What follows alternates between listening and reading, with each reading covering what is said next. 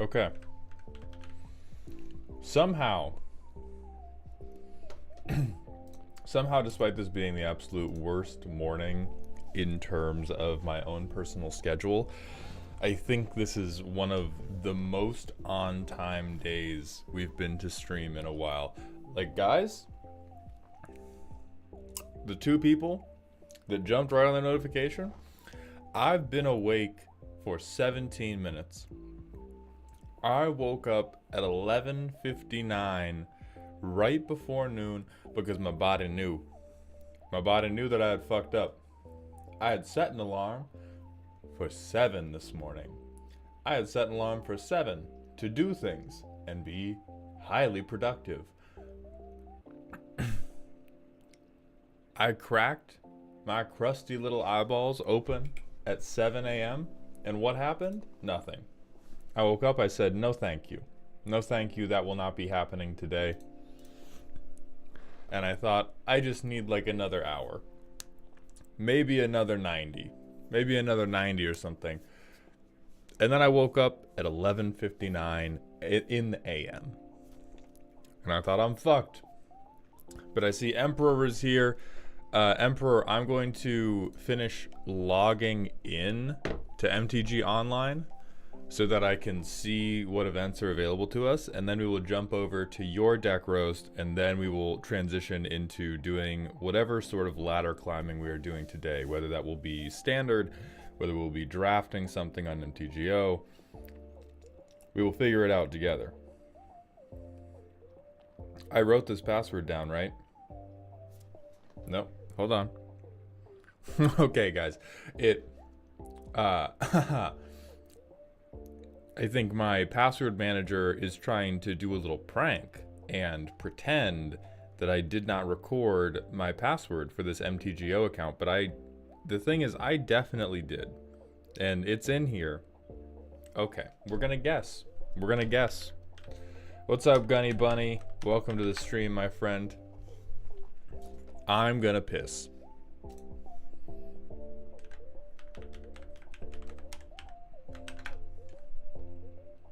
I'm gonna piss hard. I'm gonna piss hard and loud. It's gonna sound like I'm frying chicken inside the servers of Daybreak Studios. Hey, I guess we're playing Arena today, gang. Hey, gang. I guess we're playing Arena today. I see you haven't tried Deadlock yet. You are a liar. You're lying to me. Hold on. Where's, so I don't think it's downloaded onto my new computer. Yeah. 86 hours. 86 hours in this fuck-ass game. I have played Deadlock. I have experienced it. The only problem with Deadlock is that it makes all of my friends very sad. It gives all of my friends depression instantly, which makes it untenable for playing in a large group of people.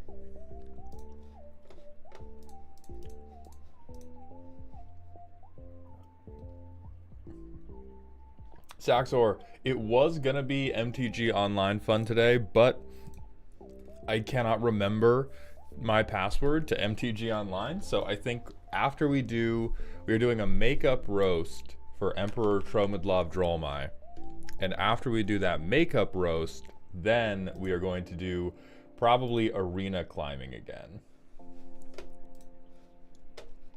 So let me pull up the logs. This is gonna be for November. Nope, I clicked on December twice. Very cool. Okay, in November.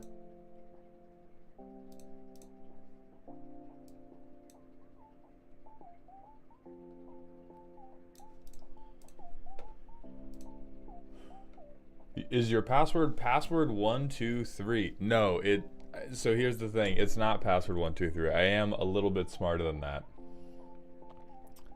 Maul, I've asked many a times now, but I've never received an answer. Can Arlen, the Pax Hope, get it?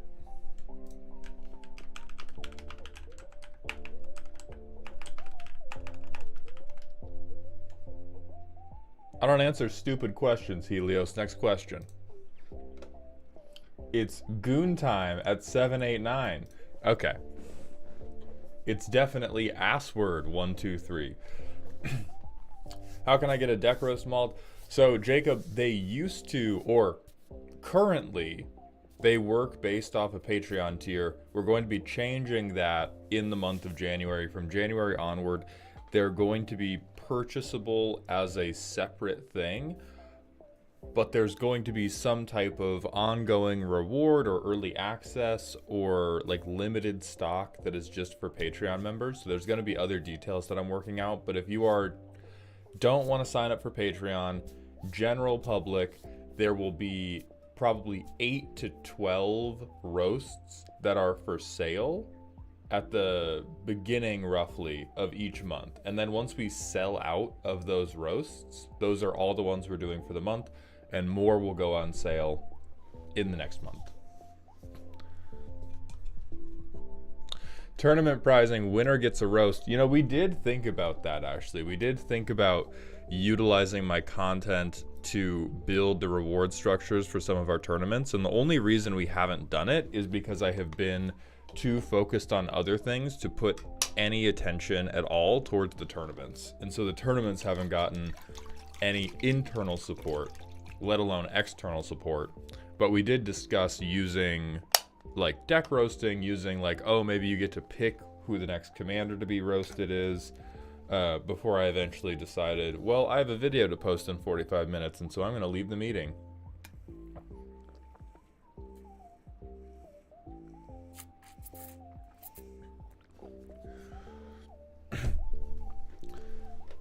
Can Arlen, the PAX Hope, Nightside get it?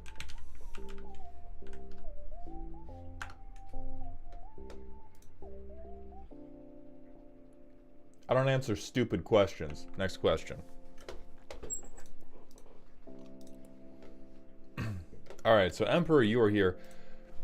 I'm sure anybody who's here to stream early is familiar with it, but if you are unfamiliar with it, the way this process works is my patrons will send in a deck list, a power rating, and a primer. The power rating, we do not accept 1 through 10. We only accept Silly, Spooky, Scary, a rating originally developed by my friend Danny Phantom EXE to rate how ominous each of your deck's turns are to anybody that is paying attention to the game and knows what cards in the game tend to do. Your primer is what you think the deck currently plays like or what you hope that it plays like. And most of what I'm going to be berating you about are any inaccuracies in your primer. If you are a criminal and you stand on it, that's fine. It's better if you're a Luigi Mangione type alleged criminal, but if you are a criminal and proud of it, I can work with that. If you're a good boy and you want your good boy points, I can work with that. But if you fucking lie to me and tell me that you have brought a fun bouncy castle for the entire family and you exclusively use counter spells and you don't even commit to the bounce pun, we're gonna have fucking problems. We're gonna have problems because you are a liar. And I don't like liars almost as much as I dislike green players. It goes green players, liars, everybody else, Martha Stewart. That's the spectrum. Can Skullbriar get it though?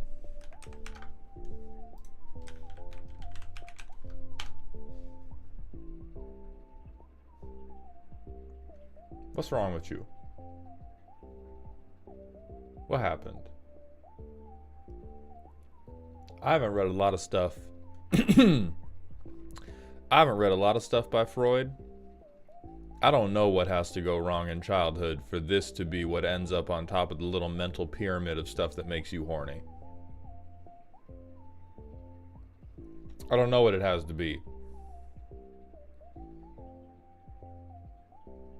Maybe you find a dead bird while you're playing in the woods near puberty and you accidentally get a boner at the same time and then your brain goes, oh, it must have been the dead bird.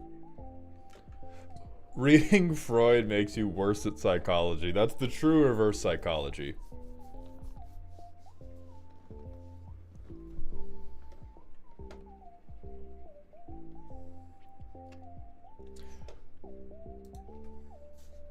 All right. Give me 1 second to drink this coffee my girlfriend rushed out to get me. Because I woke up in a cold fucking sweat. Can Squee get it?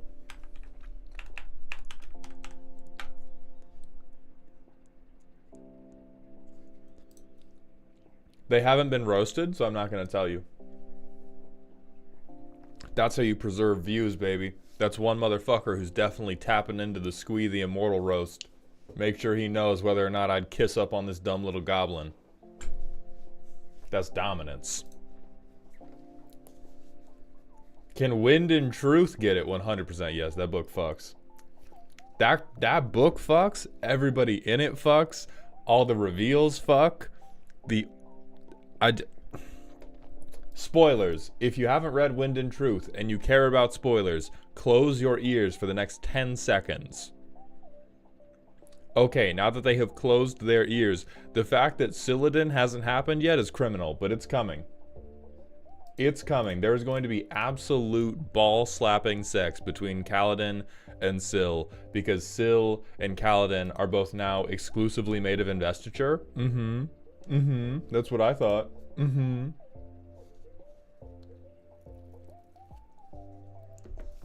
Alright. Ear close time should be over.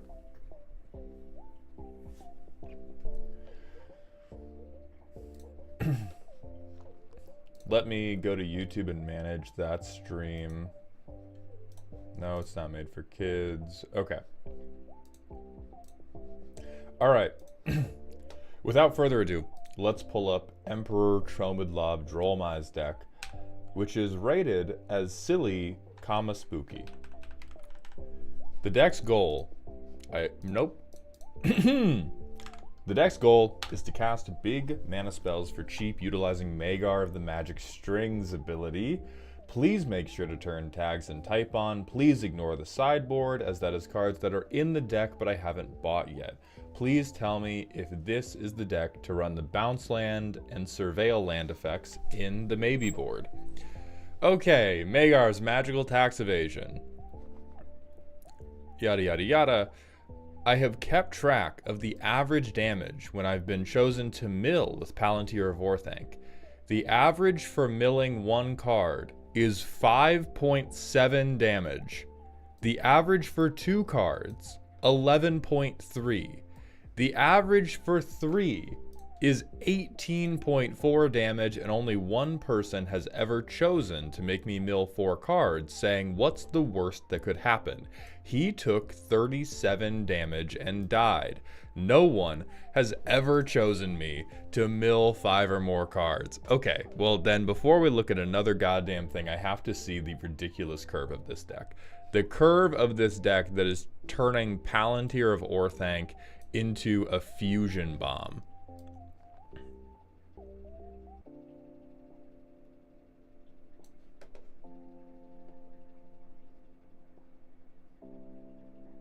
Holy fuck. I still think you're kind of a liar. I think, listen, this is I'm 8 inches erect, but it's a little cold in this room, so don't judge me. This though, a couple lucky number 11s and you can just fucking kill a man. That is all right.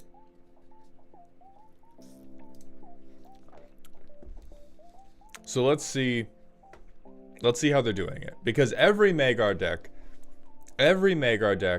is the exact same thing. It is, what are these really, really overcosted, hateful spells that I get to copy every time I deal damage to you? Every Magar deck has to have a ton of evasion. Every Magar deck has to have a ton of draw and discard, because they have to get these spells into the graveyard so they can get rid of them for 3 mana, because there is no fucking world in which the Magar player is ever hardcasting them. So with that in mind, let us examine Emperor Tromidlov Drolmai's personality based on the overcosted cards they have put in here. Target player discards their hand. Sometimes you just need to say fuck you to someone's hand. Okay, so you have a blue player in your pod. Aids in damage, sure. As if damage was the point of this deck.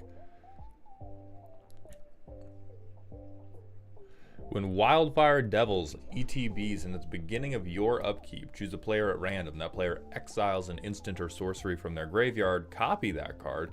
You may cast the copy without paying its mana cost. If we're wheeling people, I could definitely see this being decent.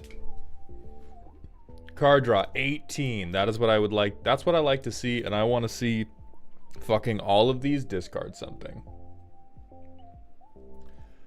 Britbread, thank you for the tier 1 Twitch sub for 12 months in a row. Happy anniversary, Britbread. And Ha420 Weed Number, thank you for that prime sub, my friend. I appreciate the Bezos bucks. All right, draw, discard, draw, discard. Also, God bless him for freeing my guy, Faithless Looting in Modern. It's going to ruin the format, but it's going to be really funny when it does.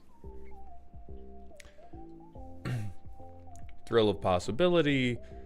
Discards all cards. Dark Deal. Sure, sure, sure. This is the first card draw section I'm going to give full stamp of approval. You have a decent curve of different card draw options at every mana value. All of your card draw does the thing you want it to do, which is get you access to things to put in your graveyard and help you put them in there. This is well done. This is bravo. I agree with you that pretty much every deck can run Palantir of Orthanc. I typically try to leave it out unless there's a really compelling synergy reason. I think your deck utilizes it better than most, so I'm inclined to give you the pass on it.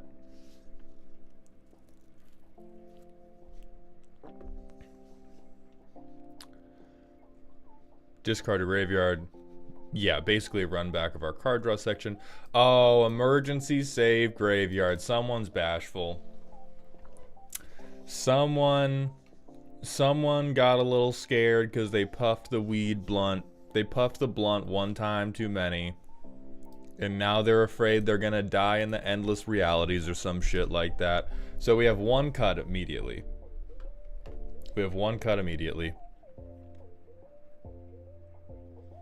And for anyone who's confused, this is on the basis of if a Rakdos deck cannot kill everybody before they deck out, regardless of what you're doing, you deserve to die. You deserve to die. You're here for a good time, not a long time. Here's all of our evasive stuff. The land is clever. I've not seen this land before.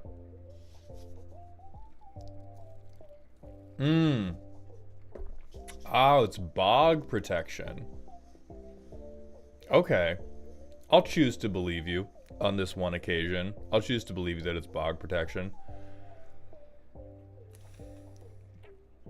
Yeah, extra combat is... I'm not sure if I would... After the first... World at War I might forgive in a silly or spooky deck. I'm legitimately unsure if we can forgive Savage Beating and still call this silly or spooky. Like, this is a scary card combination because if you have Savage Beating and Whisper Silk Cloak, you win the game, right? It is still 3 cards necessary to win the game. I think you need to have Magar out on the field too. I think if Magar... Oh, no. No, as long as Magar... So if Magar puts Savage Beating onto the field, it doesn't matter what happens to Magar after that. But Savage Beating and Whisper Silk Cloak or Bedlam or anything is just... So it goes from silly, funny, haha, tax fraud deck to... I've gone infinite, I win. I've gone infinite, I win.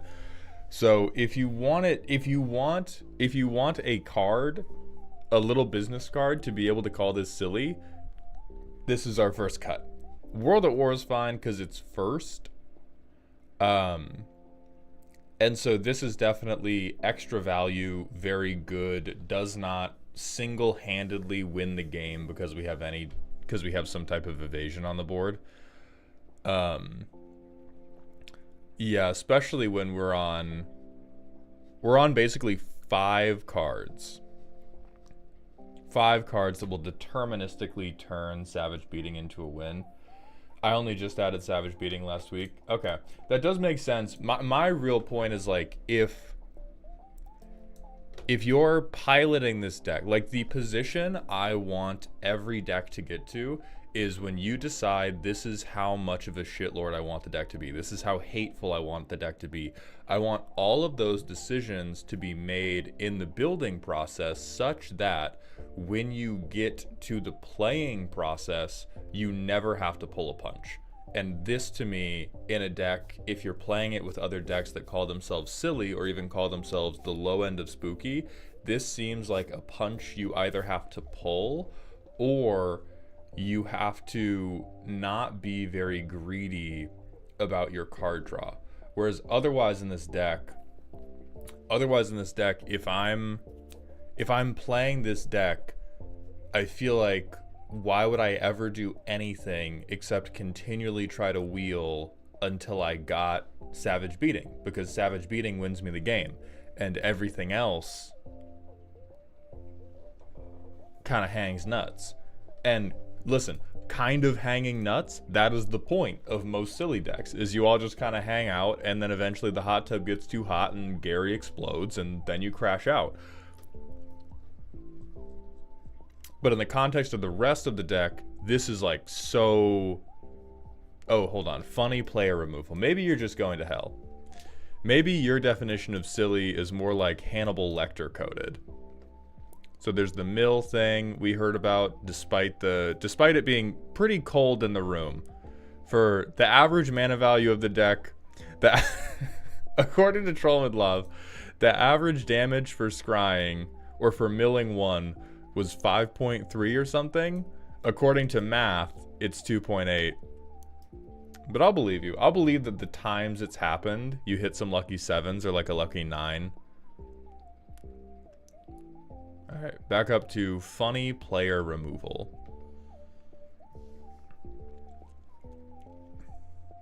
Okay. Reveal top, each opponent loses life. Can you even hit that though? Because that's not an instant or sorcery, right? No, so you have to hard cast that. And quite frankly, if you're hard casting Baneful Omen, like, see, this is silly. This is massive. This is a massively silly win con in your Magar of the Magic Strings deck, is I have to get 7 fucking mana to hard cast this enchantment, and then I have to keep setting up my top deck to kill you all. Much sillier than something like I punch you a million times. I've watched one JJK episode too many, and you're going to pay for it. Draw X, loses X, where X is the number of cards in their graveyard. Peer into the Abyss, Soren's Vengeance, Skull Storm. That's evil. So these 3 I do like. I think Soren's Vengeance and anything that kills somebody by making them draw a bunch of cards are very reasonable as silly win conditions, because you might lose a bunch of life, and this will probably kill you after the 2nd or 3rd activation. But if I let you pick up half your deck, you should be able to figure out something. If you pick up half your deck and Swords to Plowshares is not you don't even have a Get Lost in there, that's your fault. That's your fault. We can't act blasphemously with half of our deck in our hand. And then Sword's Vengeance, yeah, deal 10, gain 10, whatever. As long as we're not kicking off any infinite life gain loops, this rocks. What's up, Hugo? Skullstorm is whack though. I'm gonna copy a bunch of one-sided sacrifices, and then you're gonna lose half your life as soon as you can. That is definitely farting in the hot tub. Yeah, anger's a good idea in a deck like this. Olivia mobilized for war is a pretty good idea in a deck like this.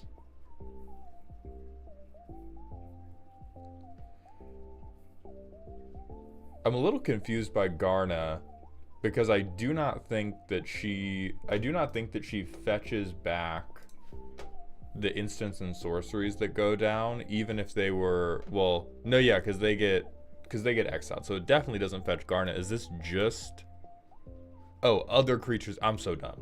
It's just other creatures have haste. Got it. Middle paragraph is blank. Yeah, haste enablers are good.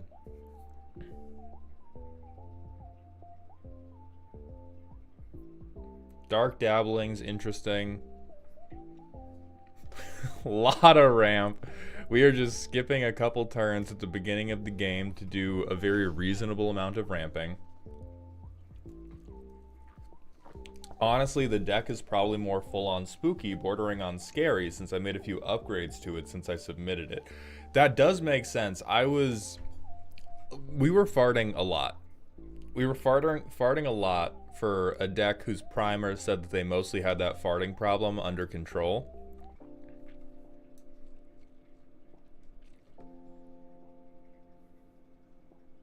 Over the top is very funny. Yeah, both of the diamonds and no arcane signet is also, it seems like a man who just picked up all the rocks nearest to them and did not open a browser on any sort of computer when they were building the deck.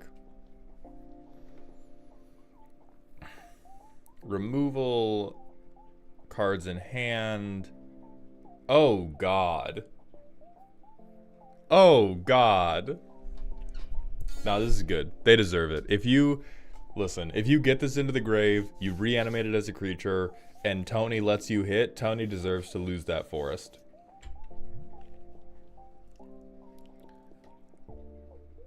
So we have this one little like group hug thing going on, and then it's deal damage to each creature your opponents control equal to the total mana value of other spells. Horrifying. Destroy all creatures you don't control. Destroy all creatures you don't control. Volcanic Vision deals damage equal to that card's mana value to each creature your opponents control. Okay, so why do we want to be RPing a Fallout game at our commander table? Why do we want every other person to have died in a horrific nuclear explosion? Every deck I submit I've built in paper. I don't have enough signets with 60 odd decks nowadays. Emperor, we gotta get you a printer. Yeah, Search to Graveyard's also reasonable. Surveil lands are definitely good here. God, needing to pay 3 mana to Surveil 1. Like,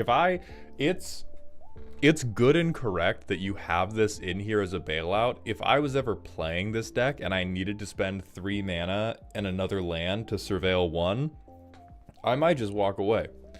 I might just take up skateboarding or something. Because at least if I tried to skateboard, I would die, and it would put me out of my misery quickly. Corpse Churn, yada yada yada, tons of self-mill.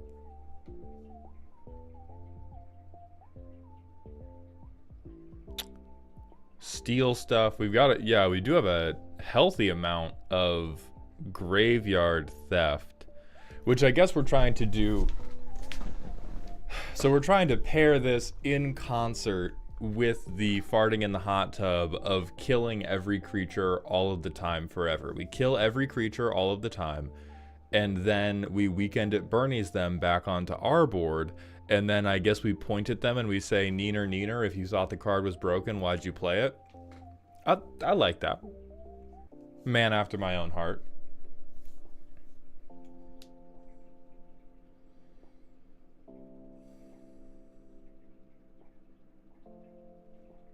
Sacrifices half the permanents she controls. Oh boy.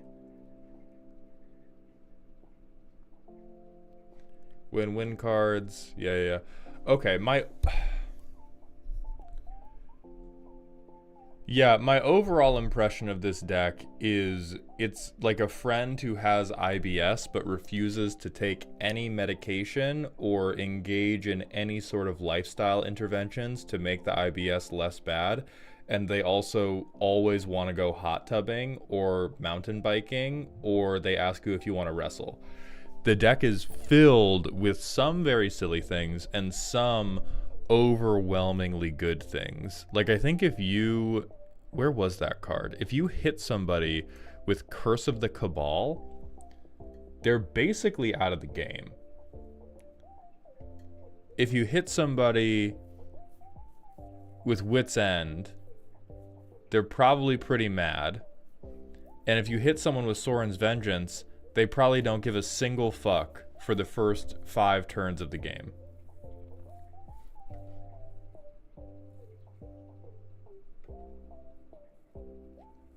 Are the 3 considering cards worth submitting? These better be business cards for therapists. You may pay 1 and return a basic land you control to its owner's hand rather than pay. The mana cost for this comes into play tapped. Oh, so it's like a rock.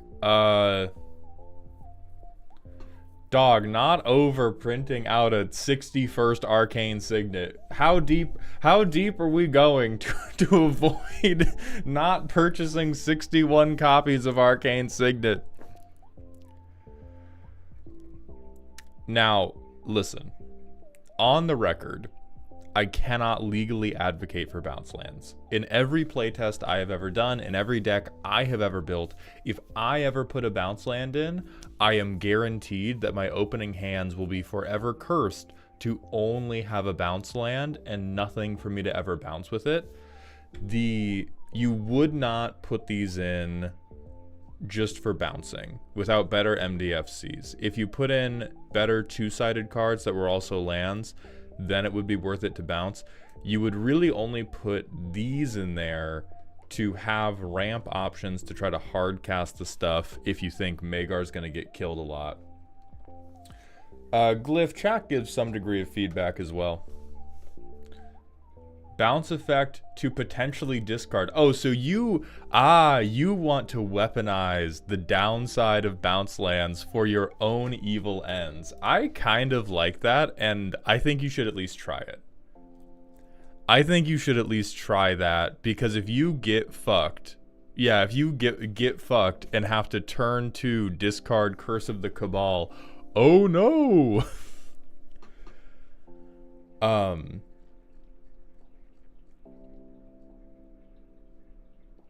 Okay, we still have to go to the playtest. Doctor's assessment. No funny stuff here. You are a shithead. But we already knew that.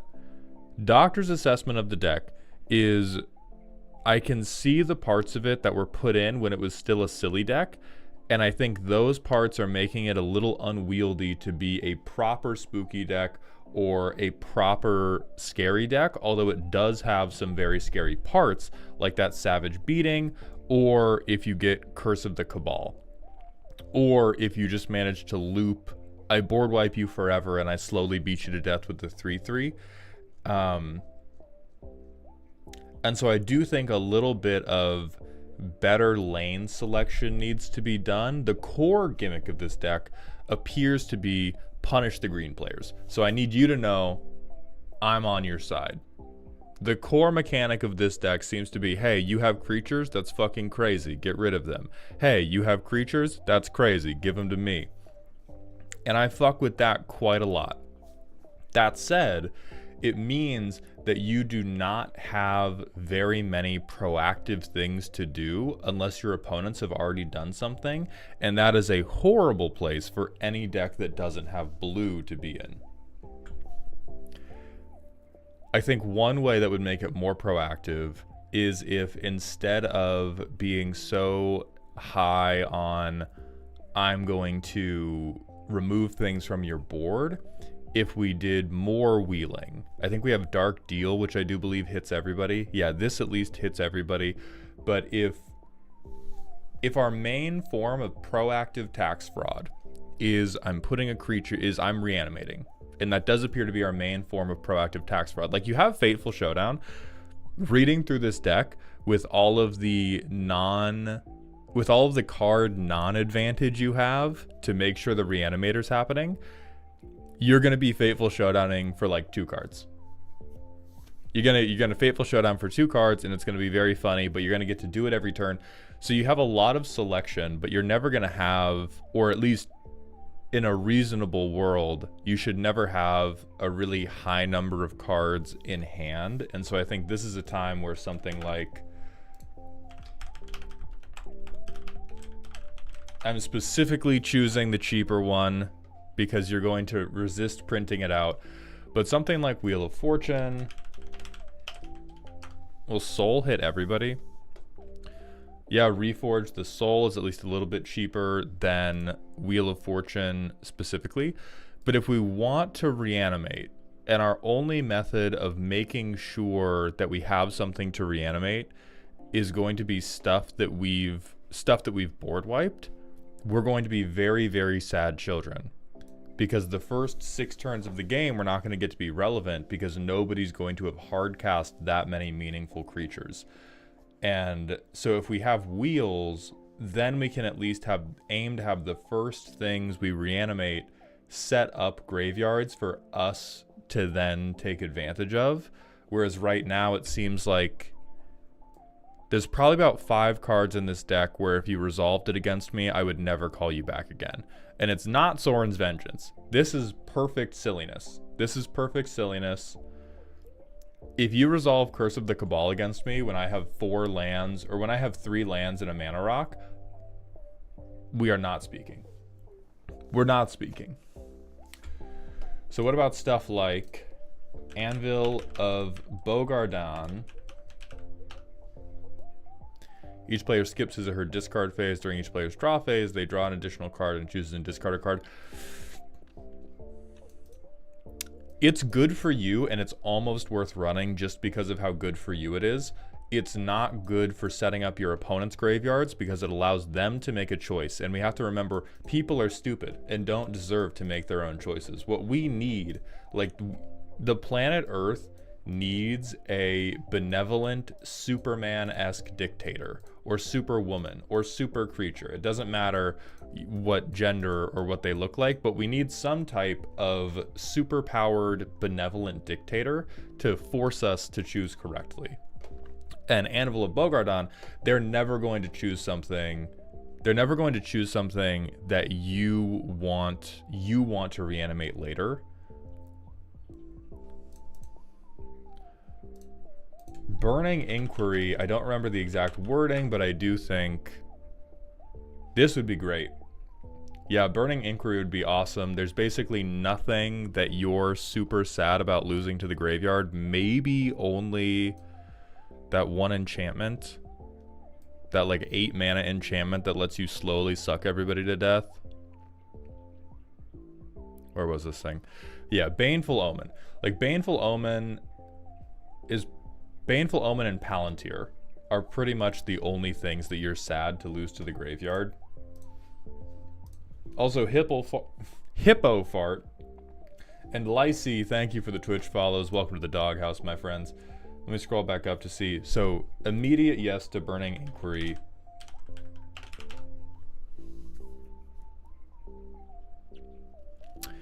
I actually don't think so on Bottomless Pit. Good effect.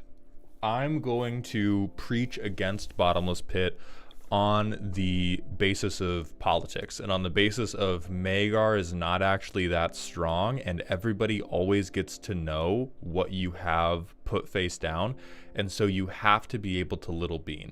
You're out here working with 3/3s who have contracted magic cancer, and your argument every turn is let me smack you in the face with magical cancer.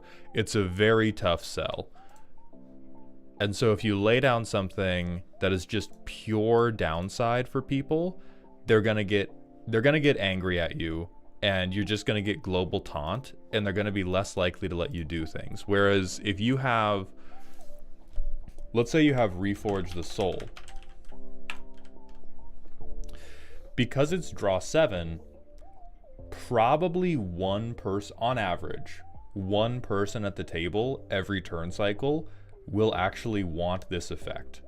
There will be one person who goes, you know what? I will take 3. It's going to let you get a benefit, but I just vomited my hand, had to use all of my interaction. I want 7 new cards bad enough to not stop you. Versus Bottomless Pit, you're just farting in the jacuzzi.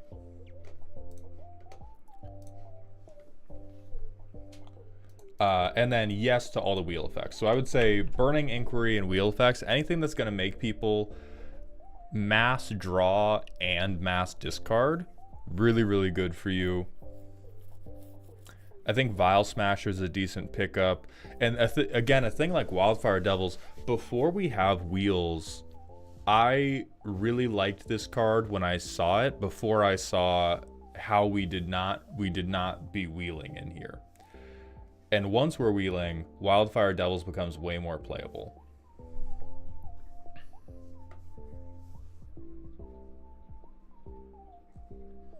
So let's go to the playtest, and I will echo, yes, if we want the deck, if you do want the deck to be firmly in the reaches of spooky and scary, Breach the Multiverse, very applicable.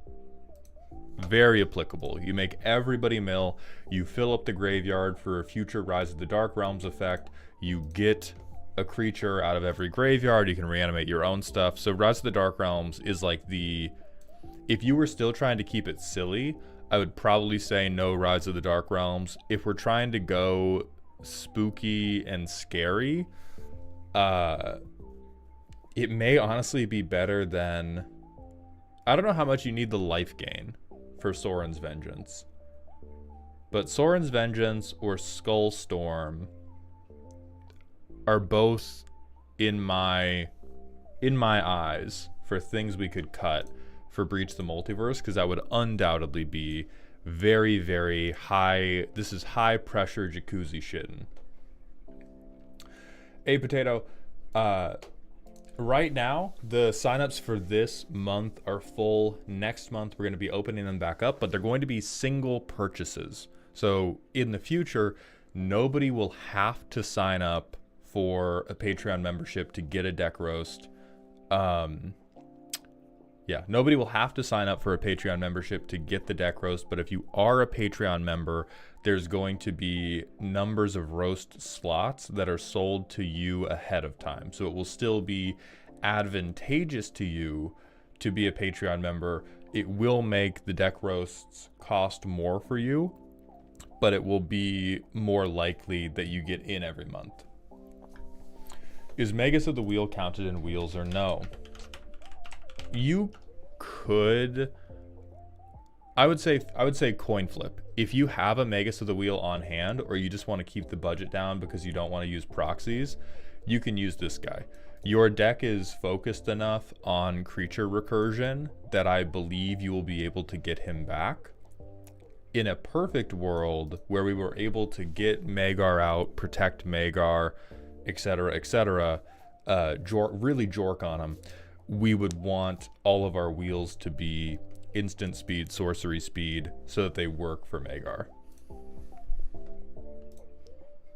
Okay, let's see if this hand can work. Because we have Palantir. We don't have our colors fixed, but Palantir can fix a lot of problems in a deck. Holy shit, we're so back. Alright, so Boots turn 2, Palantir turn 3. We put an influence counter. Alright, chat. Scry, I'm gonna scry to scry or mill, chat. First one I see is what I'm doing. What's up, Night C? We're milling. Okay, let me scry too. Everyone takes 7 damage.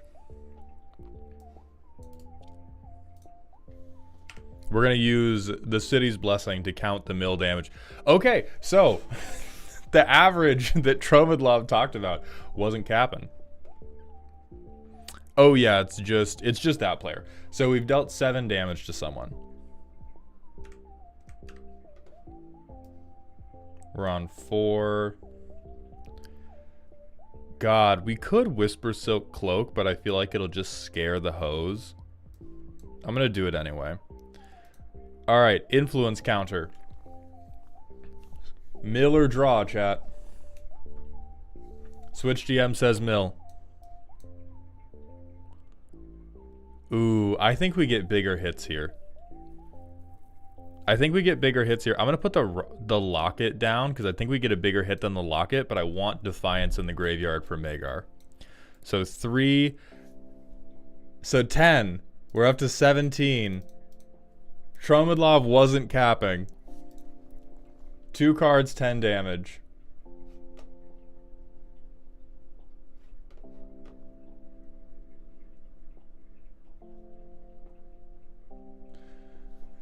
Mauled, hello, how are you? I've discovered Cookie Clicker and my life is cookies. Everyone's always going to choose draw. That's not true. I think the behavior might change a little bit if they know what the gimmick of the deck is, but me personally, I very consistently mill. It also depends if you're picking the same person every turn. Because if you're a tactical person and somebody gets milled for 7 and they go, ouchie, I don't wanna take that again. You then point whoever still has 40 life. And whoever still has 40 life is gonna go, oh, you got lucky. There's no way you do it again. And then they take 10. And from that point, it is probably they have you draw every time. Yo, $5? What the fuck is up with this game?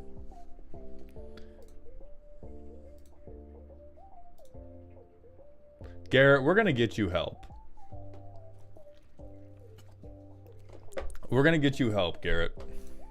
All right, turn 5. We have Magar. We play Magar on curve.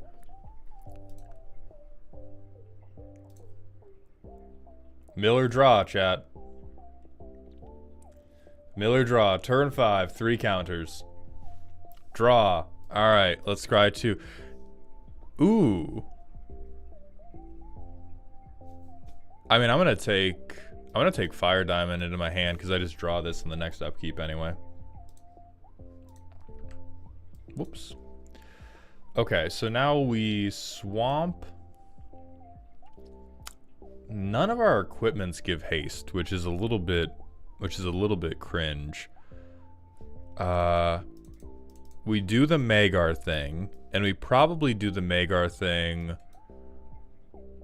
I want to do it for Motherload because I'm a villain. I'm going to give it 3 counters to mark it as a 3/3. We don't have any way to give it haste, which kind of sucks. And none of these equipments give protection. So we're going to go up to 4. Miller draw, chat.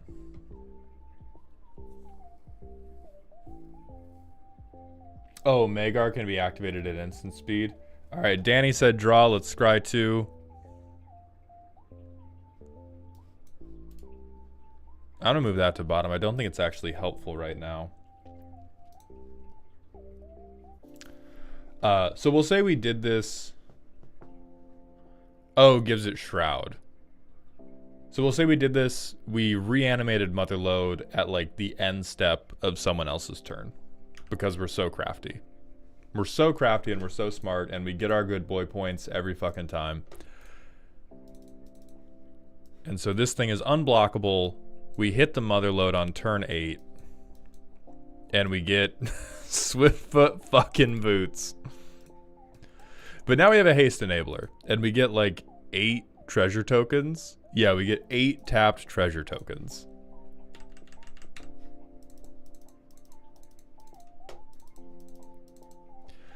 And now we're in the position of this deck either clears the game on turn 9 or it doesn't do anything because our next turn pretty much has to be in Garruk's Wake into Rise of the Dark Realms. And that is either backbreaking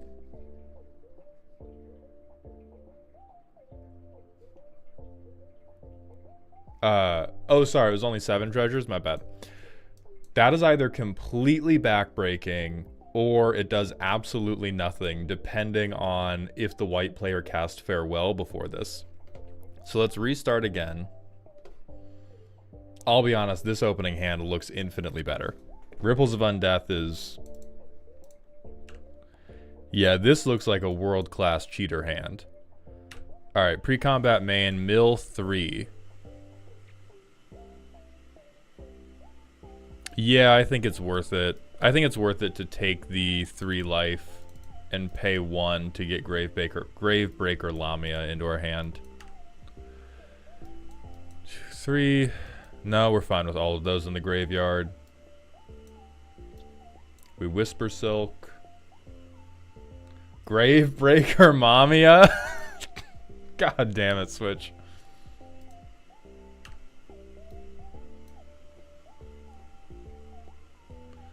So now we have 5. We have Magar. We have World at War to get back, or Collective Defiance. Oh, right. We'll take that back.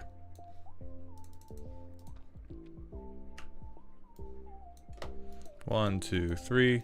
Those can all stay down. Or actually, no. We'll take the 3 to get Olivia back. We have 6 lands out.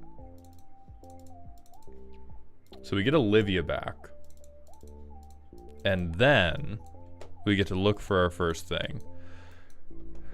I kind of think we want Collective Defiance. We kind of don't have great targets right now. Because if I draw half my deck, I'm going to get murdered.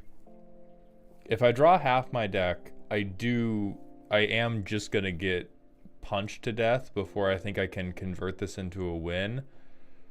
But we'll take Pier, and we'll discard Motherlode.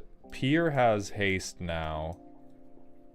And for the purposes of content, I get to hit Pier. So I draw, what is that? That's 37 cards. 2, 3, 4, 5, 6, 7,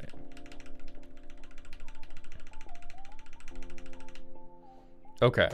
And hey, look, the last one was our infinite combo.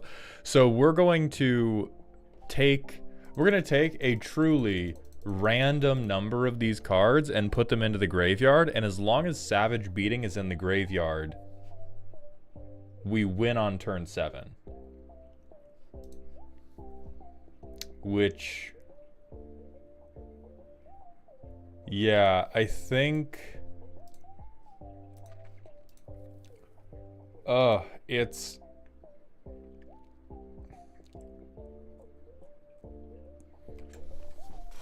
I'm really torn on how I feel about this deck, because I appreciate that a lot of what it's trying to do outside of Savage Beating,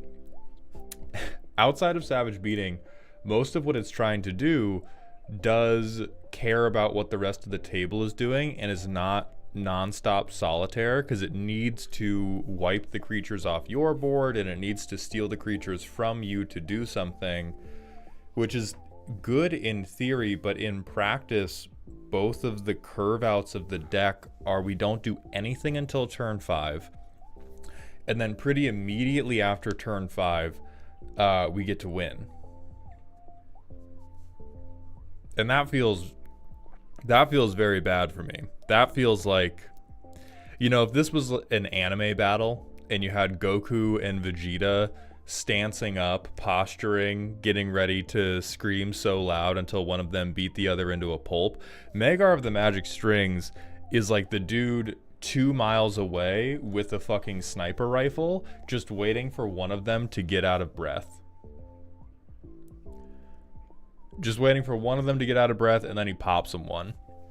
Which may be how your table likes to play. It's not how I like to play. I tend to like the games to have a bit more development, and it feels like this deck, maybe there's like 1 or 2 turns that matter. The turn Magar comes down matters, and the turn right after Magar comes down matters, and if you kill Magar, shit falls apart really quickly, and if you don't kill Magar, you die really quickly, and those decks can feel very, very bad. Or they can feel overwhelmingly good, depending on how good you are at politicking people. We get Ripples of Undeath again, so I think we just win. Yeah, I think we take... Oh no, we just... I think we actually take Dark Deal back here.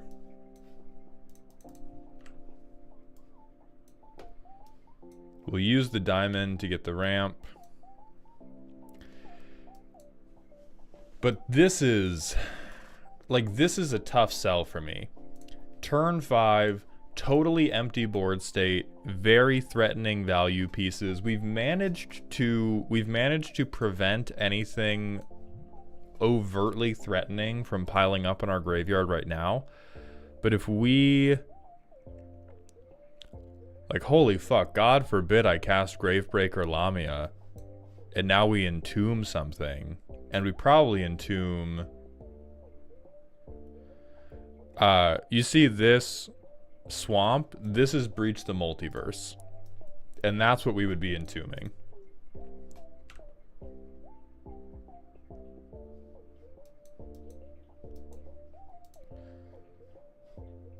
Now we have this, and we can... Magar.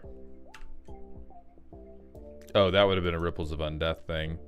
We'll take back the land. Just, we can't take back the land because we need Magar mana.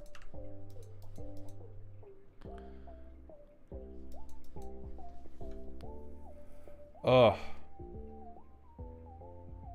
This is Schrodinger's deck because at an irresponsible meta, it is the American Sniper just waiting to pop Goku or Vegeta and make all of the 8-year-olds watching very, very sad because they don't get to see the cool anime fight. But it is also in a responsible meta where people see... I'm illiterate. I'm illiterate. I've been playing the deck wrong the whole time. We're going to mulligan the sand. I've been playing all these hands as if Magar of the Magic Strings was 5 mana, not 3 mana. Turns out, turn 3 Magar, significantly different. Oh god, we missed the land drop. And see again, this bullshit. Like, who are you? The whole table is jumping you as soon as we discard this. So I think...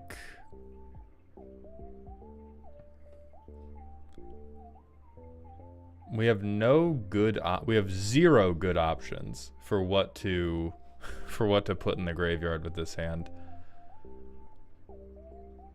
We can put,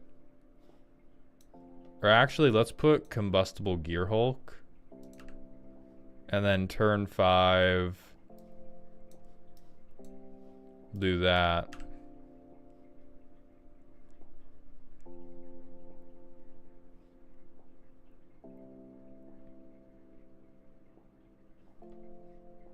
Grave Upheaval could be discard turn 2 for a land. That's true, but the thing about Grave Upheaval is I don't think anybody has anything worth a damn by this point in the game. This one we just don't have lands. Alright, so Terramorphic, Swamp. We're good at magic. Charcoal Diamond.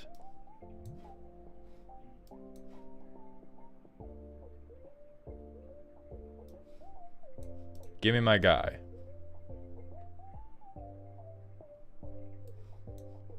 We cycle this because it's all we have to do.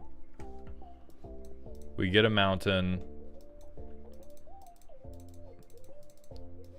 Boom. Grave Upheaval, 3/3. Now,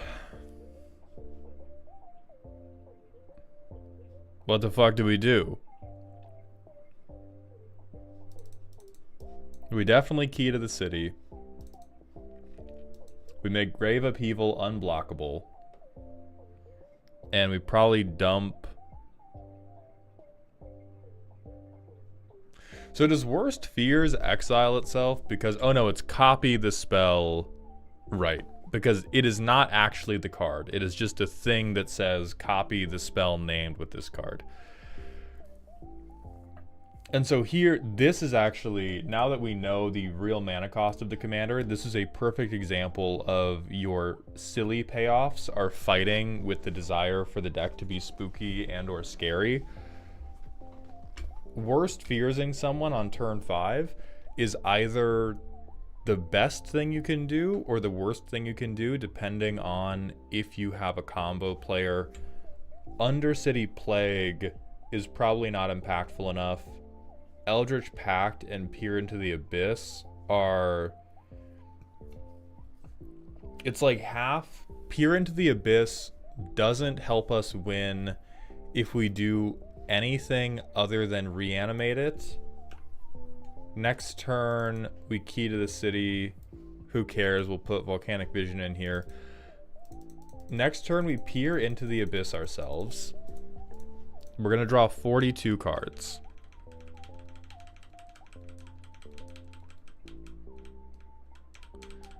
Okay, we win. And now we win because the JJK episode has happened. Did I miss one? I just didn't draw all 42 because the only one that matters is getting Savage Beating. Which is another thing I would love to correct about the deck, is right now the best thing the deck can do is attempt to get Savage Beating into its graveyard, because it does have a critical mass of ways to give things unblockable that it can convert Savage Beating very consistently into a win. So Trollmudlov, I sentence you to meditation as well. Let's get rid of Phoebe so that we have space, because your name is very big.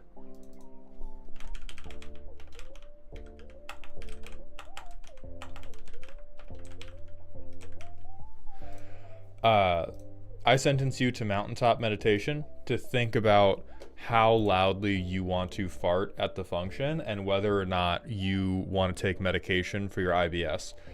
Because some of these payoffs are very good for a silly deck, and some of these payoffs are very good for a spooky or scary deck. And because we have so many, the deck is very difficult for other players to threat assess correctly. And there's like, by nature of there only being 1 or 2 turns where you can meaningfully interact with the deck, I'm going to say it's definitely spooky right now. And if you want it to be spooky, we should probably look for a more concise theme. I don't know what the theme of the deck, I don't know if there was a more consistent theme before we began upgrading it, but right now the consistent theme seems to be like, these cards are mostly good and there's some reanimation going on. If we want it to be focused on the reanimation, I would 100% turn more of your draw towards global wheel effects. I would put in more global mill. You've got 1 orb. There's no need to be Lance Armstrong. Making it difficult to assess should be a plus, right, Mald? No. Your deck being difficult to assess in terms of strength is always a negative. Even at the CEDH level, the best outcome you can have is a deck that appears very easy to assess, but has some sort of sneaky bullshit it can pull off after that. If people are looking at your deck and going, I don't really know how strong you are, the right decision is almost always to kill you immediately. Because if you don't know how strong someone is at a spooky table or at a scary table, pretty much all of those decks have the ability to win the game off 1 or 2 card interactions. And so you always want, for purposes of politics, you want your deck to have some bread and butter mechanics and play patterns that it runs through so that you can appeal to those. It's almost like gaslighting your friends is almost like jazz. It doesn't work if you're just falling off beat all the time. What works is you have to learn the rules first, and you have to learn what the consistent rhythms sound like, and that will give you more knowledge about when you can break away from them to trick everybody and make them really mad as you play a brown note and they shit themselves, and then you reanimate that shit and beat them to death with it. If the deck is totally unpredictable all of the time, the morally and intellectually correct decision is to break your back every time you try and do anything.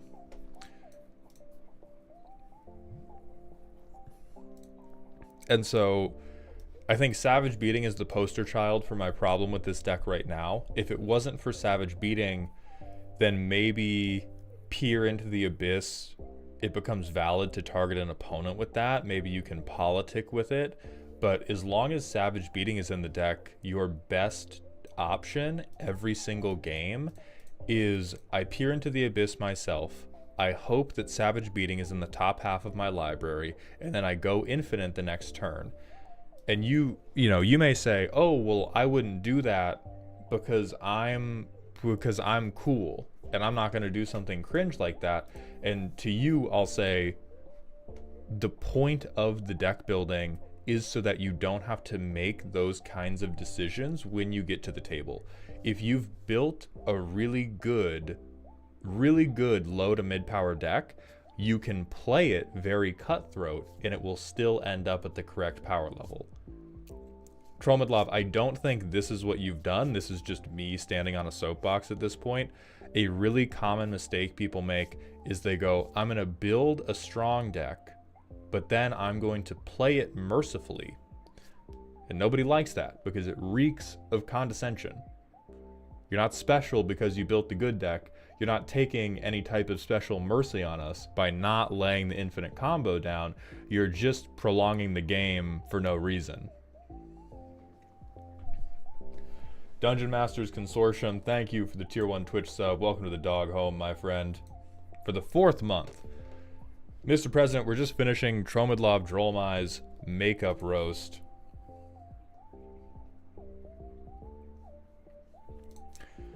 Polyhedral Herb asks, any tips you can give on decks that really want one specific card to function?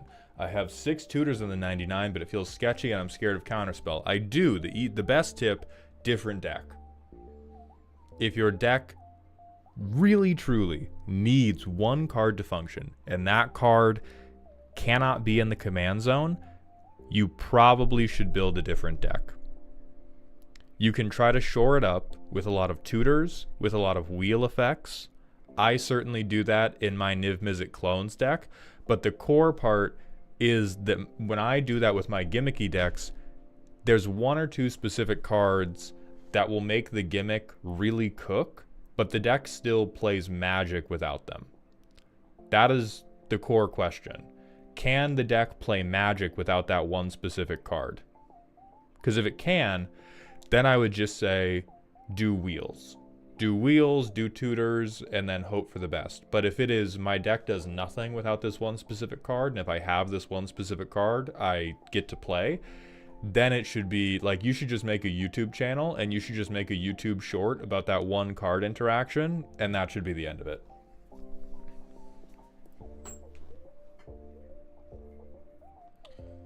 Thank you, Walrus. Adding wheel effects will also make Eldritch Pact more reliable player removal. Yeah, I think Eldritch Pact gets a lot better with wheel effects. So no matter what else you do, I would say go in much more heavily on wheels.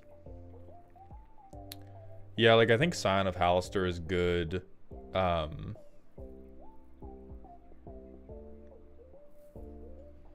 Yeah, you need circles, dog. You just need more circles. Otherwise, I think it's pretty good. I think the draw is really, really nice. I shudder to think what it was before you upgraded it, since you said it wasn't working very well without the draw. But I think with this card draw section, it's good. But like, yeah, Change of Fortune, or especially Fateful Showdown, you would rather just get a fresh 7 rather than replacing what you already have. And with that, we're going to move back to the minds of MTG Arena Ranked. Do you have any tips on theft decks? Obviously, you're at the whims of Yugimoto a bit, but I struggle to think of what my Rev deck should do if I start pulling dud cards from my opponents. Very important point of order with theft decks is Rev is not a theft deck. Rev is okay. Alright, Scryfall, you're so fucking funny. Rev is bad as hell. Rev is a theft commander, but she is a beatdown deck. All she cares about is that you are having creatures deal combat damage to people, and she is paying you off by letting you steal things from them. But there is no, but the deck itself doesn't need to be about theft, and that, I promise I am not being pedantic. I promise this is an important distinction for you, because the tips for a Rev deck are you need to have other good combat damage triggers, and you need to have good evasion, so that even if you're not stealing great things, you are still pressuring the table. So as nasty as it's going to sound, having a bunch of unblockables and like maybe not Tainted Strike, but maybe Grafted Exoskeleton or something. But I'll tell you, at the high level, people that are attempting to build Rev for CEDH or so, it is small evasive creatures and then interaction.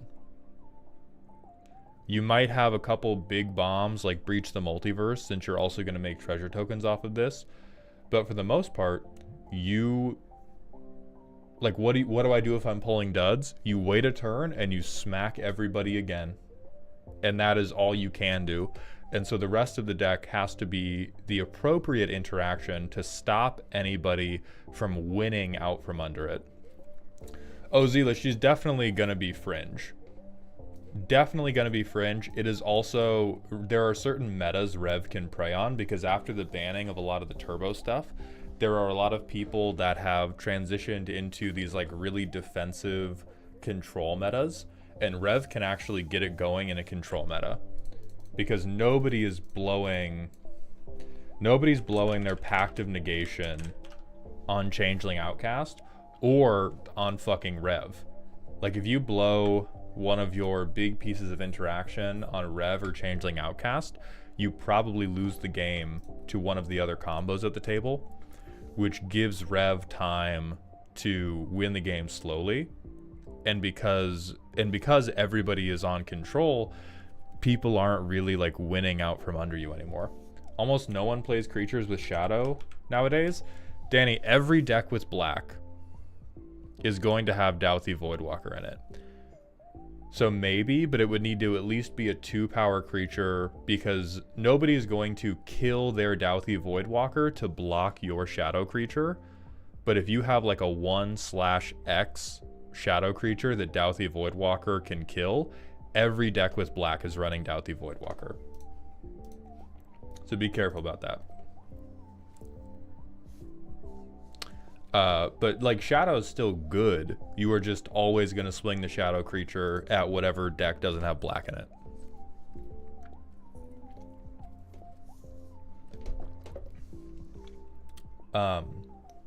Also, Zila, thank you so much. I appreciate that, my friend. I'm glad to have you here. Ricochet, thank you for the Prime sub for the 5th month in a row. I appreciate those Jeffrey dollars greatly.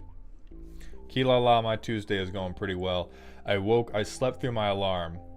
Woke up late. Oh, you don't have the meeting tomorrow, Brett. Cool. What are Douthie supposed to be lore-wise? Pretty fucking creepy. That's my understanding. Fortuna the Tuna, thank you for the Twitch Prime sub for the 2nd month in a row. I appreciate those Bezos bucks very much, my friend. Now let's get into the dominance part of the handsome dominance stream, and let's beat people to death. Emperor, you have a great day as well. Thank you for sending in that deck. I hope you enjoyed the roast.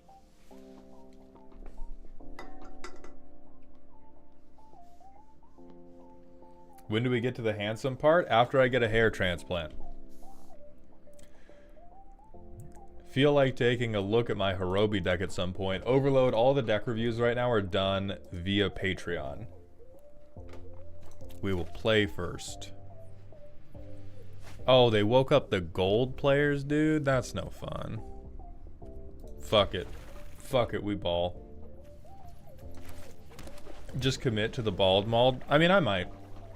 Right now, I'm consulting with a clinic about doing a hair transplant, but if the hair transplant either isn't going to work well or the side effects of the medications I'd need to keep the hair are too bad, then I will just go to Bald Hound, and I'll just be, instead of Northern Lion, I'll be Southern Hound. Pokey Prince, what's up, my friend? I'm doing well. This is our first ranked game of the day, so our emotional fortitude is going to go downhill as we continue to play, I'm sure.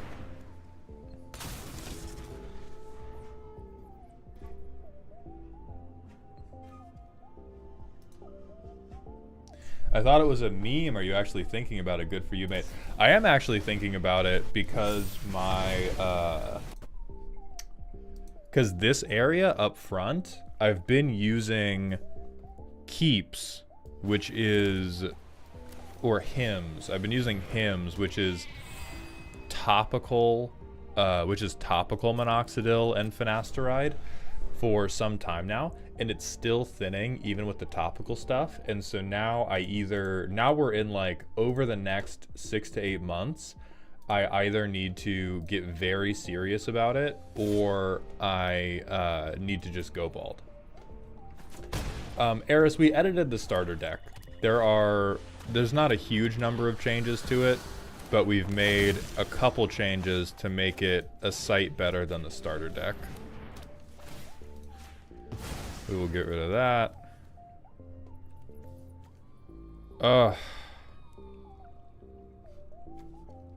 So they can play Entity Tracker, which I don't think matters.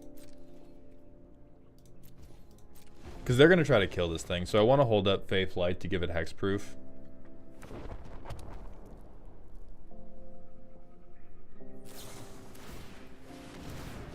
Yeah, pay your ward.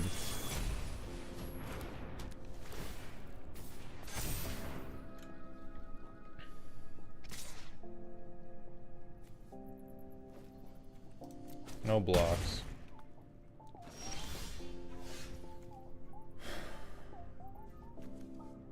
I think I do... Yeah, I think I do this in Ethereal Armor, and I just try to get what I can out... Okay. Three copies of Ethereal Armor, not bad. This has flying, so I'll gain 9 here. Alright. Now, they probably get Jasper back, because they probably have at least one more piece of targeted removal. If they're running fucking Vadmir, yeah, the deck is just all targeted removal. So we'll play Silent Hall Creeper, we'll gain 2 off of that. They're down to 1 card in hand.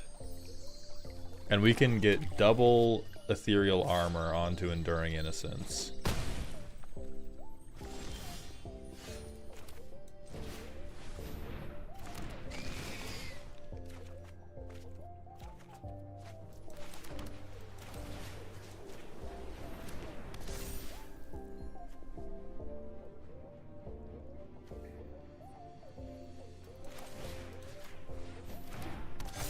Yeah.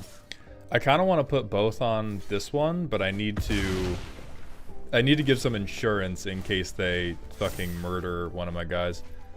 Oh, thank God. Okay. They didn't get either of my removal.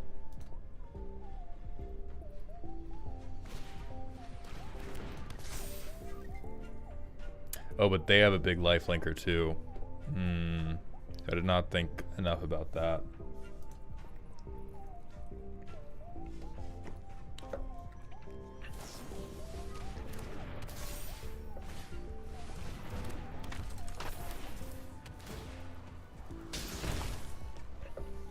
That's fine.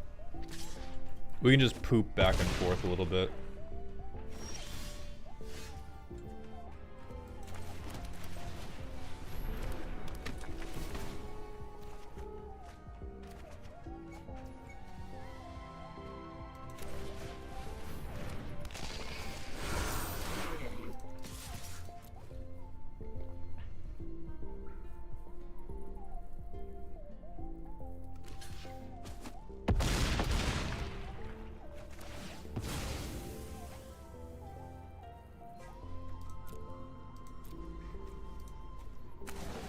Oh, that's painful.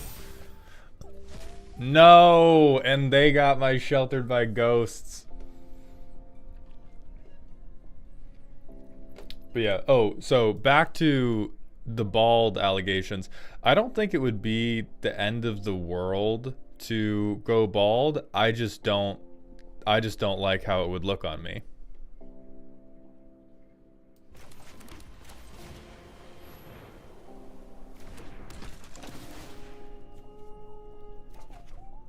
Okay. Oh, fucking every Inquisitive Glimmer in the deck, dude.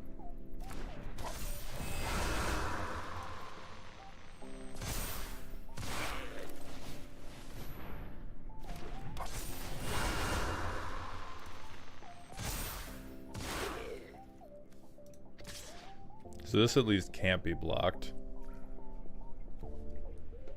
Have you ever shaved your head completely? Yes, I have. I looked like the Green Goblin. It was not a great time. I don't have like the weirdest head shape in the world. But I personally just didn't really like...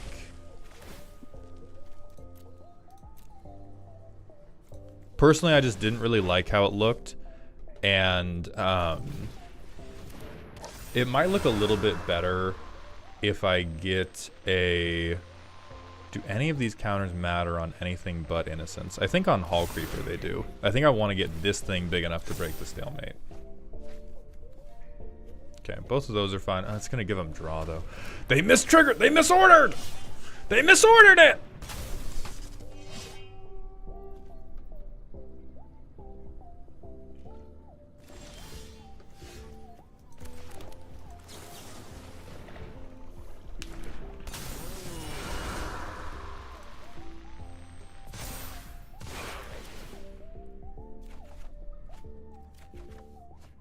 About fucking time.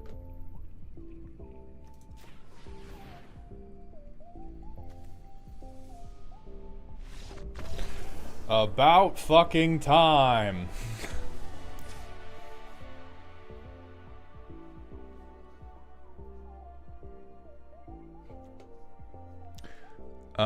Rest in Peace doesn't matter. Me having hexproof I don't think matters because they're just killing my creatures. No, I don't think the wall Shadow Walker, because the wall just becomes food for their Death Touchers. And at least in that game, they didn't target me with anything, so I don't think me having hexproof is going to give me too much of a benefit. We also have a rant from Nightsea and a personal question from Nightsea, so hit me with those when you get a chance. They weren't playing enchantments. Their board wasn't super wide.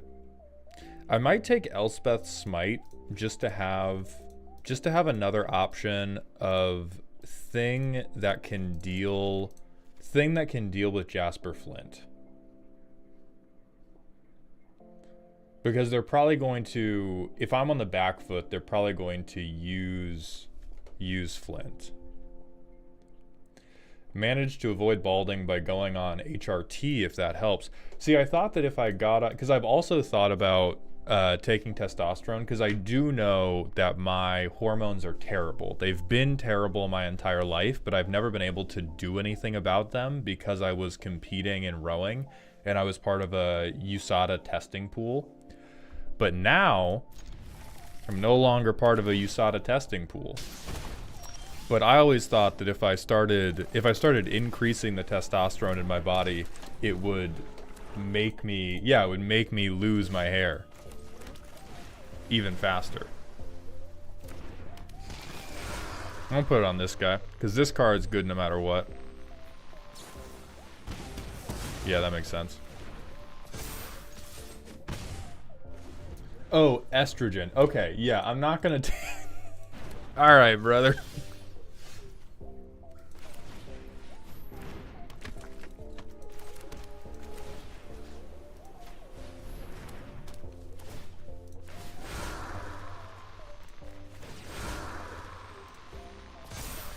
Alright, we're gonna make one really big guy and one guy that has the Phyrexian Arena.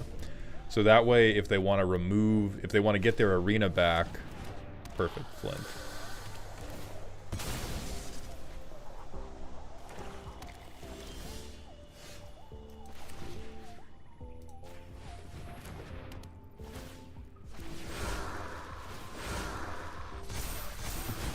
They're gonna be so fucking mad, dude. I would be mad. I would be losing my fucking mind. Because we still have... They're gonna pay the ward, I'm gonna Shard Mage's Rescue, and they are going to concede. Mauled transitions just to avoid the bald accusations is the twist that would save my life in 2025. I'm sorry to say, DMC, it's not happening. We will be getting a lot of streams where I have some weird silk cap over my hair because it's gonna take like months for the transplant to grow back in. Oh fuck, yeah, I could have just Shard Maged and won.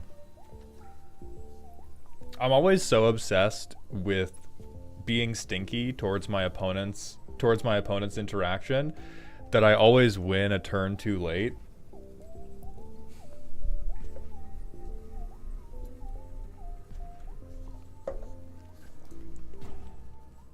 Pika Puff, yes, we are playing Standard based on numerous accusations that Standard is back. Right now I'm trying the Azorius Enchantments aggro deck. We modified it a little bit from the starter deck that Arena gives you. The board wipe here is going to be funny. Don't say that. Don't say that. Why are people weirdly obsessed with making Mauled transition LMAO? I think after Finster, it unlocked something within the internet.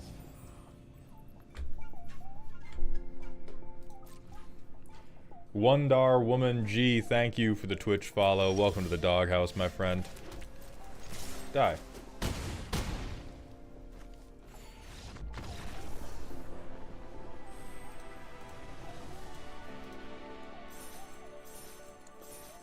You should try the Simic Beans deck. It's basically mono blue. A Simic deck that plays as mono blue sounds uniquely horrible.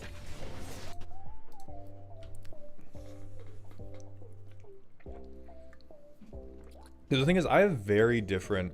How much would a hair transplant cost? Trans woman here interested to know. So the places I looked at, the low end is around $3,000. The high end is around $10,000. They're quite expensive. And the way this would probably work for me is if the clinic says I'm a good candidate, then we will figure out the price. And then I will spend the next like 8 months exclusively saving up for the transplant. And then after like 8 months, I'll get it. And then maybe 8 months. So it's going to be like a 1.5-year process towards having whatever the new and improved mauled hairline is. Damn, I better look like a young Orlando Bloom for 10K. No, Nightsea, I missed them. Please run those back. Let's see, can I do... Yeah, I can do Innocence into Creeper. Is this Caretaker's Control? I haven't read the deck list, but I know it's supposed to be fucked up.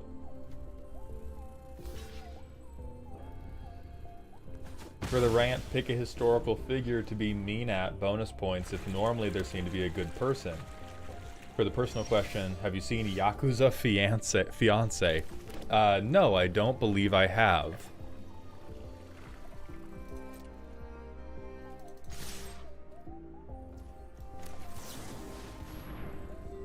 So what if I just draw like 3 cards right now, huh? No, I don't think so. I would in fact like to draw 3 actually.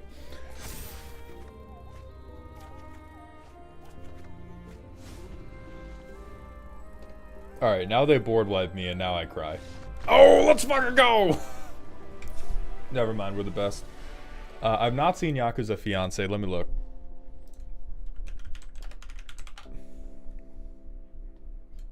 What a face.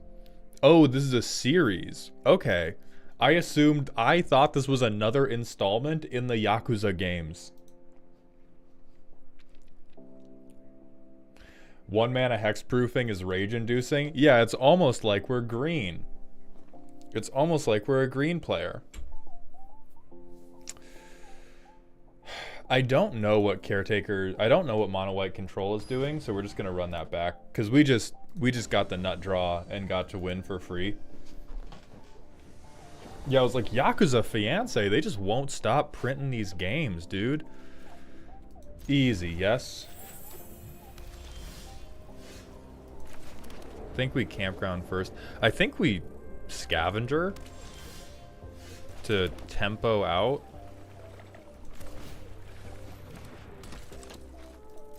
Yeah, because now if they try to blow any early removal... And Knightsy, I am thinking about the historical figure, but unlike most men my age, I do not spend a large amount of time thinking about the Roman Empire. So it's going to take me a minute to come up with who I want to speak on. So I'm going to eat my oatmeal.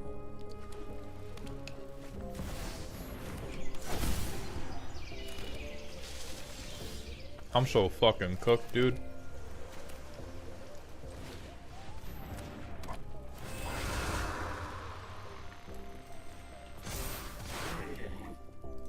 I am so fucking cooked.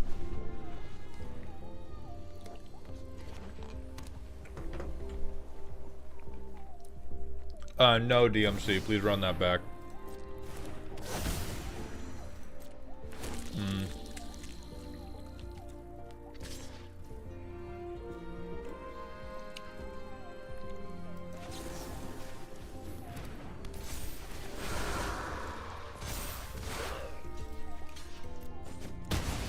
Alright.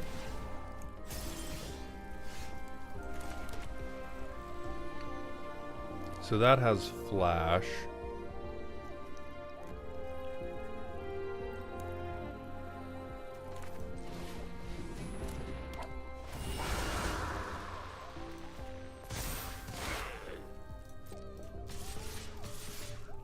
I think I just need to, like, yeah, burn the house down.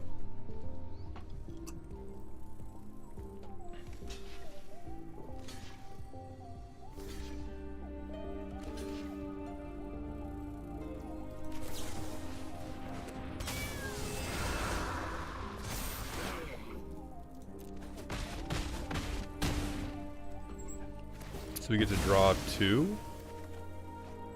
Oh, just 1 got through. Okay. How would you feel about a Narset deck?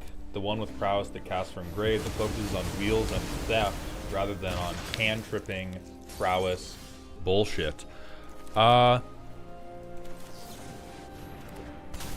think it might be fun. I think you would have a really big hill to climb in terms of getting anybody to let you cook, because prowess is just such a good such a good mechanic, and it's so easy to get it going. And if you're not can tripping, I think you're gonna have a hard time.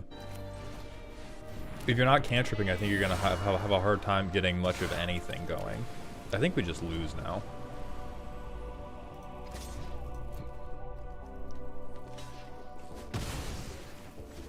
Yeah, we just lose. There's no sequence of events that saves this for us, so we need to put negates in for sure, and disdainful strokes, because we need to be able to stop.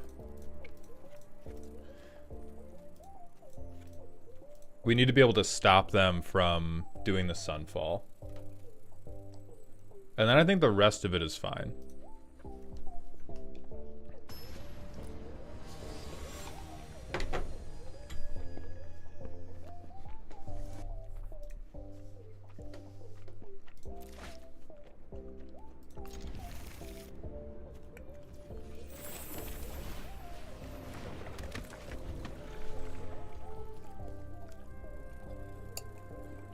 Sorry for repeating myself, but I'm truly curious about your opinion on this.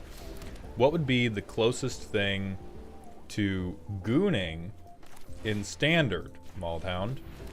What would be the ideal gooner deck? I'm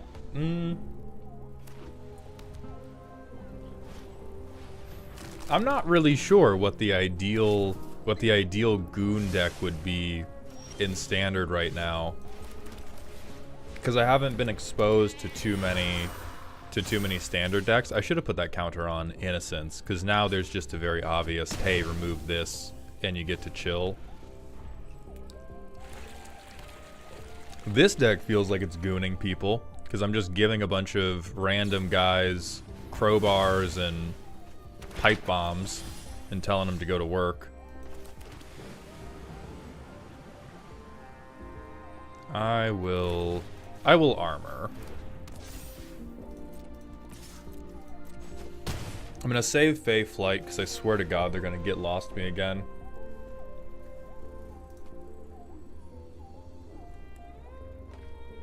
Mono black discard is not gooning. Mono black discard is the antithesis of goon behavior.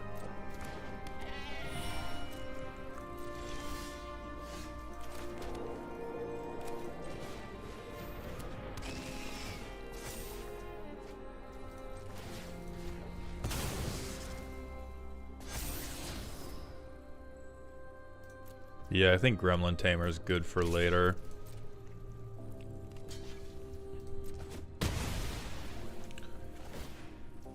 Oh yeah, Gruul Prowess. I forgot about that one, because that was in the meta the last time I looked at Standard months ago, and I forgot that it was still hanging around. But yes, Gruul Prowess is the closest you can get to properly gooning someone in Standard, because it is just one guy who gets super fucking jacked and tan and angry, and then he goes and he gets you.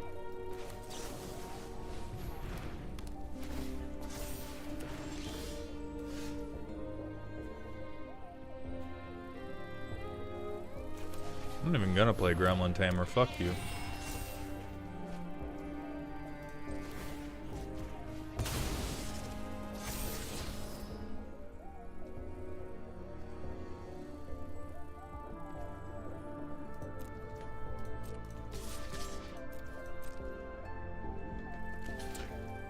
What is gooning?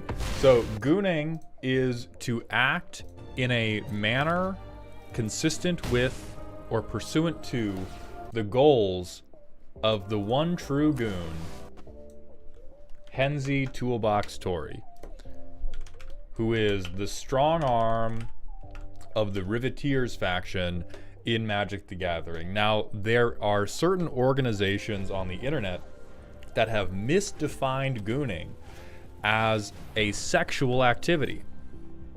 They are wrong for this, and they are bad people, and they will be punished in good time.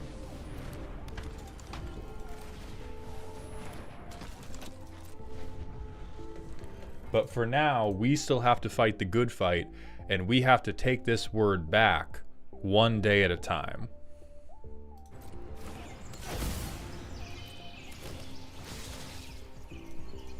Oh, this is so fucking stupid, dude.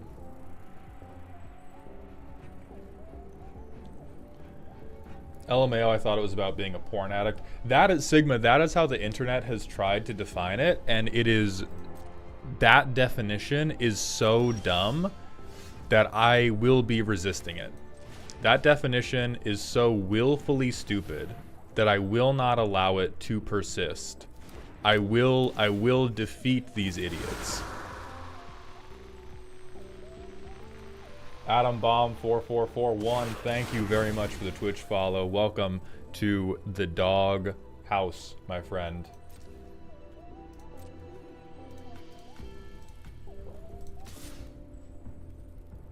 I really don't want to burn Shard Mage's Rescue on saving this, on just like getting this Gremlin Tamer over the fish. That is actually okay.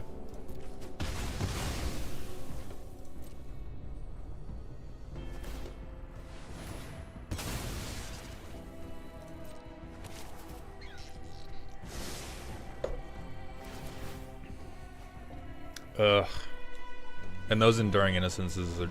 The Enduring Innocences are just gonna win the game for free for them, because they get to draw 2 cards every time they sneeze. Yeah, we lose. That sucks.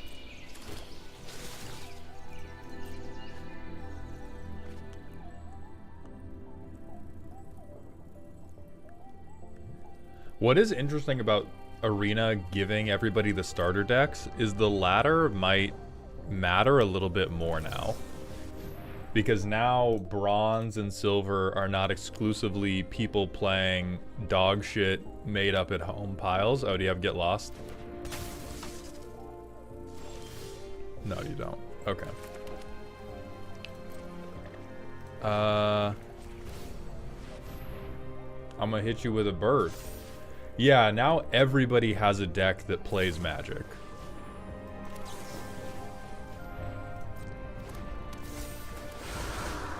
Okay, give me my card. Fucking Inquisitive Glimmer.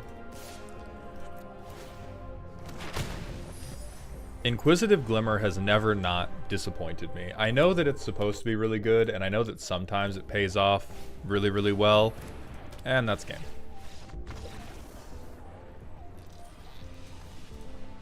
Holy fuck, these players do not have love in their lives.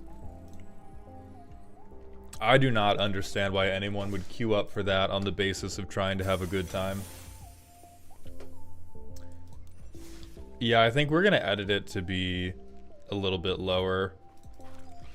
Another problem is that I've edited this deck from the free one that you got, and because I've edited it from the free one, I don't have the correct land base. And so there's a lot of times where Inquisitive Glimmer should be doing more work than it is, but it can't because it's reducing colorless costs, and I'm getting pip screwed because I just have basics. I don't think we do more Fey Flight. Fey Flight hasn't seemed that crazy. Consider adding Drake Hatcher to the deck. Elikman, yes, this is in the context of standard. Oh no, Drake Hatcher is definitely not it. Crisp Cast, the deck is pretty good. I can say with confidence that the deck is good because I didn't build it. I took this from MTG Goldfish and somebody who was good at standard who made this.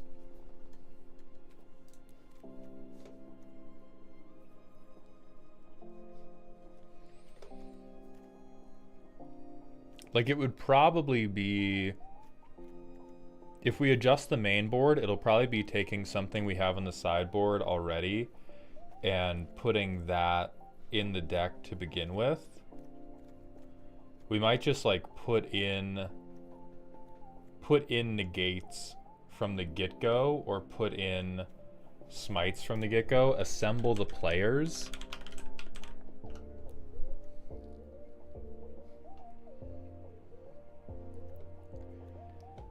I mean, all of our creatures are power 2 or less. Hold on, assemble the players might actually be... I'm gonna try assemble the players. We're gonna play a few games trying that, because we do have a lot of creatures, and all of them are hittable with assemble the players, and it is an enchantment.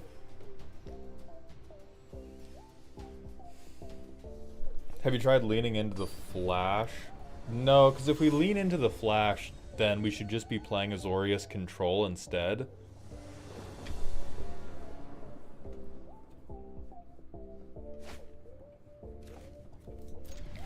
This is fine.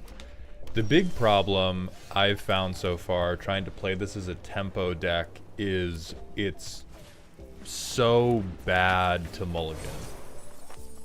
Like, mulliganing just ruins the deck instantly. Haven't touched standard since the change to 3-year. Feels like watered down tryhard. Giraffe, were you, like, legitimate question, was standard ever anything different for you? Because I'd played standard both before and after the change to the 3-year version, and it never seemed like it was anything but watered down tryhard. What's up, Scarecrow?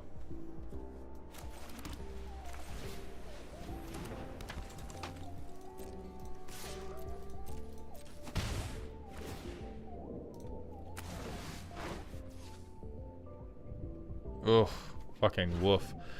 I'm probably not blocking this rotation, and this at least gives Charming Scoundrel a thing.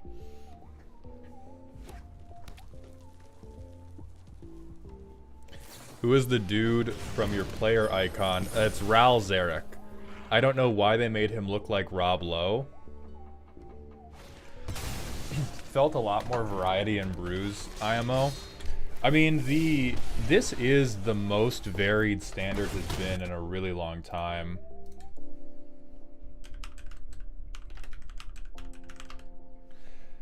More jank running around. That's definitely true, but I think that's also a consequence of it being the arena ladder. The people that are playing jank are probably playing them in in-person events. When I was doing Pioneer RCQs, I saw a ton of people who were still trying out jank brews. But if you were trying a jank brew, like nobody loaded up a jank brew onto arena ranked. Everybody was running their jank brews in unranked, or they were running them at their LGS or something.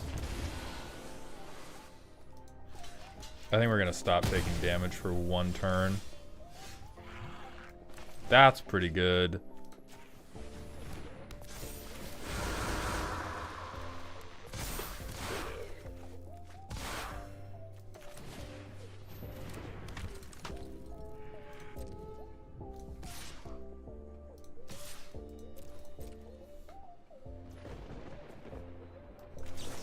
Wait, we only have one white bit.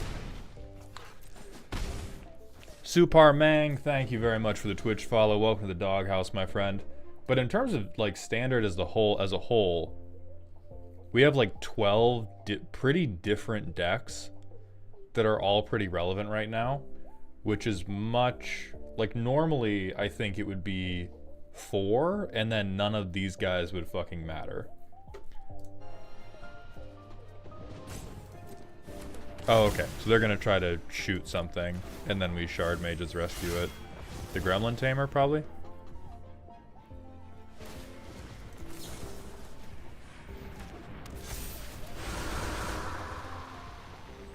We'll make this guy bigger. Make this guy bigger, too.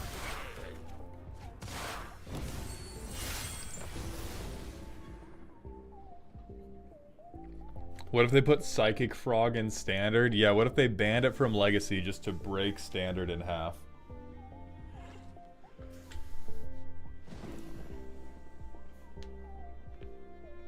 Oh, I missed a land drop? God damn. Cobalt Bow, this is Standard best of 3 right now. Alright, assemble the players' time. Moment of truth. Holy fuck, it was there. So we will give... We'll make this big enough to kill Mishra.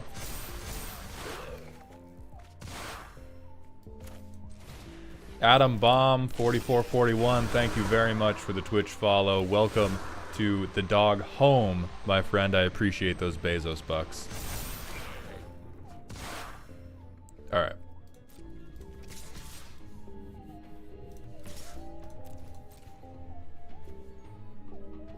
Have I talked about the bans at all?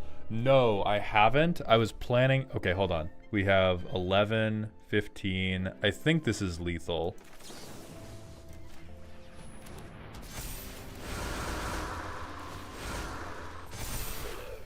I think the counters make it lethal. Dope. I'm planning to make a video talking about the bans, doing the like news reporter style, but my voice was absolutely toasted after the stream yesterday. But I really like the bans. I think it's really funny that Wizards conclusively said we are tired of artificially propping up mid-range decks with the One Ring. Now we're going to artificially prop up combo decks with Faithless Looting. They were like, you know what? Friendship ended with mid-range. Now Reanimator and Delve are our best friends. We're bringing back Goryo's Vengeance, motherfucker. Get ready. Buckle up. I think Splinter Twin being unbanned was very funny. I am of the belief that it's not going to make a big impact on the meta. I think what is going to make a big impact on the meta is Faithless Looting is an incredibly good card that is not as good as the One Ring. I want to be clear. When I say they're switching from propping up mid-range to propping up Reanimator, they are not propping it up to the same degree that the One Ring was allowing random piles of trash to function as a competitive deck. But Faithless Looting is going to be like new card draw staple for a bunch of decks that would not function without Faithless Looting. Why is Faithless Looting so good in Modern? Well, let me skip sideboarding to explain to you. In Modern, you have access to a lot of really good ways to reanimate creatures, and you have access to a lot of really good reanimation targets like Archon of Cruelty. Archon of Cruelty, not as good in Commander because it doesn't hit everybody, but this is absolutely backbreaking in a 1v1 if the other person does not have removal for it in the first turn or two. Discard a card, lose life, whereas you draw a card and gain life. Super fucking strong. There are other decks that are trying to reanimate other targets. I don't know if... I know that, like, Ramp into Atraxa was a standard deck. I don't know if Reanimate Atraxa is a modern deck. But Faithless Looting, because you get to draw first, what Faithless Looting says, if in the first 9 cards of your deck, you have a reanimation target and you have a reanimation spell, you are going to get turn 2, blow their back out with the Archon of Cruelty. We fucking lost.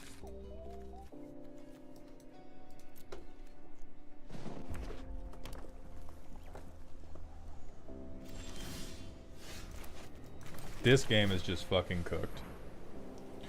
I saw several people that advocated for allowing only 1 copy of the ring, not for a complete ban. Do you think that would be a good idea? I think you all are letting the temptation of the ring lead you astray. That would still be a bad idea because the card is too good.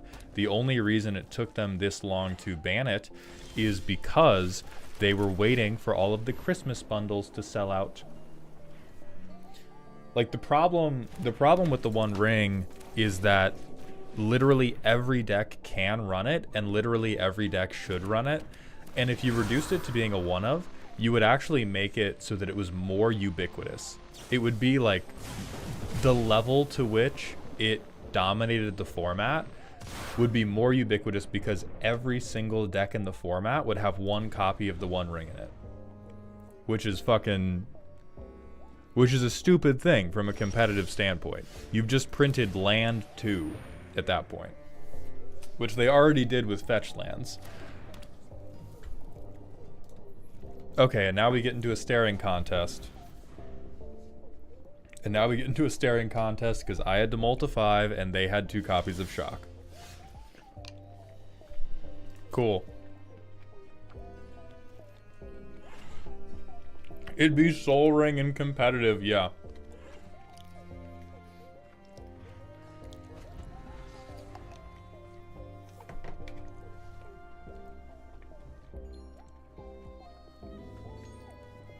The One Ring should have been printed with reverse rats text. You never should have been able to have 4.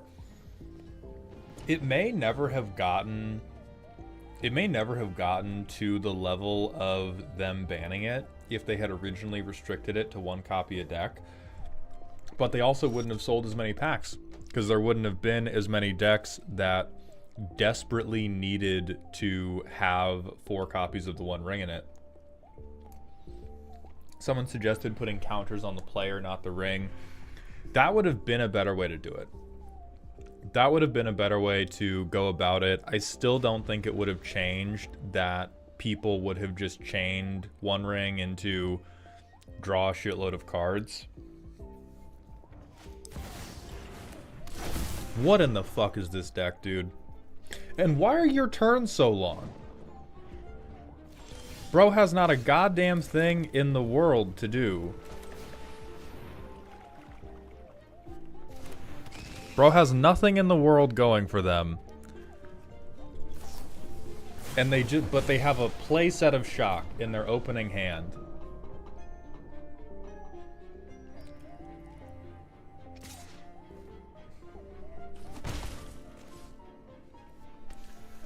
Okay. Oh my god. Alright, Assemble the Players is actually so clutch. Cause it's letting us rebuild our hand while still playing the game. This is insanely good.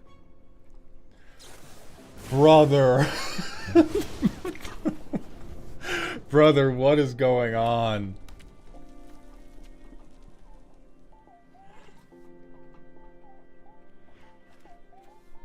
They just went, I have removal, that's all I need. Okay, now they have a treasure to get Mishra.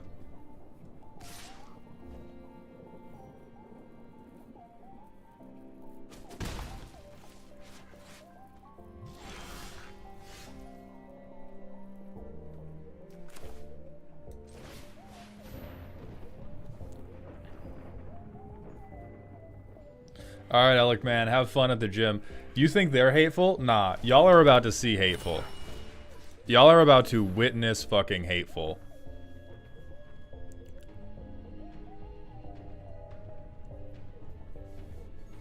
You have 1 mana open. I do not think Lightning Bolt is legal right now. I think Lightning Strike... Oh, we're taking the treasure and we're taking the Outcast. I'm getting this thing to Ward 4. I am taking this shithead Glimmer to Ward 4 and I am telling them to hold it. Remove it now, bro. Remove my shit now with your 4 lands. I hope you got a 0-cost kill spell in there.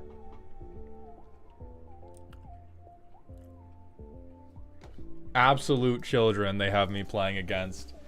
Absolute cantankerous babies they put me in the fucking pit with. How would you flick a coin now, dude?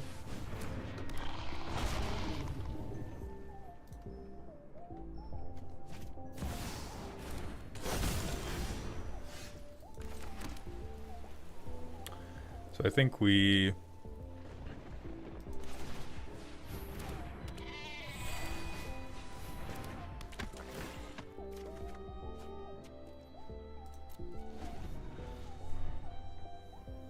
No, I wanted the card more than I wanted the 1/1. Oh wait, I would have gotten both. I'm so dumb. I'm so dumb, dude.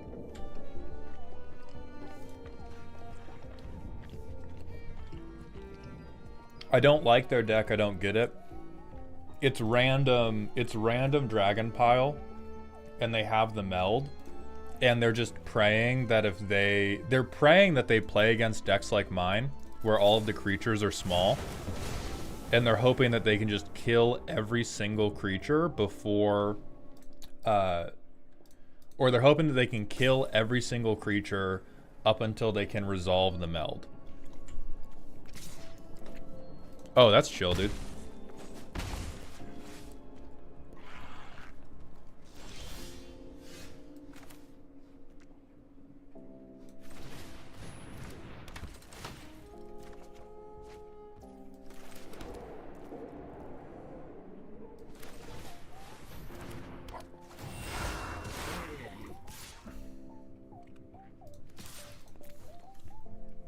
What's the game plan now that Shock is off the table?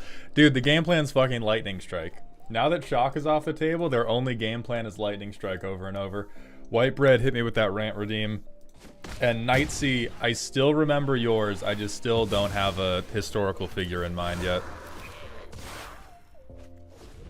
Okay. Hall Creeper's very good. And now we have enough blue pips. This is again the land base holding me back because we could have done something much better with Enduring Curiosity way sooner if we had more dual lands. But we do not have dual lands.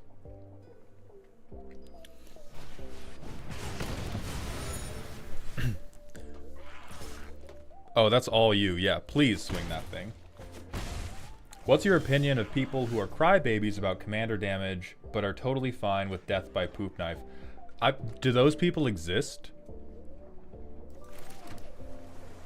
Like, legitimately, it surprises me that those people are real.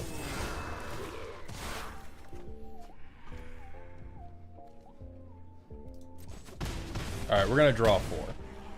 I've never, because anybody I've met who gets angry about either commander damage or infect are both angry because they don't want to play commander, they want to play Factorio.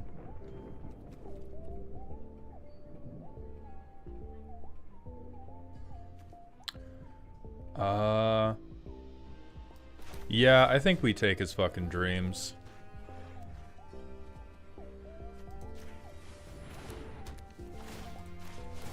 Slow him down even more.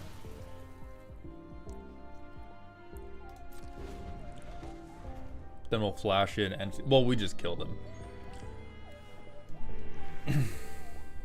This is a real silver deck. This is the true silver on arena experience. You know this motherfucker built this deck out of collection only. Yeah, let me see the Spiteful Banditry, dude. Give me the Banditry. Get Spiteful one time. One time for the one time. And since we're facing it, I'd love to hear your opinions on Meld as a mechanic, how much you like it, how much you'd change it, if at all, and if you'd want to see it come back at all. I would love to see it come back because it rocks, because it's so shitty. It's not nearly good enough to influence 1v1. It's also not nearly good enough to influence competitive commander, which makes it the perfect mechanic for dumb anime Voltron shenanigans that the rest of us always want to get up to in silly commander. I hate the Urza meld because the Urza meld is so fucking good, but I would be so happy if instead of planeswalkers every set, we got some type of like weird meld Voltron creature that was just super splashy and super overcosted, but holy fuck, if you got to resolve it, you just felt so much warmth in your heart. I would love to do the fusion dance every single game I sat down for Commander.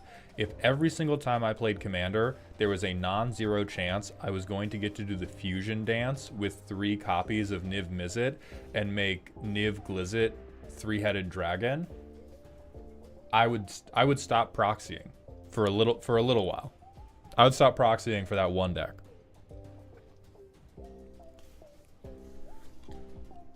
Niv Eyes Miz Dragon. If I get to make Niv Eyes Miz Dragon, you fucking got me, dude.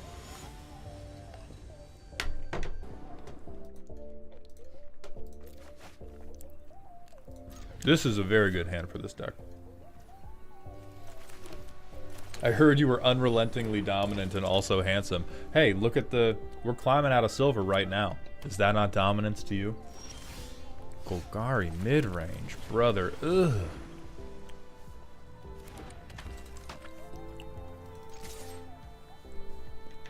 And now we just shit check them. Now we see if they have removal, if they remove the Gremlin Tamer.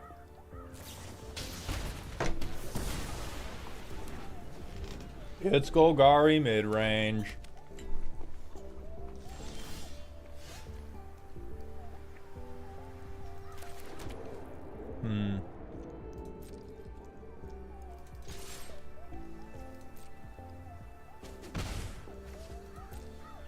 What does Golgari midrange do? Golgari midrange casts Cut Down 87 times until they resolve Sheoldred, and then they wait. No. Golgari midrange straight up hangs out for 30 minutes, and they just try to kill all of your tempo creatures, and then they resolve Sheoldred, or resolve something like this card, I guess.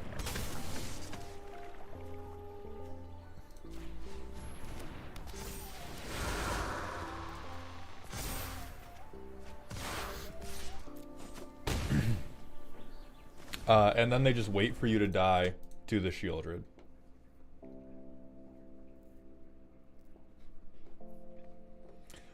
Oh yeah, Zealous, I saw your manifesto and it immediately clicked into my head.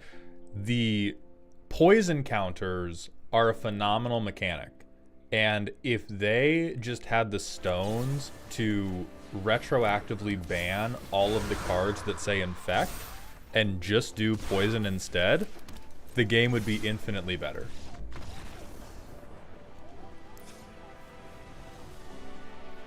Okay, so that looked like Golgari mid-range but bad, and so now I am confused about what I want to do. Because they had Sentinel of the Nameless City, which is like a good generic card, but they also had Unholy Annex, which is a little weird. So I think we just run it back because that worked well. Yeah, Toxic. Toxic is a great mechanic, and Toxic is how poison counters should have been, and they should have just had the courage to be like, you know what? We're gonna redact Infect from the game.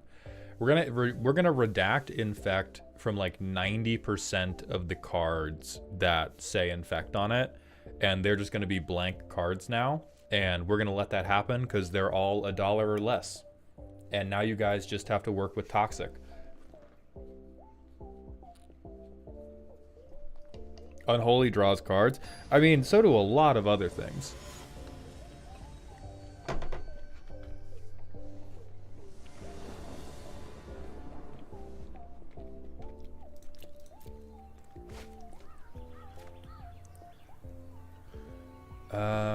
Yeah, we'll try to make this work just off the scavenger.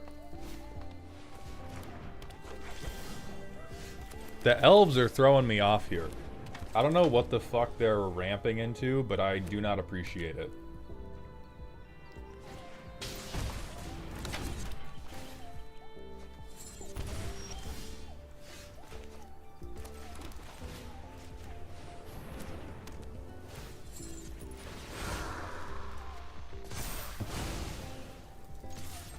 This may have been a tad too risky, because this doesn't get me out of cut down range.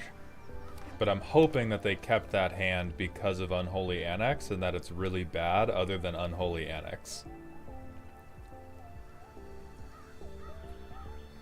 Shumboy, we're playing standard right now. Do you think people would whinge less if they increased lethal poison to 20 in Commander or something? I think they would, but only because Infect would stop being played in Commander, period. Like if you put it to 20 poison, people stop complaining about it, not because it becomes more fair, but because no one ever touches it again because it's so unplayably bad. You just kill the entire mechanic. Lord Jedi, thank you for the Twitch follow. Welcome to the doghouse, my friend. That's just commander damage, but proliferate? Yeah.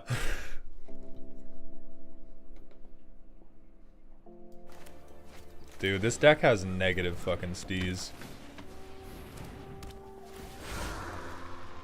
It's another planes coming off the top. That blows.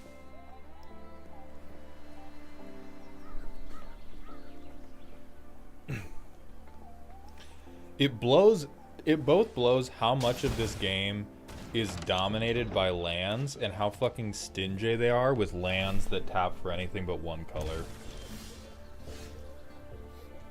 Alright, we're gonna get...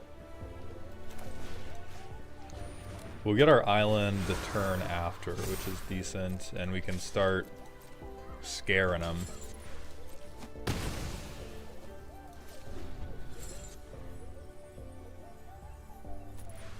But the drain on this demon is gonna fucking hurt us. Oh, please, yeah, spend your mana on trying to kill this guy instead of on the scary 6/6. Oh, non-creature, non-land? No, thank you. So they'll 2-for-1 us here, which is regrettable. Yeah. But we at least get to Hall Creeper, and then we might get...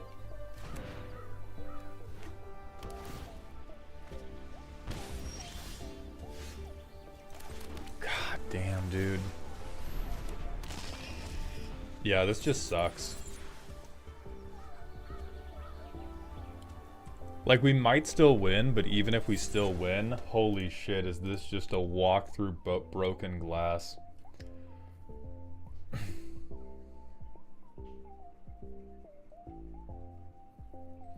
Does Mr. Mauled mind short questions in the chat? No, Eucalyptus, but sometimes I might miss them because I'm looking at a compiler for both YouTube and Twitch right now.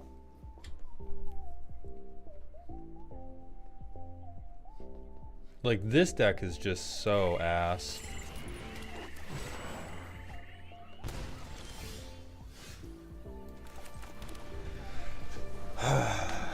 This deck is so ass, and we're screwed on our pits because we did not have 35 rare wild cards to make this fucking deck with. That's the one thing making me not feel like Standard is back is every deck is just such a like crazy hungry removal pile right now. Or it feels like half the decks in the format are tons of removal into Dirtle. And that's all the deck does.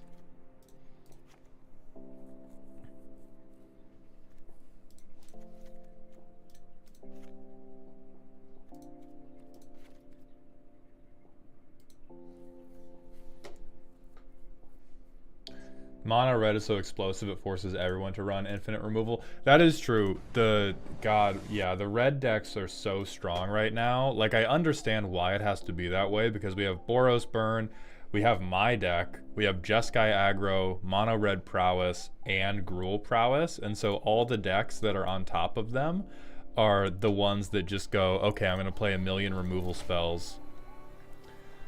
Can I just get a fucking playable...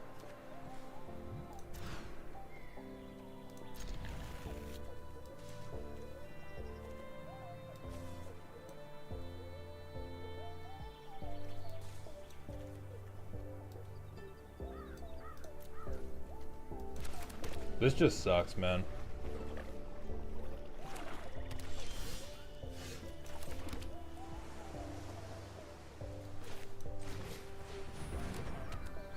Okay. Like, I feel like we're going to 5 into just immediate loss because we had to start on 5 cards and they get to start on 7. Once again, because we did not have oops all rares with which to fix our mana from turn 1. So Druid Guy, thank you for the Twitch follow. Welcome to Doghouse, my friends. Do you have any suggestions for how to power through writing up an EDH primer? Whiskey only goes so far. My question would be, why are you writing an EDH primer? Like, who's it for? Did you build a deck for somebody else? Are you... Like, if you're a CEDH player, I think most of their primers you can write by you just start touching yourself and you stop whenever it feels right.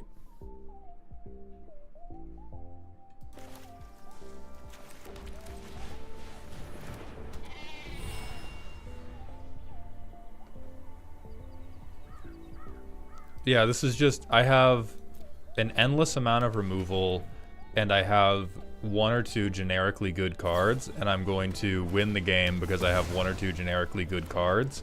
And hey, you mulliganed, dipshit. Like, in a world that made sense, we might be able to Glimmer Sheltered by Ghosts and take the Preacher of the Schism because they've already spent 3 removal cards. But because card draw is now so... Oh, and we just have to take Shieldred instead. That's cool.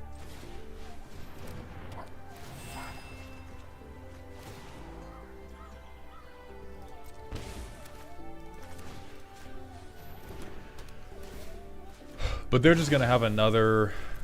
Well, they can't cut down. They're just going to have 3rd go for the throat. Yeah, that's chill. That's chill.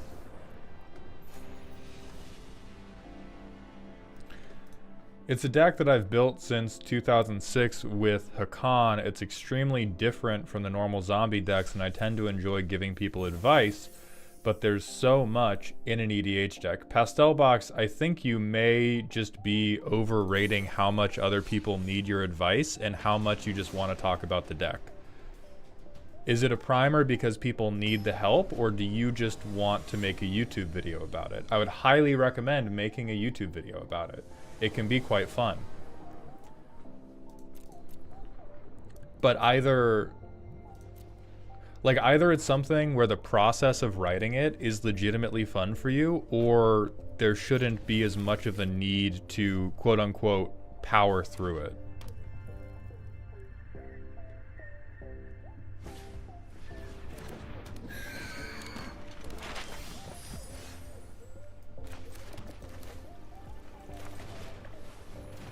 Removal spells 20, good rare creatures 10, dopamine 0. CMAC, the climb is going okay. I'm trying not to think about it so much as a climb because climbing in standard is just pulling the slot machine and hoping you get lucky over and over, particularly when every deck in the meta right now is 27 pieces of removal and 1 or 2 good cards. Every game we're playing right now, I don't think we've made a decision all day. I think all day, all that's happened is we have lined up our deck versus the opponent's deck, and we've gone, okay, do you run out of removal before I run out of creatures, or do I run out of creatures before you run out of removal? And then the win or loss is determined exclusively off of that. Your tech is way. Looks like I gotta fight my way out of this one. Just try to keep up.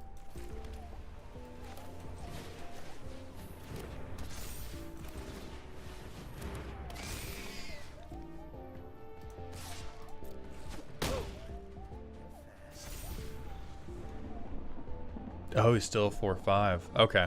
I thought that his power toughness was related to the number of loyalty counters he had, so I thought by popping the loyalty counters, I was also going to soften up how much damage they can deal, but that is not true.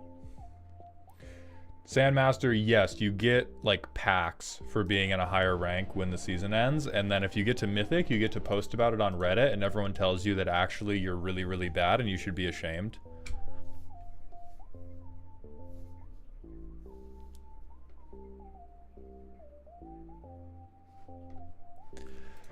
If this is a climb, it's like those Ninja Warrior shows where contestants climb up an oiled water slide and they throw shit at you from the top of it. Yeah, that is exactly the type of climb we're doing.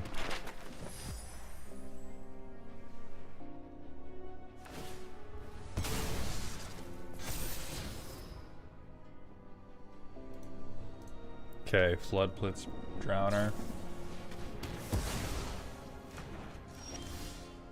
Okay. We just lose now. That's cool. We could take Elspeth's Smite, but I'm not sure if that stops them in time. I think Negate also doesn't matter because they're ninjutsuing, or I guess, no, we could take Smite to kill the things they want to use to ninjutsu.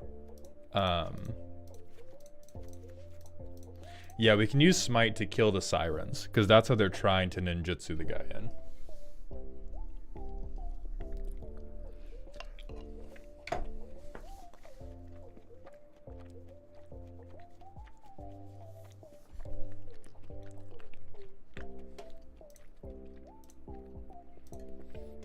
Also, Managent, thank you for the Twitch follow. Welcome to the doghouse, my friend.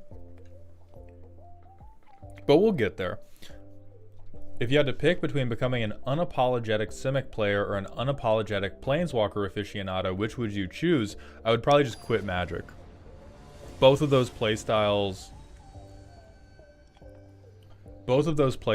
are so unendingly boring to me that I think I would probably stop playing the game entirely before I did either of those things. Oh yeah, chat isn't appearing on screen, period. That's not correct, but I don't know why that's happening.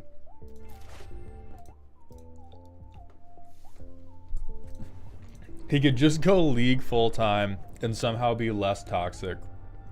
That's true. I probably would be less toxic if I tried to like climb League full-time, because League you actually have some level of agency. Maybe not in solo queue. Solo queue is a rough time because you're trying to corral a bunch of orangutans, but in League you have infinitely more agency over the stuff you're doing than you do in Magic the Gathering. Like, Magic the Gathering is an absolute joke of a competitive format compared to something like League of Legends. Danny UG, thank you for coming by the stream, my friend.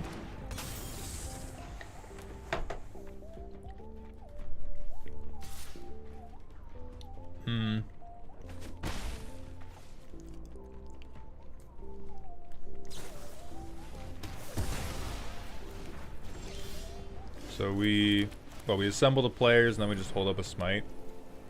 Oh, well, we're getting all the smites, I guess. Oh, C-Mac, thank you so much.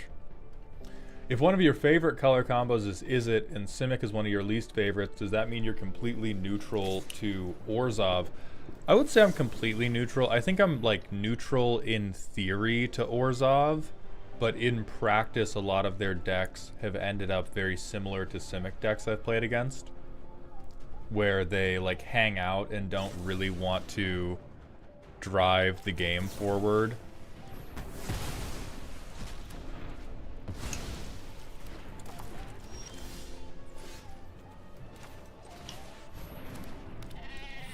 Yeah, dude, you want to chill? We can chill. I'm down to chill. I'm so down to just hang out and have a staring contest for the next 27 minutes.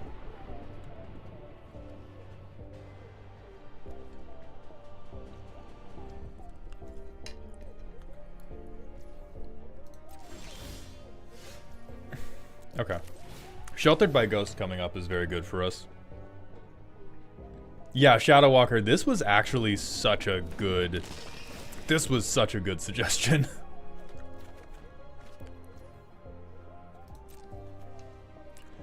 Any tips for building a functional commander deck mold? First, I would say interesting and functional are often different things. They can be parallel, but if you build an interesting deck, it does not guarantee that it's functional, and if you build a functional deck, it does not guarantee that it's interesting. A deck is not good because it works. A deck is good if people ask to see it again. Okay, that's a life lesson on top of a deck building lesson.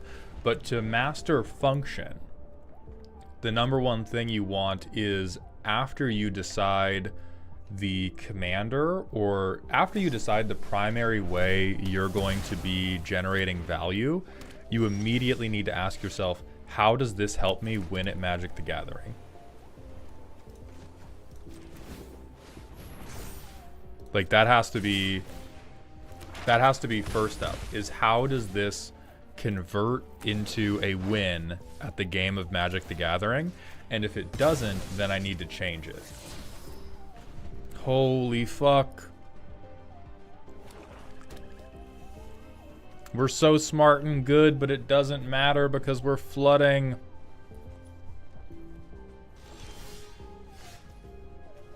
Okay. Let's do this again. We have so many lands. Blow up my lands. Who cares? Blow up my lands. See if I care.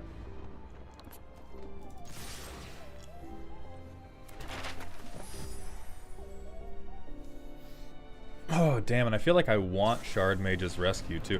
Please block with it. Please block with it. No. They're not blocking with it. No. They're gonna hit me with the cat. They're just gonna counterspell this and then it doesn't matter.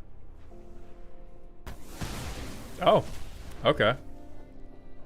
Hold up five mana for nothing. Hold up 5 mana for fucking 0, I guess. Chill day, Mario. That's hate. That's reactionary for sure. Okay, and no ethereal armor.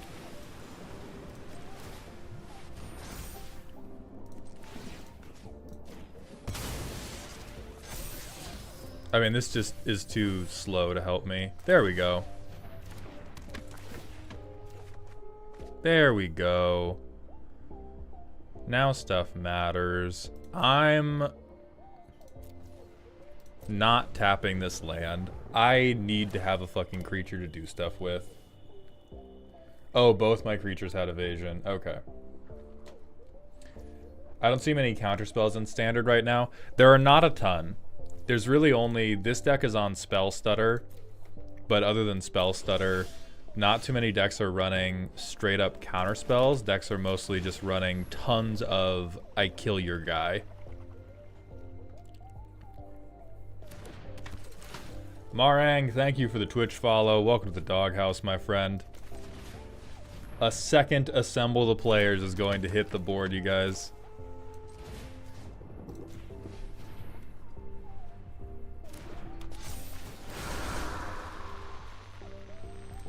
I'm gonna diversify my portfolio a little bit. The tier 1 Dimir mid-range decks aren't even running counters. I think you're lying. I'm not 100%. I'm gonna fact check you. Yeah, you are lying. They're still running Spell Stutter, which is the one that I said, and they're sideboarding Negate. So main board and sideboard. They're just not running a ton.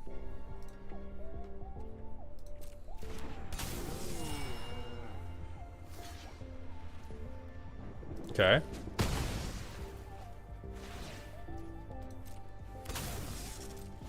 Oh, they're just trying to spare the damage now. What's up, Nordic?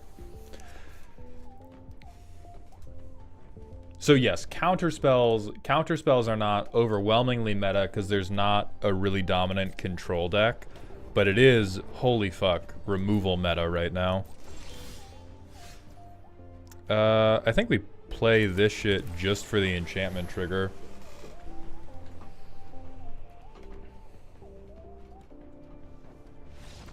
Let's go! They gave up. I think we keep it like this. The smites were definitely good.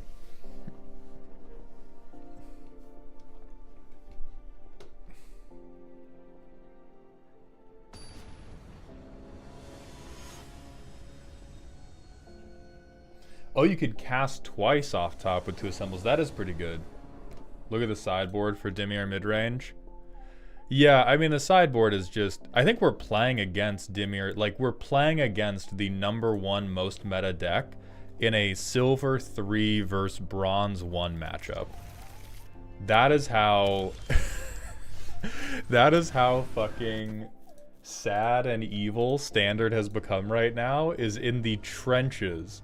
In the trenches of silver and bronze, we are facing down the #1 meta Dimir mid-range deck. Dude, I'll play off tempo. I'm smiting this dumbass.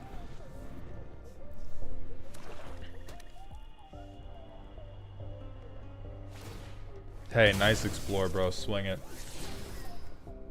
Maybe you just ran into another climber. It happens. Well, Sandmaster, I would say this has been the entire experience. Normally, when I've climbed in the past, the first... through silver and bronze, or well, okay. So the way climbing has worked historically for me is bronze and the very bottom of silver has a couple people that have climber decks. When you get into silver and gold, you get a lot of people that are running homebrew decks and are trying really hard to climb with really bad jank. Like that Mishra Dragon Outcaster deck that we played against, that was to me peak silver and gold MTG arena gameplay, where they had a terrible deck and they were doing the best they could, and the best they could was just not very good. And now this person has another removal spell, is going to hit the land. Cool.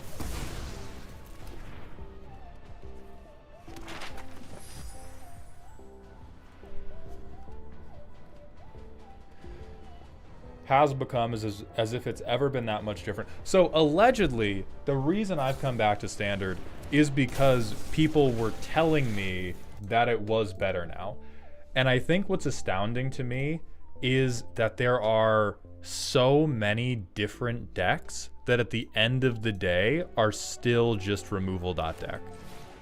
That is the impressive part to me, is that we have 12 very different decks that are all in play that all boil down to, hey, I brought 18 pieces of removal, go fuck yourself.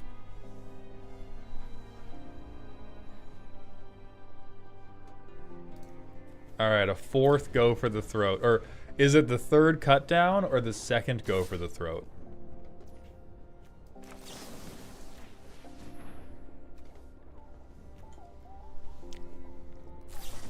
It is the 2nd go for the throat.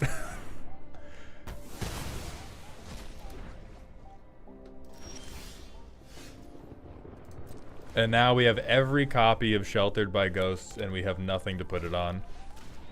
I mean, sure, I have a 2 of and a 3 of.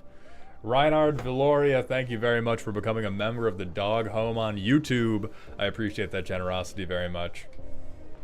That can't be fun. I don't understand how people enjoy playing these decks. Like, I can't imagine the mindset of the person who is in Bronze 2 and wants to spend 45 minutes, a best of 3, just trying to shoot each other in the knees.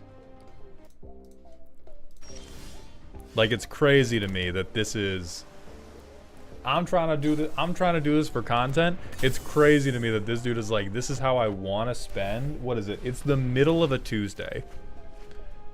It's the middle of a Tuesday, and this person is going, yeah, I want to sit here for 45 minutes to, statistically, looking at their performance right now, not win.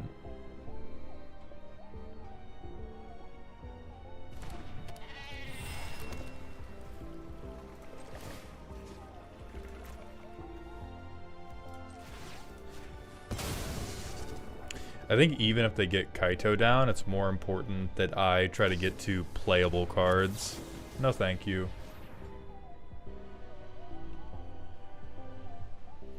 It would be less painful if they didn't take so long, because I have played in RCQs against control players who are not painful dipshits to play against. And it's mostly a matter of them understanding their deck well enough to be able to play things sooner than like 10 minutes a trigger resolution.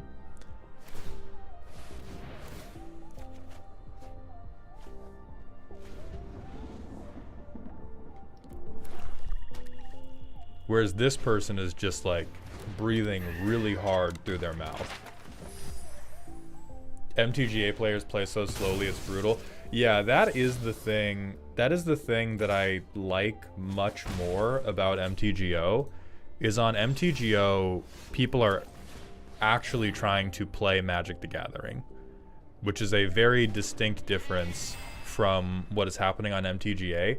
On MTGA, people are trying to play Solitaire, and they are hoping that if they get to a high enough rank, they can pretend that they played Magic the Gathering.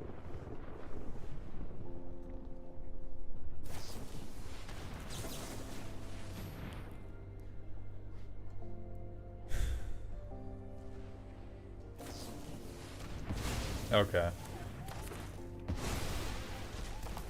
What a fun time, dude. What's the difference between MTGO and MTGA? MTGA looks good. MTGO is actually a good platform. That is the entirety of the difference. Is MTGA looks really nice, and MTGO is actually, you can actually play the game Magic the Gathering. Which is kind of unfortunate because in a way it like justifies the fact that it costs money. Which is, I think it's dumb. I think that people, I think it's dumb that MTGO costs money for all the cards, but I do think after playing on both services, people on MTGO are much more, they're much more aware and they're much more locked in because they've invested money into it. Whereas players on MTGA are just like, net deck something, net deck a removal pile, and play while they're eating lunch. And so no one's ever paying attention. Most of the decks do boil down to, okay, did I get my 4th copy of Cut Down? Hey look, Dimir mid-range again.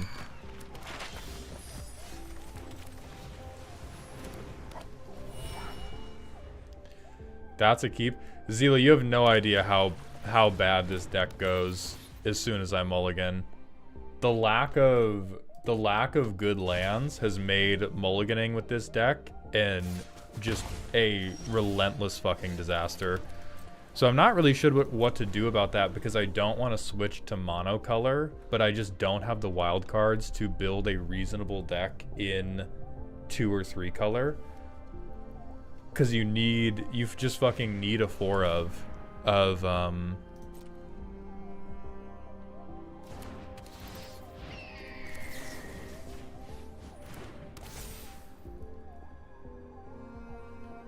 build mono red just in case. That hand is saying draw land scoop, and mulligans I may as well scoop. Like playing into all of these mid-range decks that are just removal.deck, if I mulligan at all and they have one removal spell, I scoop anyway. So we are just playing like top 7 simulator. Like is the first 7 of my deck good enough to compete with them removing every creature I play? And if it is, then the game's playable, and if it's not, then we lose the game. I think this is also cut curiosity.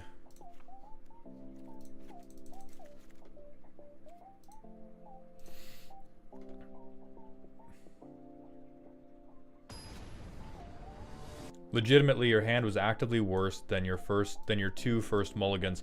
So the contention I'm making is, yes, it can be worse on the spectrum of better to worse. Materially, if I had mulliganed to 5 and kept a good hand and then got hit with back-to-back bats, I concede anyway. That's the contention. Not that the hand of 7 was somehow much better, but that if I go down to 6 or if I go down to 5 and they hit me with that exact same curve out, I scoop anyway.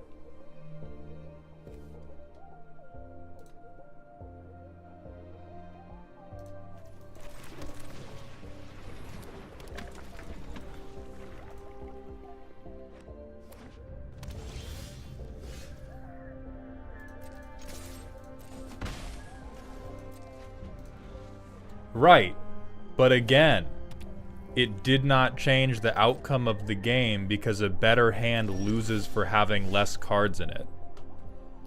Like, I don't know what we're trying to prove with this argument of, okay, anything I mulligan to is a better hand? Correct.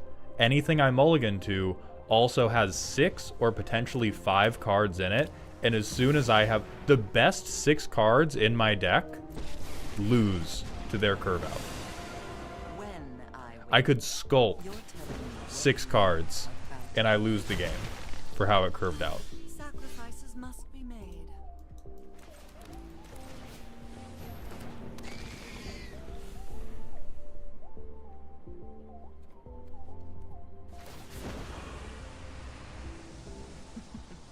We all have things we'd rather forget.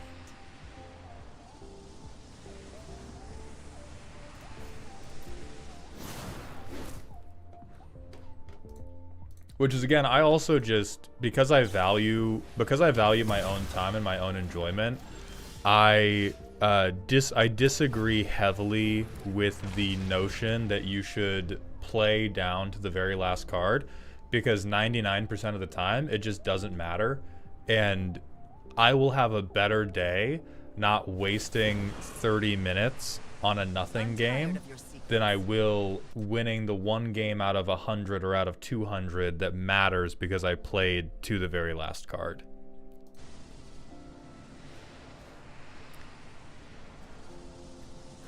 I think we...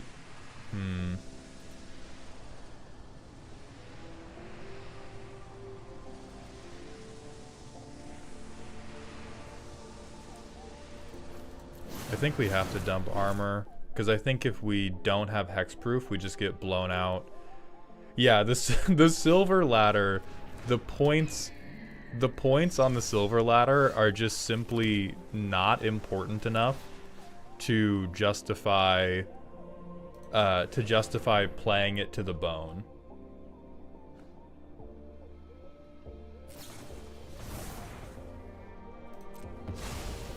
That's cool.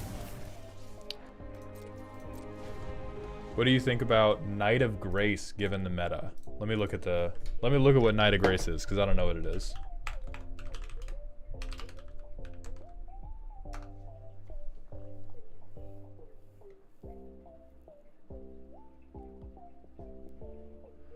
No, not like we're playing against. I have a personal suspicion that we are playing against a lot of black decks because Arena is trying to selectively match us against specific types of decks.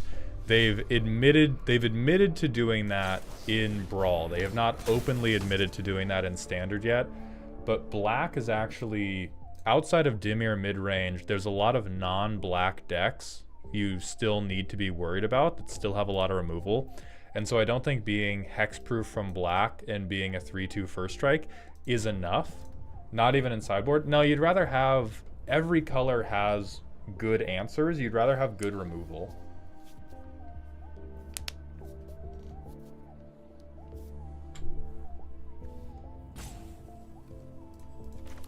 You'd rather have just an actual good, like if you're worried about playing into a bunch of black decks, you would probably rather have if you're an enchantments deck, you'd rather have Sheltered by Ghosts. If you are like a dumb, like every sideboard is pretty solved at this point. And a 3/2 with first strike and hexproof is, I really don't think it's good enough.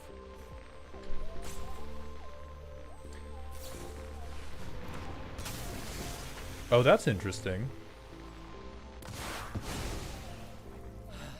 Knew this was a waste of time. Oh, they're stopping the card draw. That's actually kind of clever. So what you're saying is it's Arena's fault they keep matching my Gruul aggro decks against the Orzhov and Dimir removal piles. Metaskipper, 100% yes. That is exactly what I'm saying.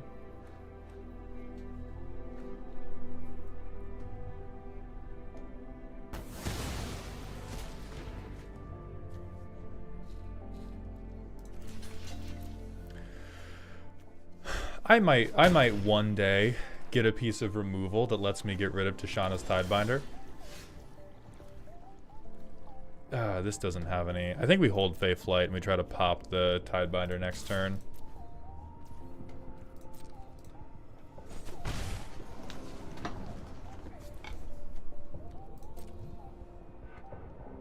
I think I might be dyslexic because that title said homelessness at first glance. I think you might be dyslexic too, dog. Ah, they're not gonna bounce it off. Come on, dude. Come on, dude. Bounce my guy off your guy. Didn't you have a... No, it's non-combat damage, Night Sea, not combat damage. 8-turn clock, baby. Sorry for nerding out over the hand keeps. I just really like Magic on both a casual and competitive level, and the keep made me physically anxious. That makes sense. A very important thing to understand about me is that I cannot take this game seriously from a competitive standpoint. And so when we're playing this, we're just hanging out. We're just having a good time. Speaking of a good time, Waluigi's Bulge. Thank you for the Twitch follow. Welcome to the doghouse, my friend.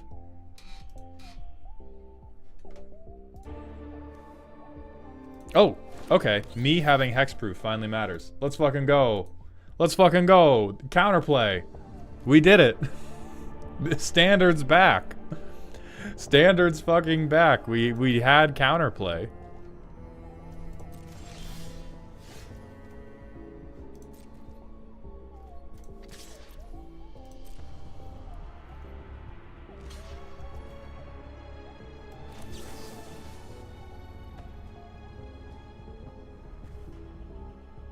Dude, I want to juice this wall so hard. No, I'm gonna do it to the scavenger. I'm gonna do it to the scavenger.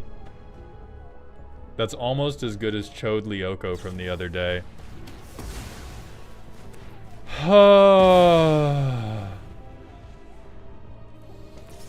How does one achieve this nirvana of not giving a fuck about winning? I get too invested in winning IMO.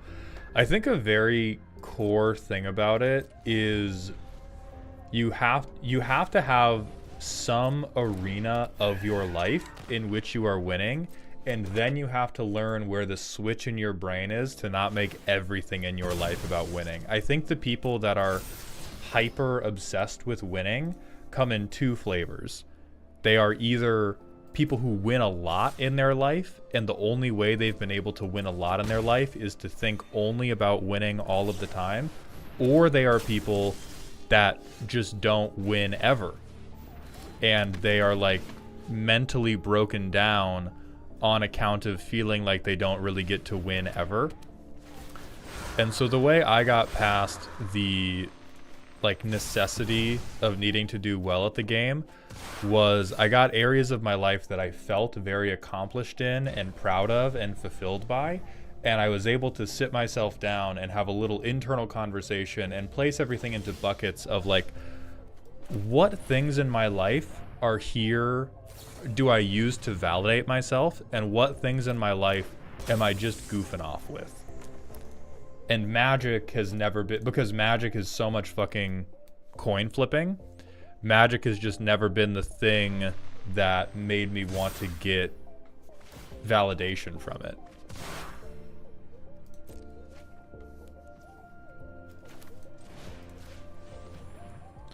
My winning bucket is gooning. Exactly, be good at gooning.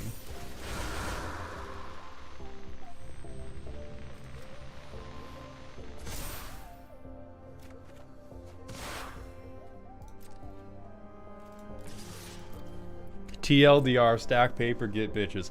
Yeah, if you want to have a better time at Magic the Gathering, lawyer up, delete Facebook, hit the gym. The bigger your biceps get, the smaller your ego will get about the silly card game.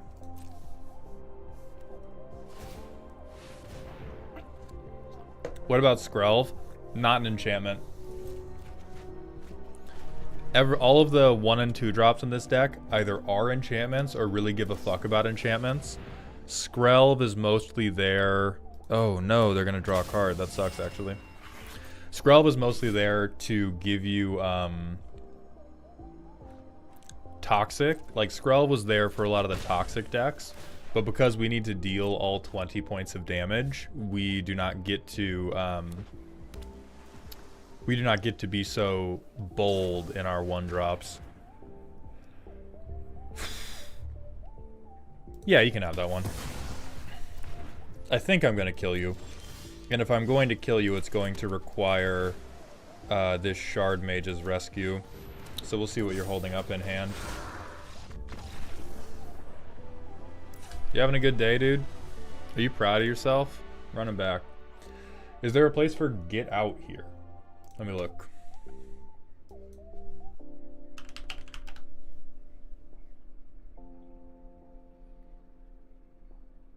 No, because our ETBs aren't good enough, and one of our big ETB payoffs is counters. And so bouncing our own enchantments to hand gets bad for us really quickly because we reset the 1/1 counters that we have on stuff if we already have enchantments on them, because this deck is almost like poor man's Boggles.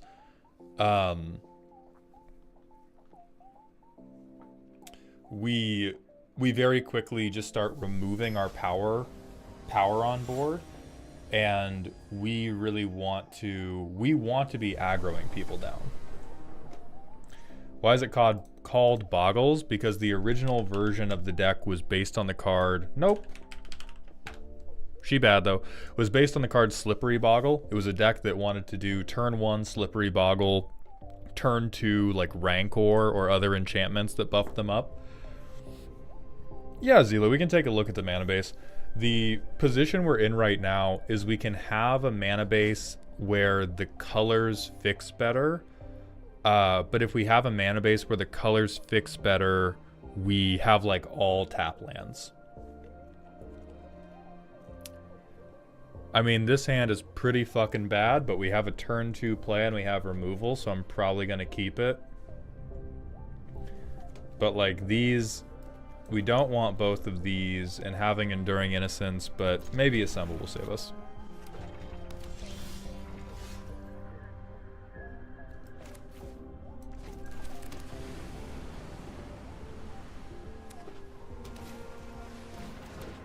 That sucks.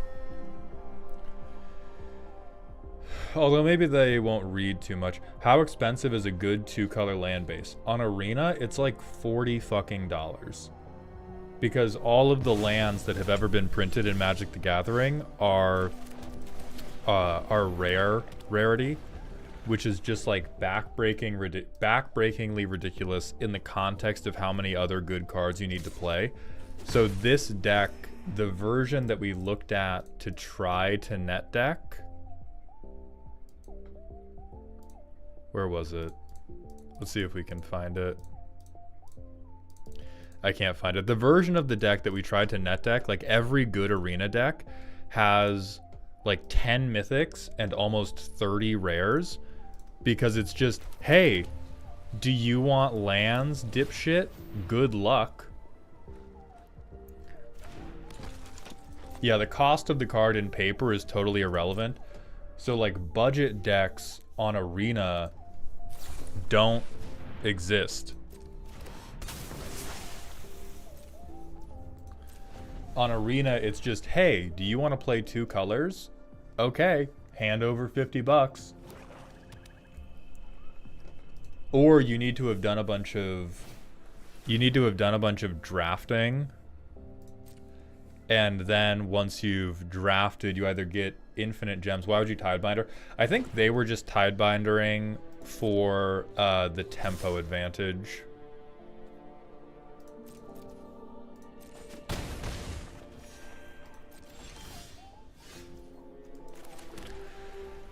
Okay, so we have Sheltered by Ghosts. Probably just put Enduring Innocence down and try to get a bigger lifelinker on board. Cool. Cool.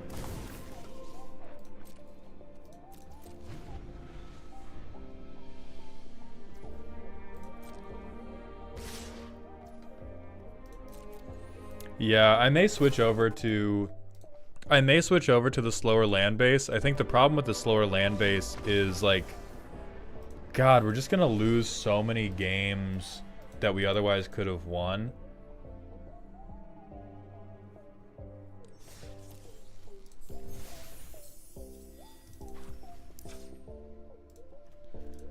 Like, we can also adjust the distribution of the islands and the plains a little bit, but our pips are much more weighted to plains than they are islands. But if we look at any of the lands we have available, so I could do fucking guild gates. The idyllic...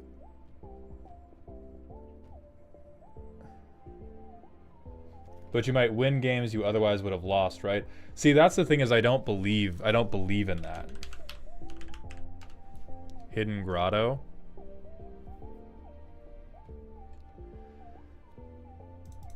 Yeah, we'll fucking try it. Oh, a problem with Hidden Grotto is that we need typed lands to turn on Flood Farm Verge. We'd rather have like a Darkar Waste. I mean, we'll try it with Hidden Grotto, because right now the land base is preventing us from participating in Magic the Gathering, period.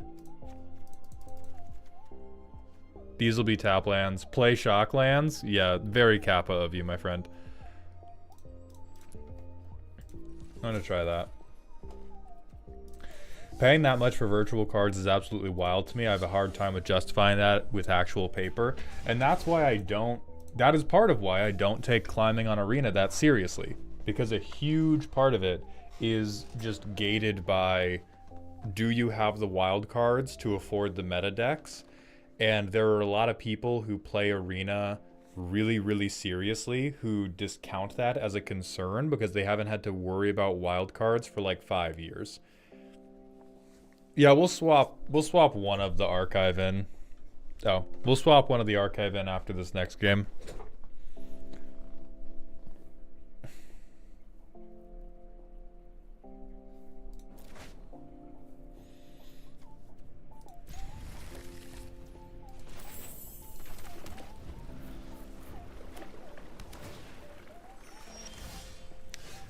Just one of the reasons draft is much nicer. Typically, I agree with you. People have been talking a really big game about how much more fun standard is.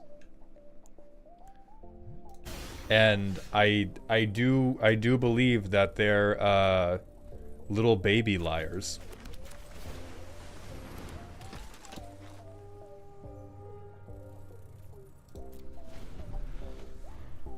Does the MTGA cancel button work? I think it does. I just didn't click it in time. Mace Master, thank you for the Prime sub, my friend. I appreciate those Jeffrey dollars. Welcome to the dog home.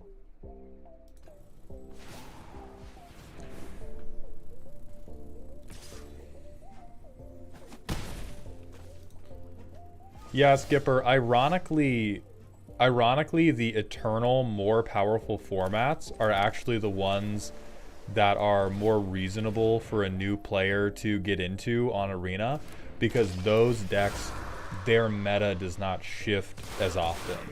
Whereas Standard is like, Standard, you have to be a member of the 1% to keep up with Standard, because if you don't have a million wild cards, your Standard deck sucks. Is Surge Engine good? I've never seen it before. No, we're getting cheesed.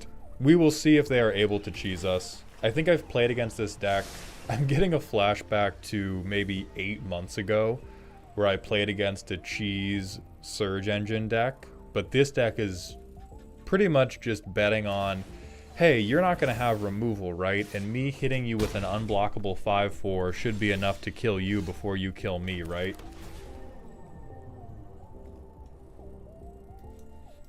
What is the cheese? The cheese is literally Surge Engine is unblockable, and they are betting that other decks cannot outrace you. So 2, 4, 7, 9, 11. I think I put the counters on, and I hope that they don't have removal, because then if they don't have removal, I can kill them on this turn. So it's not deep cheese. It is not highly technical cheese. It is just straight up, I have a 5/4, die.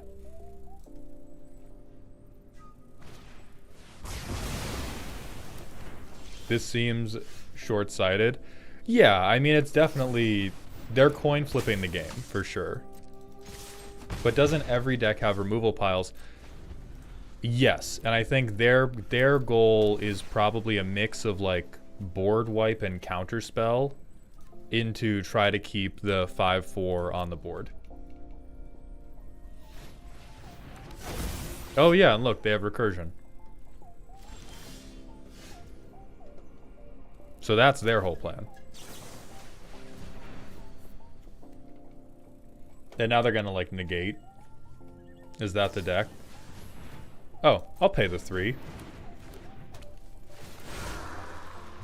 I would love to draw a card.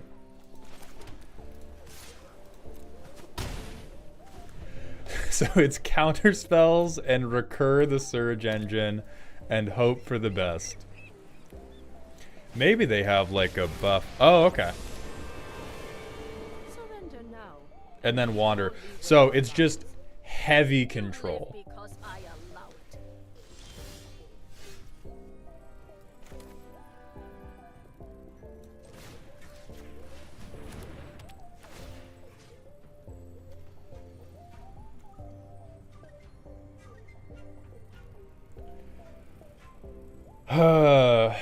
So if we get Surge Engine, we'll take them down to 1, but then they can just immediately exile it, and they just immediately exile it, and we lose. I'm gonna take the Wanderer. Oh my god, I could attack the Planeswalker. Okay, we scoop in shame. I don't know why I was like, I don't know why I thought we couldn't attack, but that's a shame scoop. They earned that. So we don't need big counter spells. Elspeth's Smite is not particularly good for us. We could try to Rest in Peace. We could try to Rest in Peace to make it so that they can never recur the Surge Engine.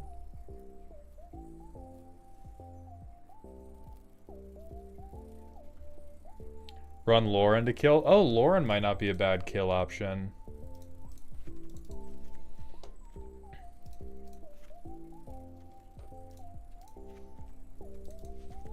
Yeah, we're gonna go rest in peace on Lauren and hope that that does it.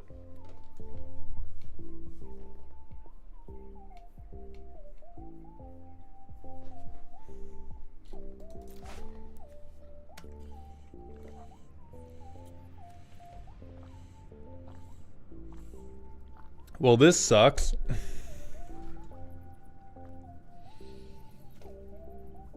Ugh. Do nothing until turn 3. But my turn 3 and 4 are back-to-back Enduring Innocences. I do not think we can Hidden Grotto turn 1. If we Hidden Grotto turn 1 and there is not a Plains on top... Or, well, we could do... Never mind, we could go Hidden Grotto, Beachfront, Plains. Yeah, that would be fine. The EDH player in me wants to add Blue Virtue to this deck to copy the ETB triggers. Yeah, the commander player in you is lying.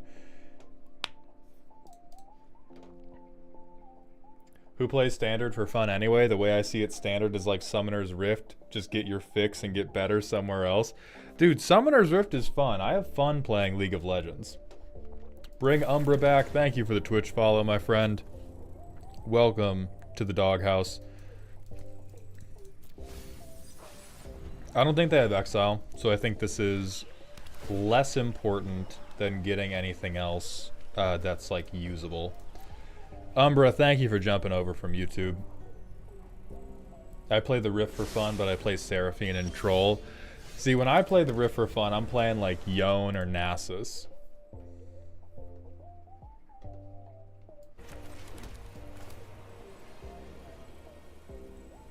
I'm gonna get no more lies here. I can feel it in my bones. Do you prefer Twitch over YouTube in terms of where people watch? Broadly, yes.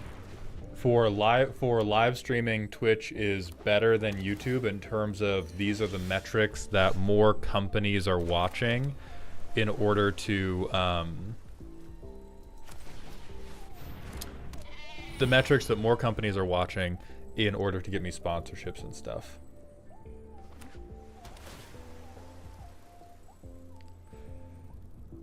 I know you ain't the right person to ask, but you got any tips on how to help a friend through depression? Stuff I'm going to redact for the purpose of stream, and I need to find something to do.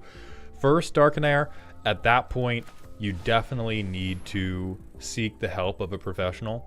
There are things your friends can do in that situation that can help, but ultimately, the most helpful thing is going to be getting them in touch with an actual medical professional. In terms of helping get a friend out of depression, it's tough because there are some generic things you can do. A lot of situations differ from person to person. And so some people respond really well to you being a very, very active participant in their recovery and trying to do a lot of things to either get them out of the house or re-engage them with things that they care about in their life. And some people will be really, really resistant to that. And a very hard thing to accept is some people don't want help, and there can be very little you can do to help somebody who truly does not want to be helped.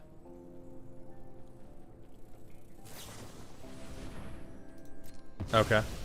Cool game.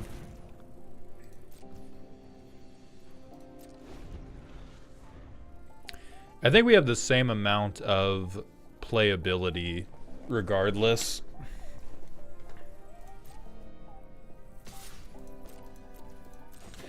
If you want to feel less useless, if there's anything that they're able to engage with, I would do your best to try to be active about engaging them in that thing.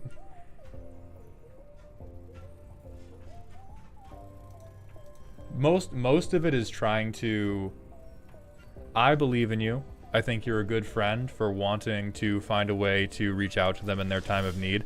Most of it is going to be finding a way to keep checking in on them and making them feel cared about without them feeling like you're trying to be their doctor.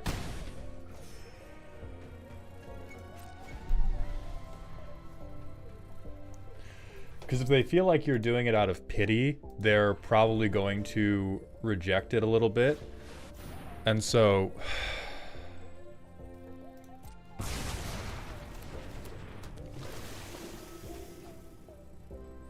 And that's probably game. Because now we're just getting board wiped, decked. R. Valoria, thank you for the Twitch follow. Welcome to the doghouse, my friend. Give me my colorless.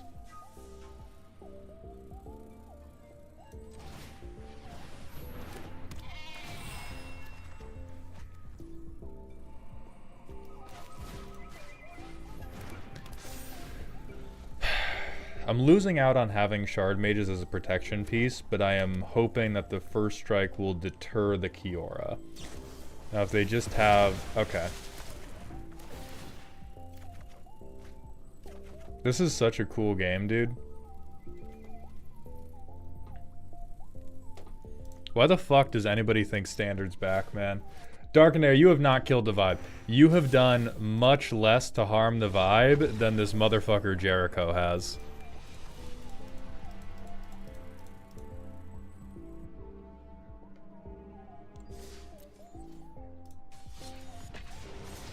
Glocktor44, thank you for the Twitch follow. Welcome to the doghouse, my friend. And CMAC, thank you for looking out for my well-being with that drink water redeem.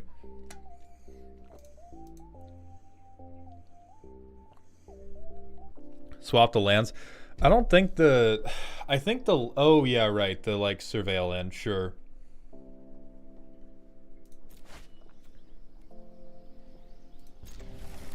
We're fucked on mana, but we have... Turn 1 plays, so I'm keeping that shit.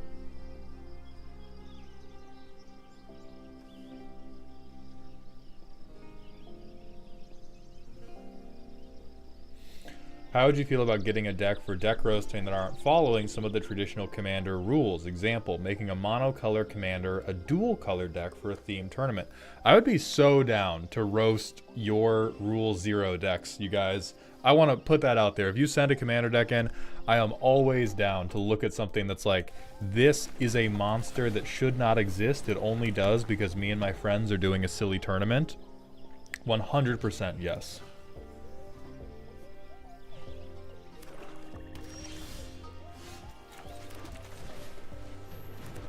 Oh, hey, look.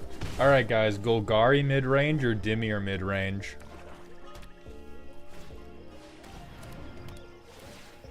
Holy crap. Off-meta mono-black removal.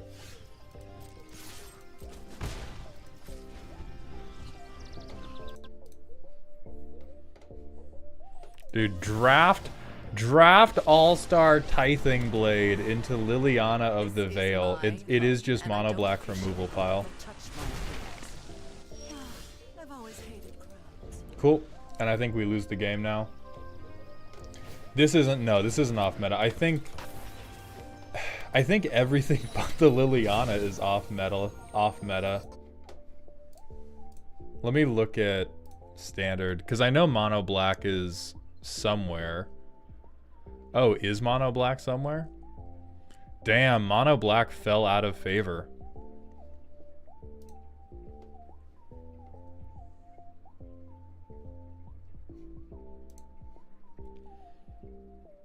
Yeah, even mono black mid-range is just on Liliana, and then they're not on this like weird Raven Man shit. I think we do this and then we hold up Shard Mages, because what they probably do is... I don't think they want to give up Liliana yet. I think they're too greedy for that. I think they're going to shoot Gremlin Tamer, and when they try to shoot Gremlin Tamer, I can Shard Mages to make a 1/1. And that will then protect me from the Liliana.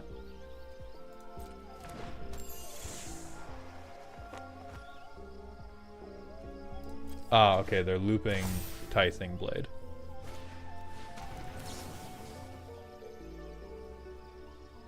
They're just gonna down tick. They're gonna do Tithing Blade, and then down tick Liliana, and then I'm gonna lose anyway. Okay, that's chill.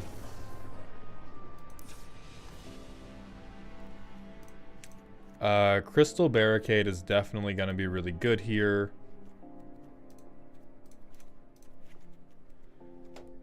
Do I need Smite? Probably. I feel like... Well, they weren't really on enchantments. Why would I... What am I lorning to get rid of? Oh, thank you, baby. Because at the point where Tithing Blade is on the field, hitting it with Lauren doesn't matter. I can't hit Liliana with Lauren. What are they playing? They're playing Orzhov mid-range. This isn't even Orzhov mid-range. Negate, maybe?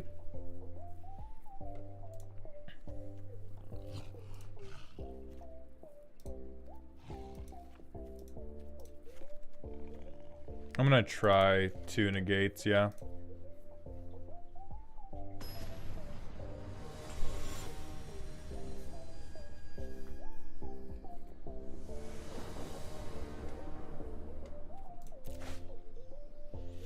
Okay, this is a better curve.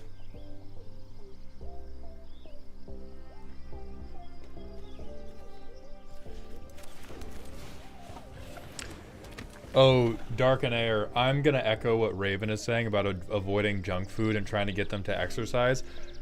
I've gone through, I have bipolar disorder, and so I've gone through a number of depressive episodes, and one of those like cringe TikTok trends that is unfortunately true is the trend where people talk about how dumb it is that their doctor just told them to exercise and eat right, as if that would make them less depressed, and then you flash forward like 6 weeks and you're less depressed. It doesn't like totally fix your depression, but it 100% makes it better.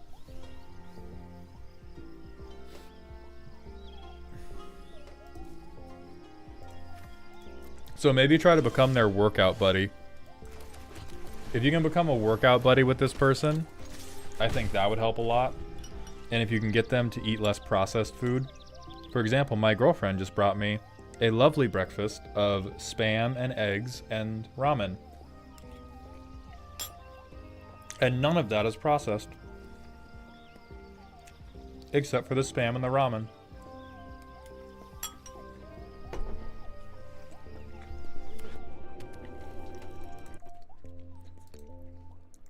C-Mac, hit me with that rant request, my friend.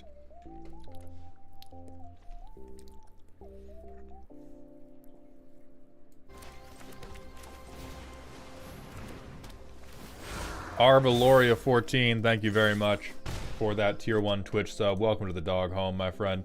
Spam, yeah, Spam grows like that from the ground, dude. No, I'm being sarcastic, Nightsea. It's highly processed. But damn if it ain't tasty.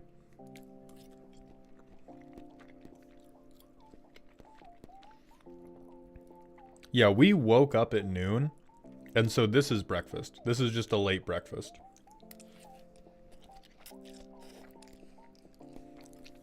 Damn. Should have held up the negate.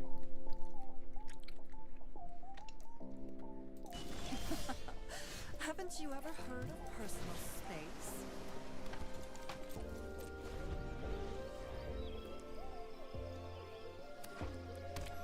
Only rant request is a PSA for drinking more water. As a depressed person, especially in winter, drinking water is important.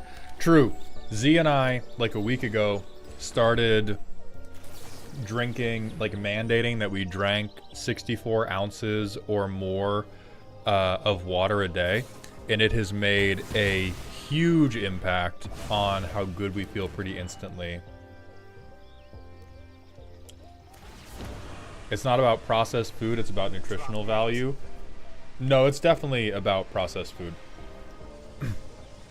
Macros is a good start. If you do not have the energy to track all of your food really meticulously. Tracking macros is a fine way to start, but I 100% guarantee that if you are on a diet that is heavy on processed foods and you switch from a heavy processed food diet to like a paleo diet or some other type of diet that focuses on unprocessed foods, you will feel much better, even if your macros stay the same.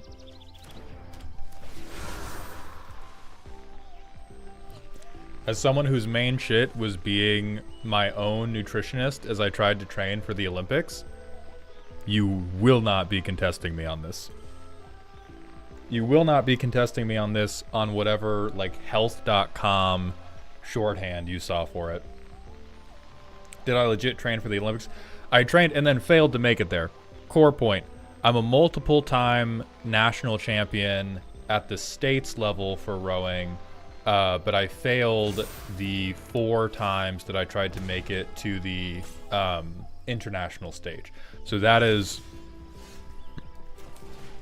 an important point to make sure I'm not tooting my own horn too big. But in high school I was a champion, in college I was a champion, and then I kept training post-collegiately to make it to the Olympic team, and my back gave out before I got there. Dynamo87, thank you for the Twitch follow. Welcome to the doghouse, my friend. I'm 6'4" and I row for UC Davis. That made me so mad because UC Davis sucks ass at rowing. UC Davis tried to recruit me. They are like bottom 10 in the US. Ooh, can I sacrifice a map token for this, please? Hey, can I please sacrifice a map token for this fucking... Dope. Lose 0 life. Organic chemist studying biochemistry for the use of medicine or food. All food is processed, be it apples, meat, or fucking Oreos. Degree matters. Like, listen, hey. Nice data-driven decision making. I have vibes and anecdotes. I'm a chemical engineering major. More than one of us has a bachelor's degree in this conversation. Doesn't fucking matter.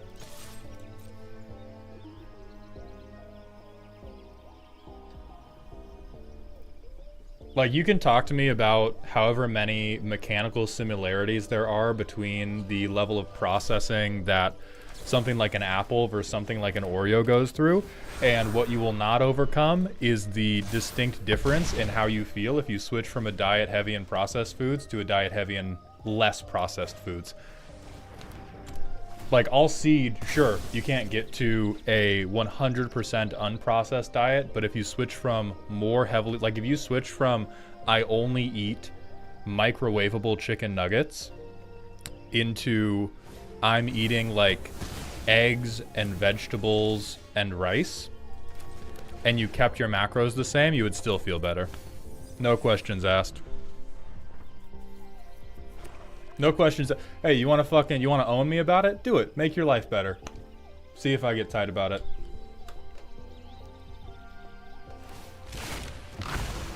You rowed for UW. How many national championships did they have? I live in Seattle and I see those fuckers row all the time. Let me look it up because it's a lot. While I was there, they were on a like 6-year...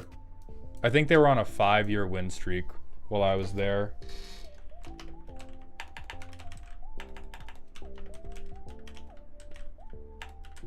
All right, Dark and Air. I hope you have a better night. So 2024, they won their 20th national title, and they won it by sweeping national championships.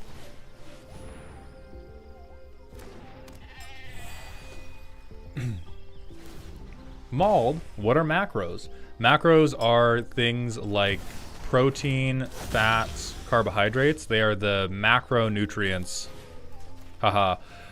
Your body needs, and a lot of your well-being, I would say like 80% of your well-being can be covered by just fixing your macros. Like if you have bad macros, going from a processed food diet with bad macros to an unprocessed food diet with also bad macros, doesn't matter, doesn't help.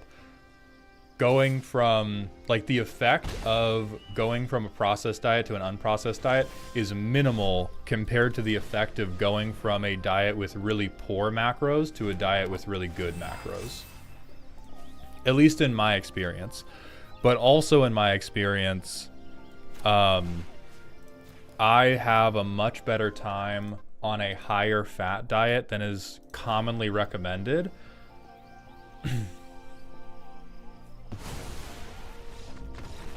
Hey, they finally gave up. Cool.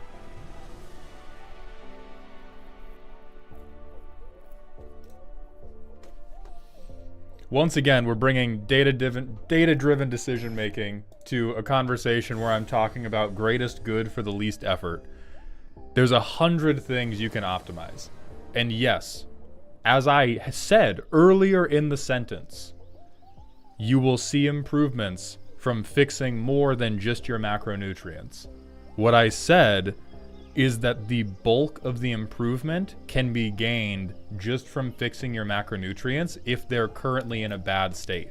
You can do things after that to fix, I'm not even gonna say fucking micronutrients because that's so close to a bunch of nutritionist head-ass buzzwords, but there's a ton of things you can optimize about your diet to tweak it after you've fixed your macronutrients. But like, let's talk about one end of the spectrum.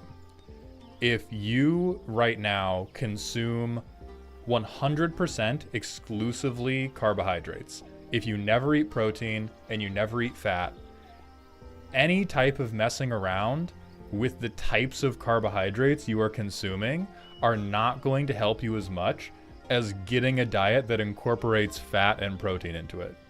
That's what I'm talking about. And if you have a diet, maybe you actually perform well with more carbs than you do with more fats. If you're trying to force yourself to be like keto or keto adjacent and you feel terrible on it, upping your carbohydrate and bringing your fat and protein into balance is going to do way more for you than switching like rice for an apple. The rice for apple type swaps is shit you should focus on doing after you've fixed your macronutrient balance. Low-key dog, this hand kind of blows. I saw 2 1-drops and I assumed one of them was a creature because I was out here talking about shit that I eat. Morgana Don, thank you for the Twitch follow. Welcome to the doghouse, my friend.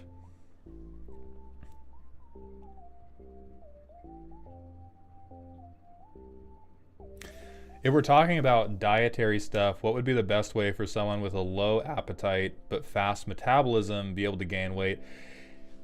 I'm not going to talk about the fast metabolism thing because people's metabolisms, although there is a little bit of, like, there is individual variance in somebody's metabolism, it's way smaller than people think.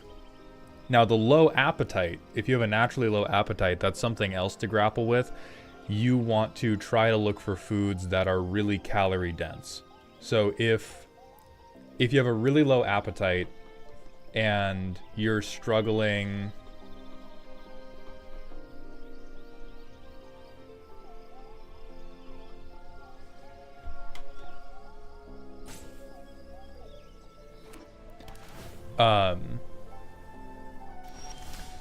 if you have a really low appetite and you're struggling to gain weight, a good way to confront that can be stuff like nuts, where there's a lot of calories in a really small package.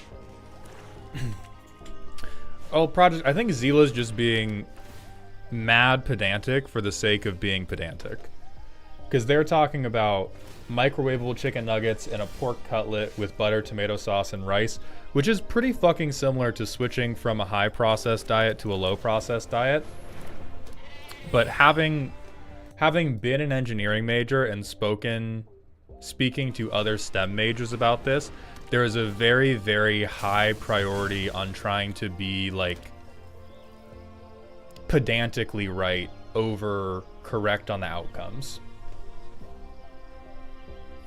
God damn it, now everyone's talking about nuts.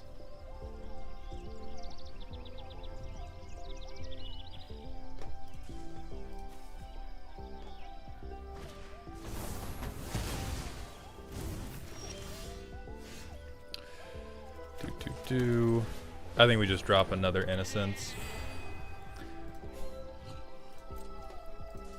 It's an important distinction. I think it's an important distinction in the actual scientific discussions about it. We're not having a scientific discussions about it. The fact that you're saying processed foods are inherently bad, I said that you would do better on less processed foods than you would on more processed foods. I think bad is a very broad, subjective descriptor of what I'm talking about, whereas most people do better with less processed things is a just comparative anecdote, which I've found to be true. I am not saying Oreos will kill you. I am not saying Oreos will make you fat because they're processed. I'm saying once we have controlled for the macronutrient profile of something, things that are generally less processed are going to make you feel better than things that are more processed. This is borne out over the course of my life and the life of everybody else I've ever witnessed. Oreos will kill you if you take mine without asking. True. I'll lose 4. You can have the 4.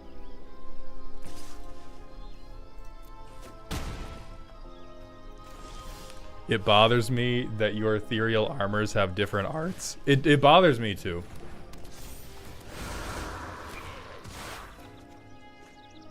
Let's see. Do I have 3 white pips?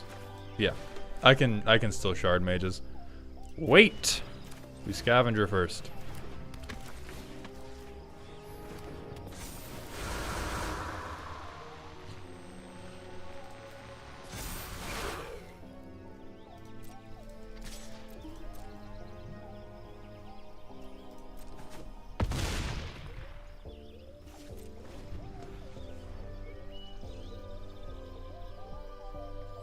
So, like, Zila, do you genuinely think that there is no correlation? Like, let's not even talk about...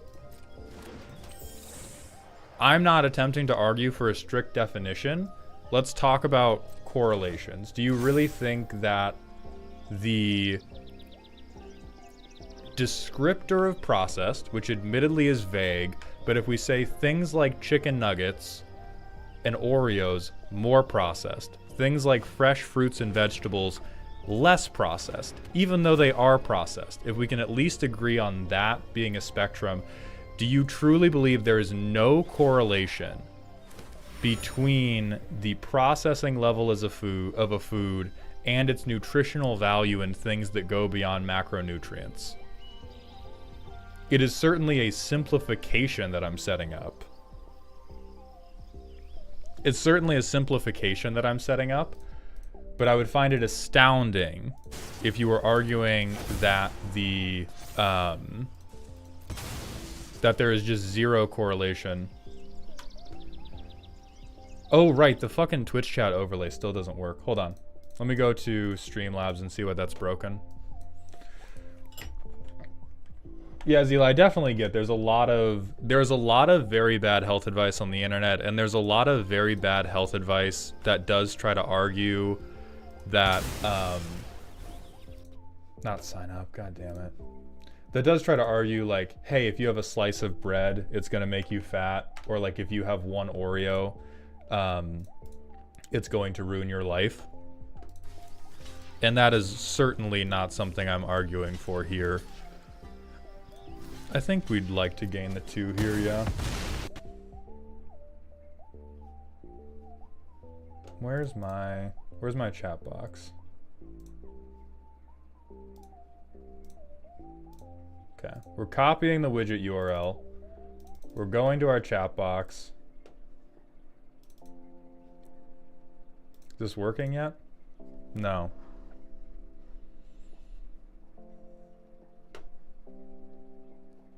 Put a 1-1 counter on something. I'll start putting them on this.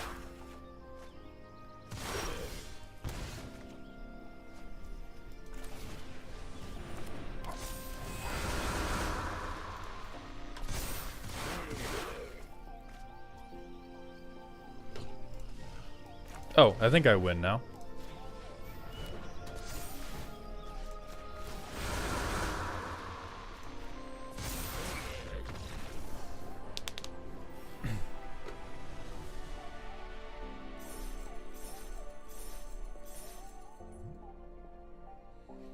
I don't see how anyone could see don't eat so much junk food and see that as possibly bad advice.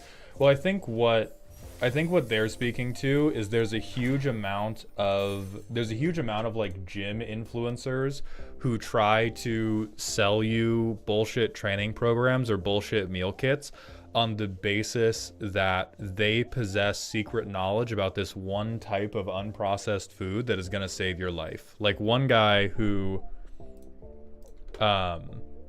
oh, I know who we're talking about, Liver King, right? Like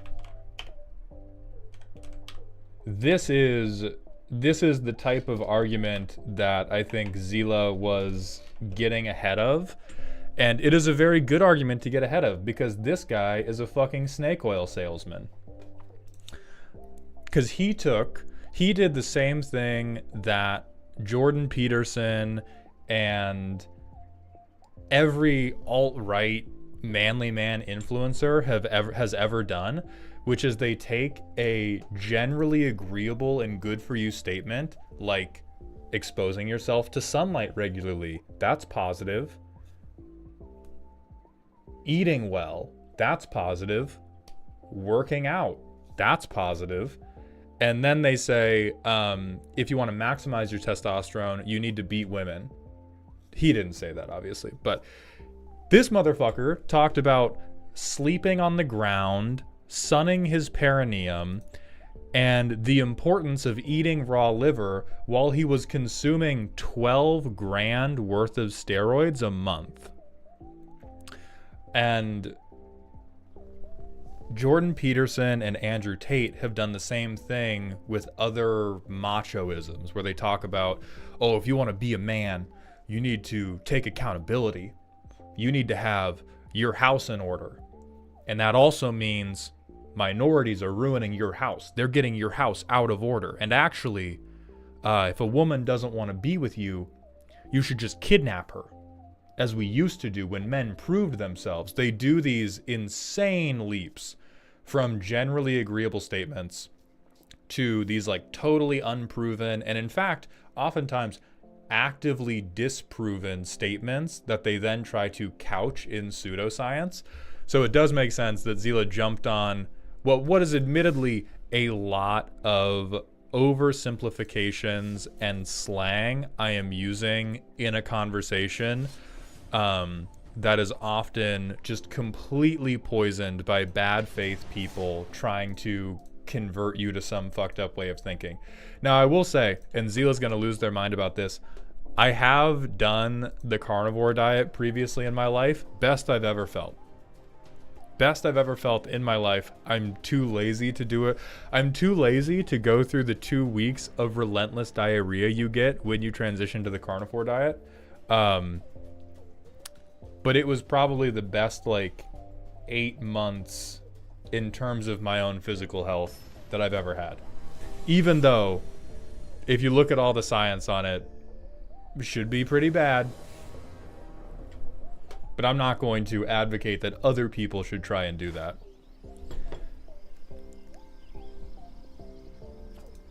The fever and the sweats aren't worth it. You got fever and sweats, dog? What happened to you? I just got 2 weeks of diarrhea as I dumped water. Yeah, one of the reasons I stopped was for sure cost, because even if you buy cheap meat, eating that much meat a day is crazy expensive. Alright, me when I scavenge. Me when I scavenge.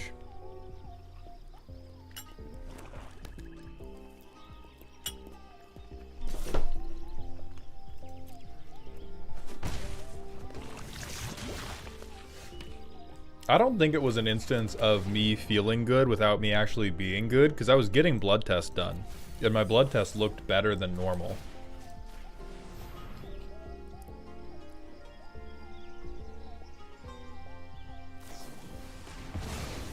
Damn.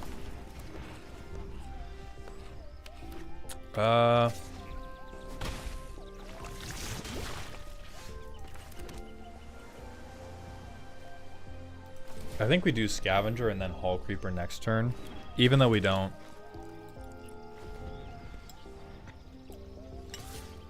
You live in Denmark? Different conversation, dude. You guys have laws.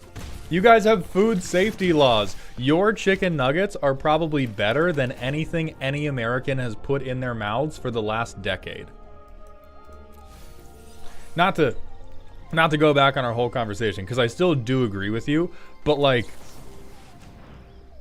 anything you're putting in your mouth in Denmark clears anything our FDA has allowed to be put on a shelf. We're out here in the fucking fallout zone, Zilla.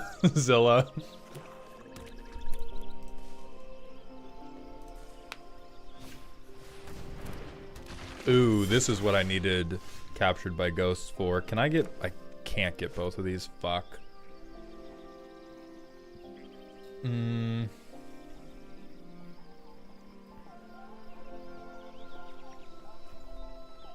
We draw a card, right?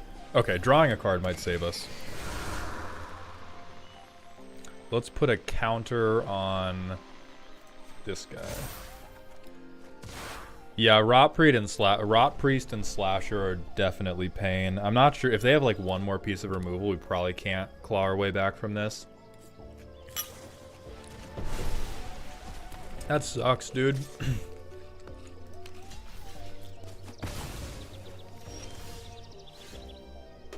Yeah, we lose.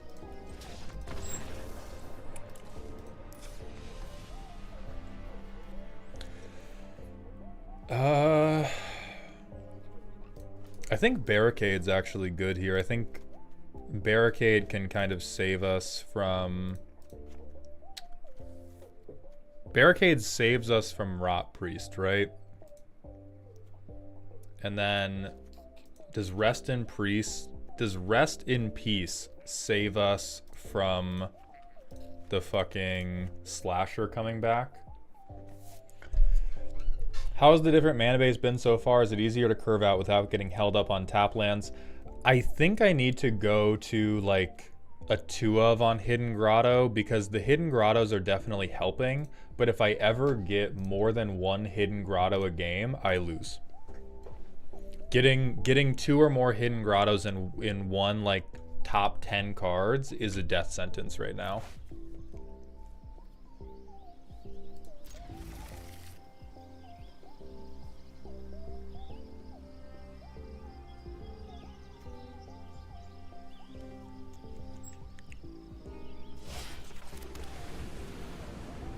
Oh, the Smite. Yeah, the Smite would have been good. I forgot about that being an exile clause. Why are you running vanilla tap lands, but instead of surveil lands? They're both type lands, but one is vastly superior, because I only have so many wild cards, and I only have one copy of the goddamn surveil land. So we're gonna put the one copy we do have into the deck, but we are limited to one fucking copy of it. Because we have not been good at drafting on MTGA for the last 10 years of our life. I thought I saw 4 of them in your collection when you were choosing lands. We'll go back and look, but I definitely don't have 4 of the surveil lands.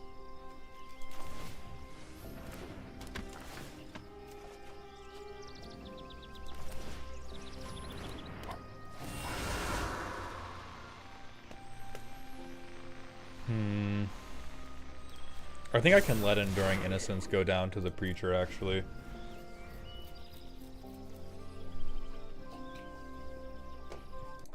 There were a couple really bad tap lands that I had 4 of. I think I might have had like multiple Scry lands or something. But I don't think I had the Surveil lands. That's cringe, dude.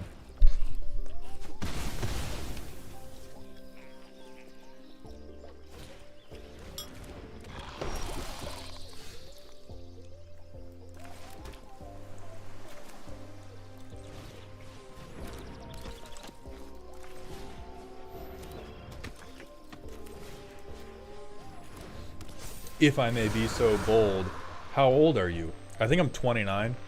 I'm pretty sure that I'm 29.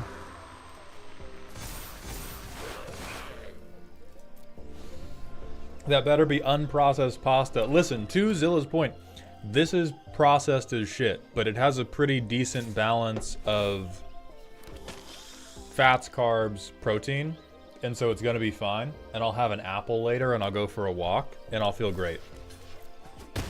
Somebody did not read First Strike.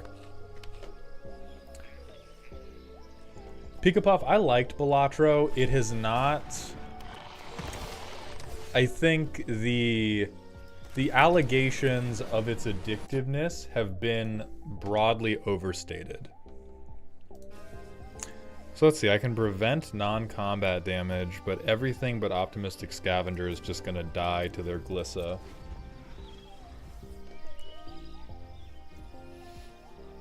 Balatro was fun, but I didn't find a, like...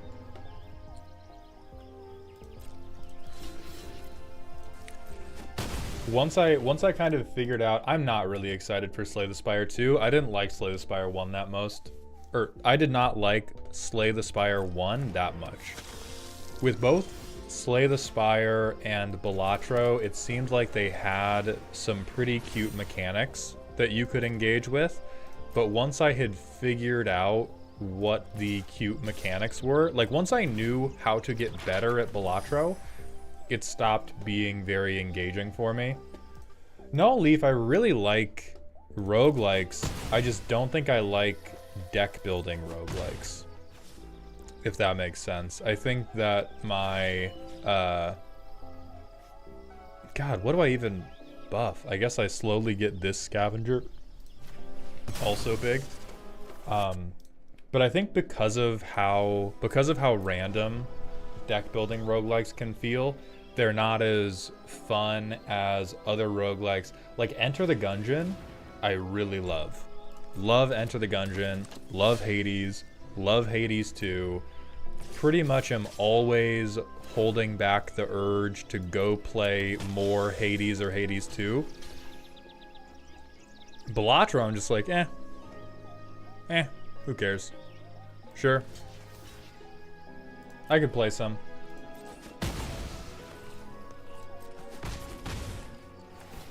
You could buff the creature land now, the counter should stay on. I could buff the creature land.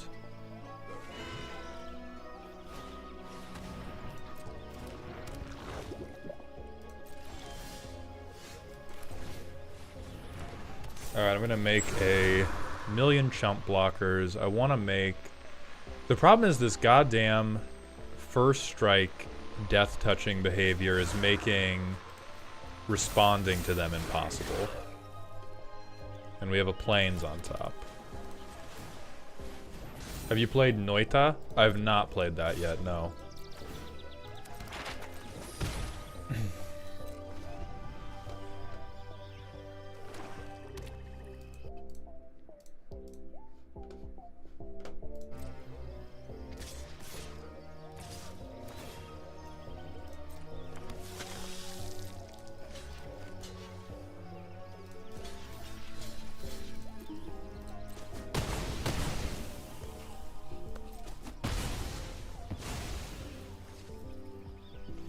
I think Assemble the Players should let me win out over time.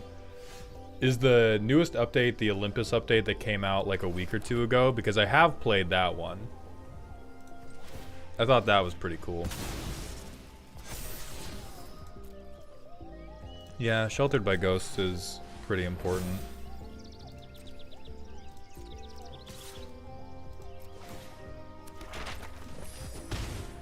We're slowly, hey, listen, 10 years from now, we're gonna have this person dead.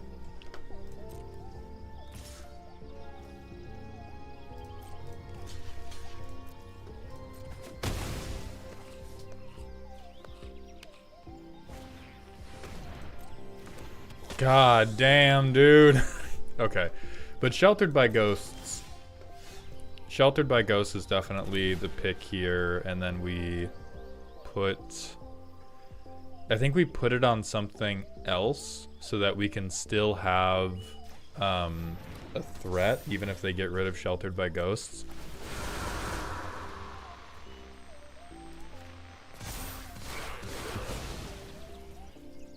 Okay. We'll have them explore because we know it's a land. Get that land out of here. Okay, Enduring Innocence. That's actually pretty good.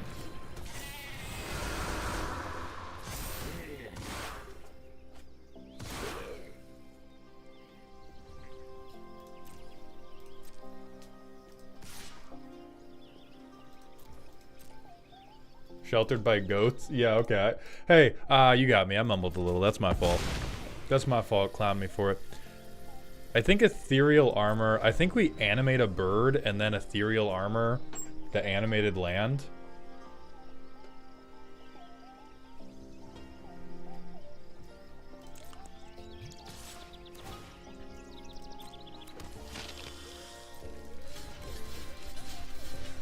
Fuck you. Fuck you. I'm killing your guy. I'm killing your guy, dude. No shot. I'm gooning you, brother.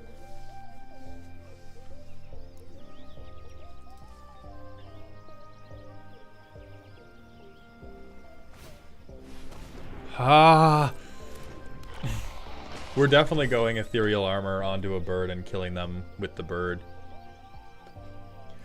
I mean, the thing is, meta, beat him with numbers. If we start swinging out, Finn kills us instantly. And so we do not have the benefit of being able to just like swing out because, oh, we don't die on the crackback, because we die in 4 hits. And if they give anything else death touch, we die much sooner than that. There we go. Thank you.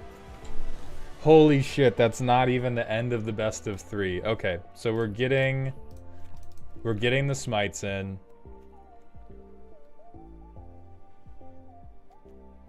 I don't think Crystal Barricade actually stopped that much because so much of them are death touchers, so I kind of want to drop Barricade for more smites because I can just trade a smite to get rid of Glissa.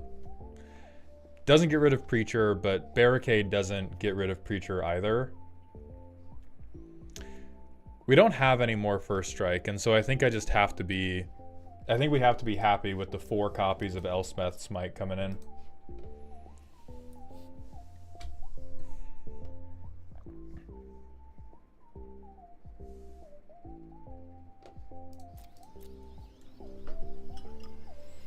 We need to predict they'll be putting more spot removal to counteract our enchanted creatures. I think you have way too much faith in them. Zila, I like Hidden Grotto, but I'm gonna take 1 or 2 copies out of it because if we get 2 copies of Hidden Grotto in the first 10 cards, we get blown out. Oh god.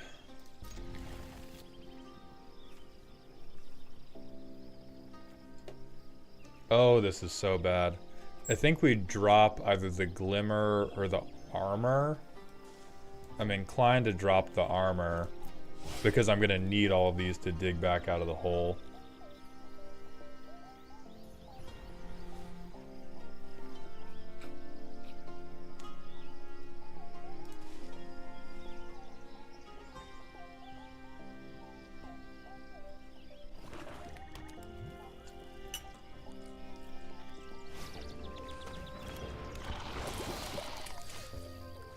Might just be cooked.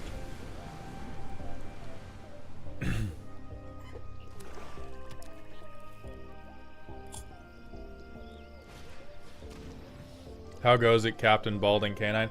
I think we've been playing this one game for like 8 years. Like we've been playing this one game of Magic the Gathering longer than I have been alive.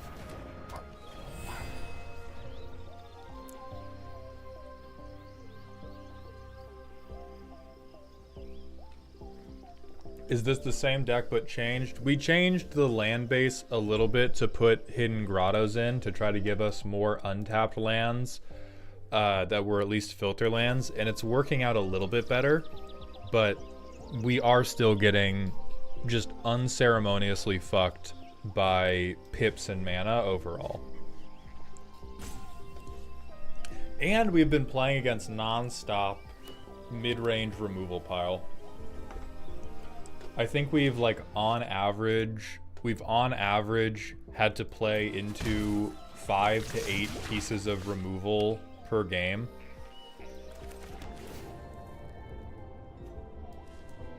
Don't think Shard Mages saves us. I think we just lose.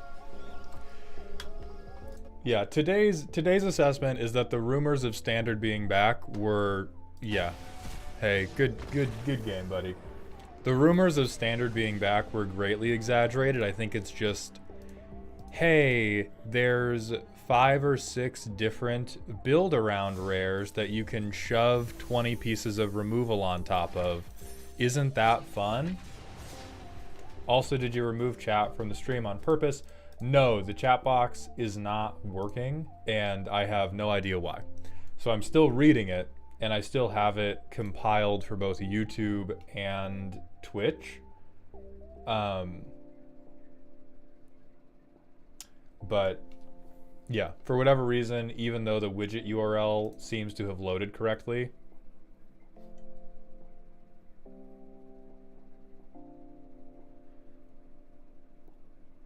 Standard is very back. The issue is you brought paper to the fireplace convention.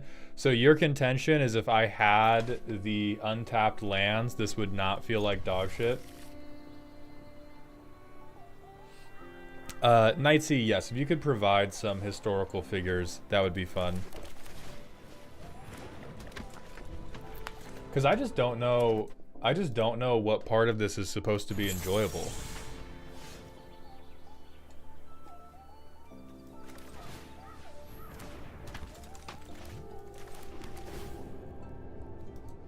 But I mean, we're exploding most times before we even touch them once. Like, it's not like, oh, I needed one more turn to really get this through. All of it is like, I play one creature, they remove one creature. I play one creature, they remove one creature.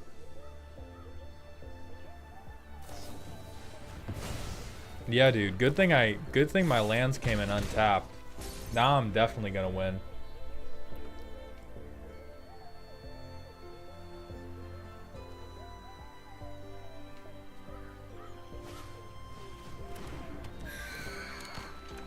You're gonna have to trust me. Alright, I'll see if we have any wild cards to shill out onto the untapped lands.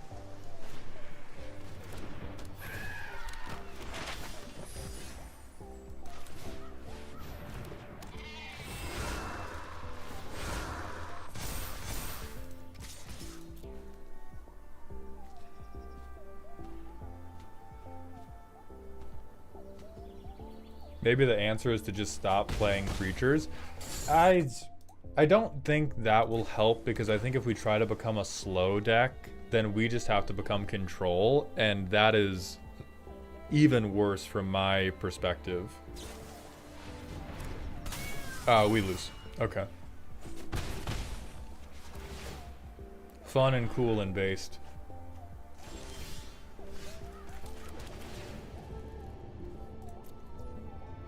Sheltered by Ghosts being on top is good for us. There's always Boros aggro. Yeah, we could always go back to the old slot machine.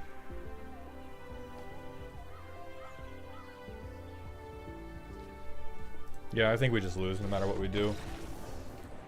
Has anyone told you look handsome today? One person has, Ratmice, and I appreciate it.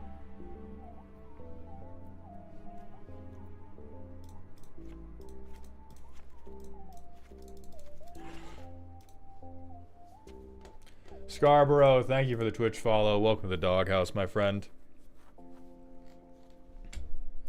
Aiko, I would rather speed through the games and try to fix the mana base and see if that actually has an impact on the playability of the deck than try to just struggle out. Like, realistically, the only way for me to win in that situation is if they fuck up. If they're playing a blue tempo deck and they get to draw between 2 and 4 cards every turn, I cannot win that game. They can only lose that game.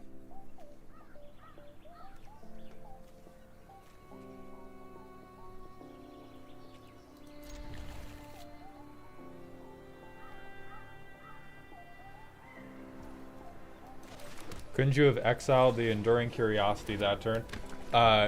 Yes, and then they either play another one, or they counterspell it, or they remove the thing that I had put, or they remove the thing that I had put my removal on.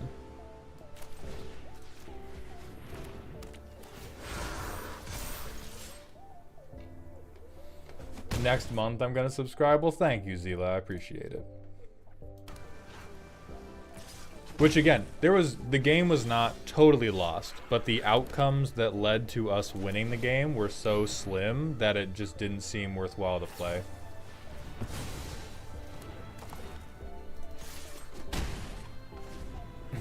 I tend to never give up hope. I've won games on 1 hit point that I would have not otherwise won if I did not play carefully.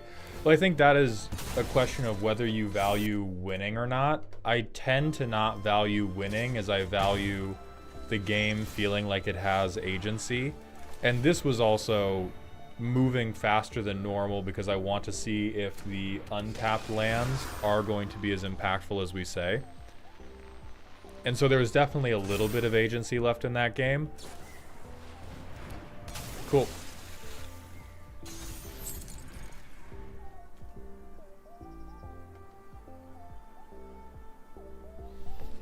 I suppose I'm also motivated by doing my arena dailies. Yeah, doing the dailies can be worthwhile. I think, honestly, the answer is that I should probably play... If I'm ever going to try to play ranked, I should probably play historic rather than playing standard, because I could invest in... I could, like, spend out all of my wild cards to get one pretty good historic deck. And if I did that, then it would be,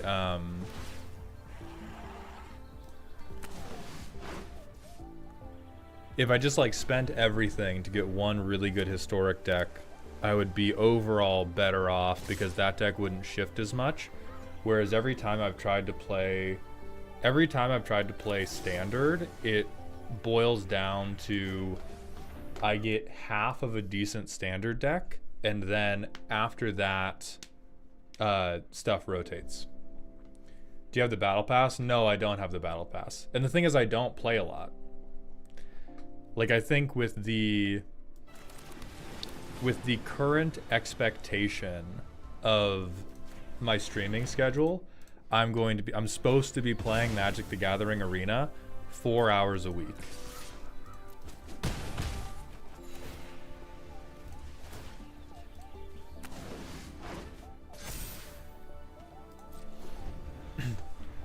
R. Valoria 14, thank you for the 100-bit cheer. Historic is even more painful.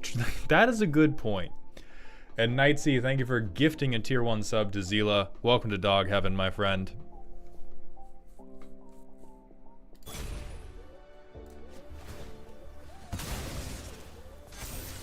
Okay, so it's just not unblockable.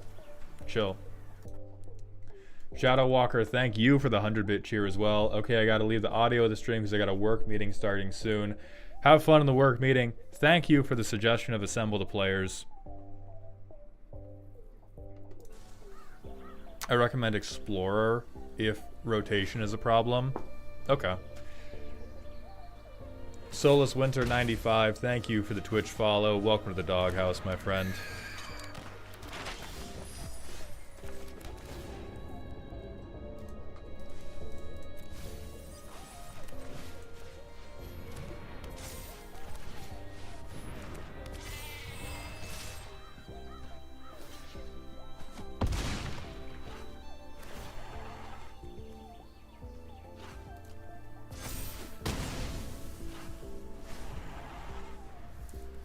Would Raise the Past be a good addition? I feel like it might work well.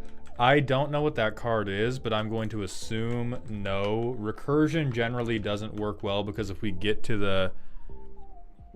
Yeah, like if we... There's 1 or 2 distinct game states where this would save the game.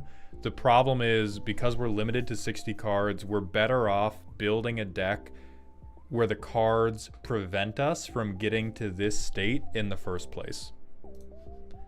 Like, for every time that having a game state like this saves us, because we cut Ethereal Armor or because we cut Silent Hall Creeper, Like, we could have just won earlier. We could have just won the game sooner. And that's better for us. Well, thank you, Solace.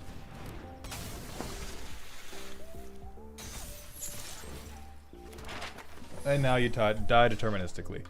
Arvaloria, thank you for the 100-bit cheer. What is a hype train for? I'll be honest, I'm not totally sure. I know that Twitch makes a very big deal out of it.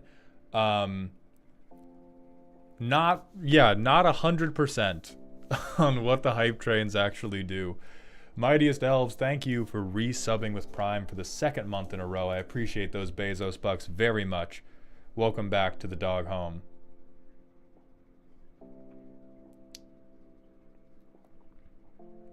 Zila, please give me... That is not phonetic enough for my dumb American brain.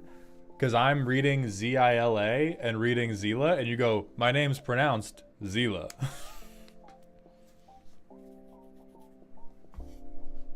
Alright, let's see what this guy's sideboarding. Presumably, they're switching to a Dimir deck and putting in 8 copies of Go for the Throat.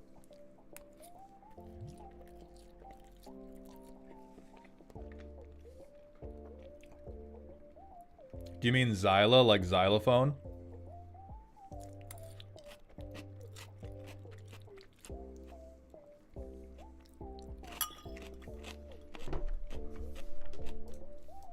Dude, ramen time. Let me out of this game. Let me fix my land base. Let me fix my land base, bro. What are we doing? Solus, thank you for the tier 1 Twitch sub. Welcome to the dog home, my friend. I appreciate that generosity. Zilla, got it. Hey Mald, is there a limited archetype you enjoy? By limited, I mean kindred, like shrines, slivers, etc.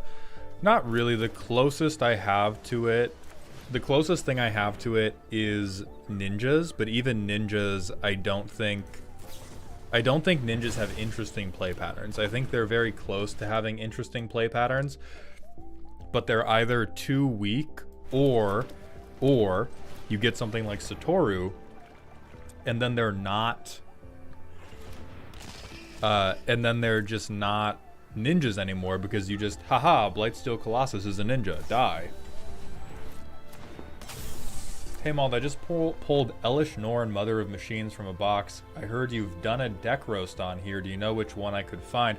I don't think I've roasted Mother of Machines in any capacity.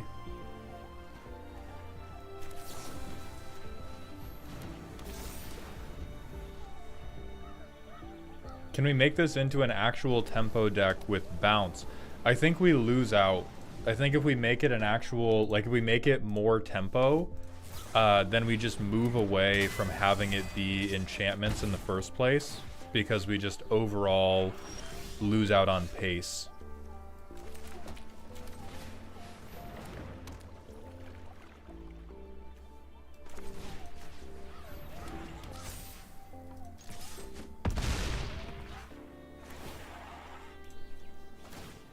Oh, fuck. That was bad sequencing. I'm questioning whether I should have held it up, but I feel like they're going to have some type of removal anyway, and so holding it up wouldn't serve me. Bottomless Pit is a 1-mana room that bounces. I still don't think that's good enough. Right now, every enchantment, except for Assemble the Players, is going to give us a better payoff than is an enchantment does bounce. For the most part, we're trying to aggro people because we're trying to run over them with stronger creatures.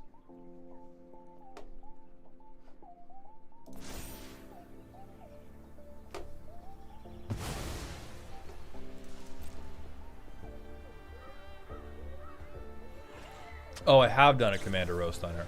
Okay. Cool, let's fix the land base and see if that's any better. But what a fucking waste of time that game was.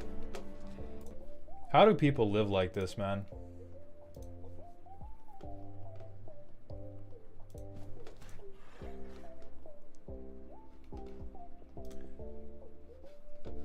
Alright, Arya, let's look at these lands. Hey, Maul, do you want to see a really stupid deck for historic? Yeah, sure, show it to me. Alright. So we have one Surveil land, but that is allegedly not what we need. We can get 3 more copies of Adarkar Wastes. Would you, Arya, would you have me replace the idyllic beachfronts with Adarkar Wastes?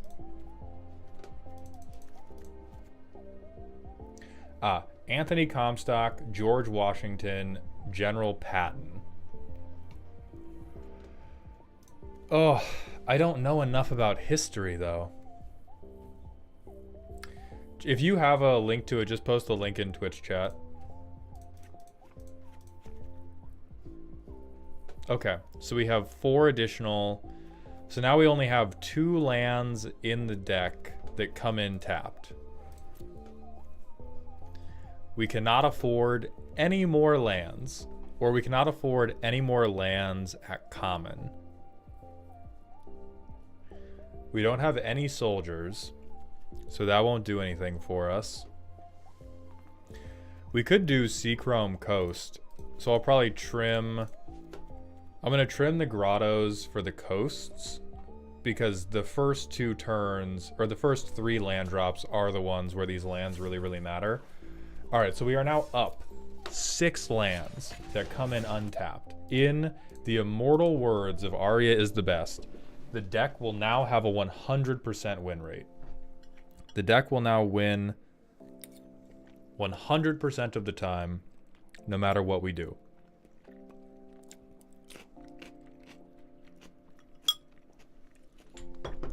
Holy shit, we still drew a tap land. I think we can make this work. It's not going to be the best because I don't think our I don't think we'd want to burn Sheltered by Ghosts so early, and we don't have a good path. Oh fuck.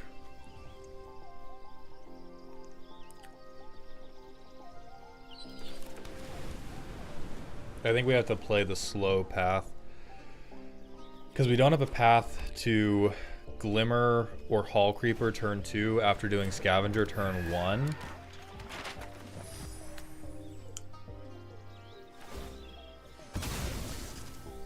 It's annoying to get through the ward cost, but I feel like if I shelter early, what ends up happening is they just play something worse that I should have sheltered a turn after.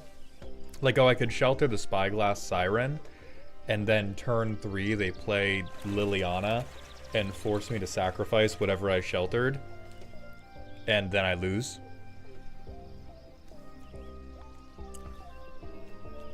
But now my colors are at least fixed, and I can get...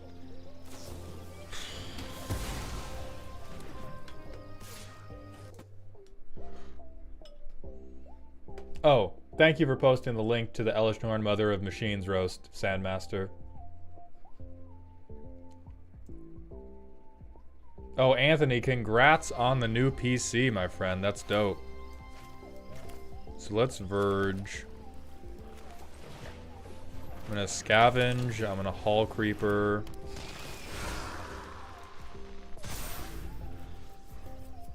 Let's lock in a little bit. Now that we have the power of untapped mana, we'll play a little bit of real magic. So next turn, we could conceivably Gremlin Tamer into Sheltered. Or we could Gremlin Tamer. I think regardless, we definitely Gremlin Tamer. And then if they play anything crazy, we might Sheltered by Ghosts. And if they don't play anything crazy, we just hold up Fey Flight. Yeah, I do not think that is shelter worthy.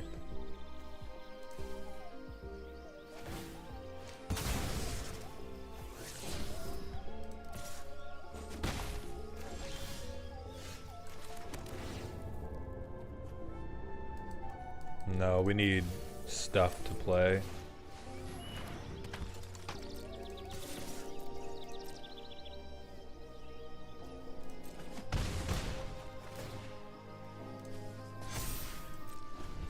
I'm gonna try to get these a little stronger, actually. I think one thing I've been underrating is because I've been sequencing very lazy to talk to chat, I haven't put enough pressure on their life totals early enough. Even this is still not early enough, but maybe I should point my attention to doing that a little bit better. Solace, thank you for the 45-bit cheer, my friend. I appreciate that generosity very much.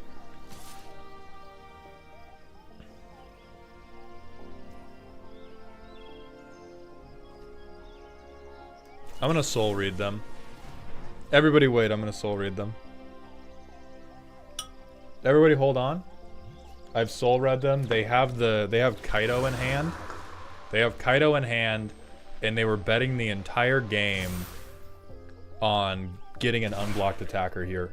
We ready?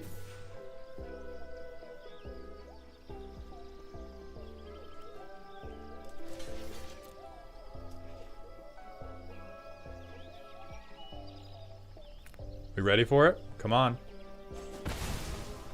It's just that easy. It's just that easy, folks. You simply have to look into the hearts and minds of the people and realize that they're bad at magic and I'm good at magic. Yeah, there's your fucking Kaido. That's what I thought. You little scrungler. You dirty little Grimbus scrungler. Oh, I'm about to make you piss, dude. I'm about to make this man spit.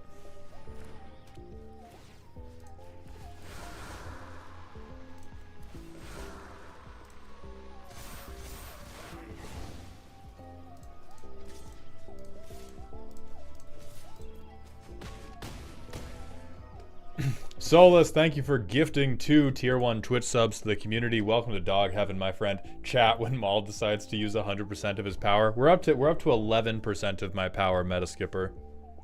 Oh no, whatever will I do against a 2-3? Certainly, I have no way in the world to deal with a 2-3. Just counterspell me, dude. Oh, okay. That's fine.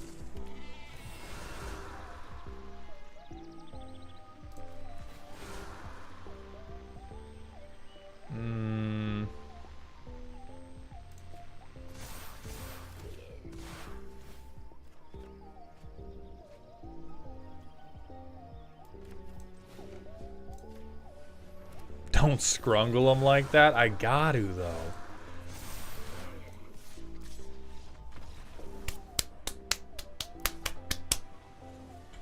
Bag it up.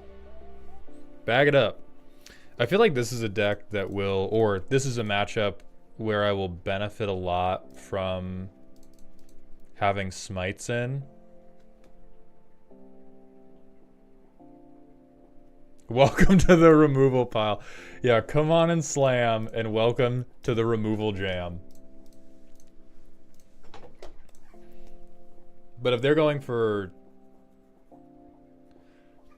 if they're going for Kaito being able to just snipe all of their little attackers...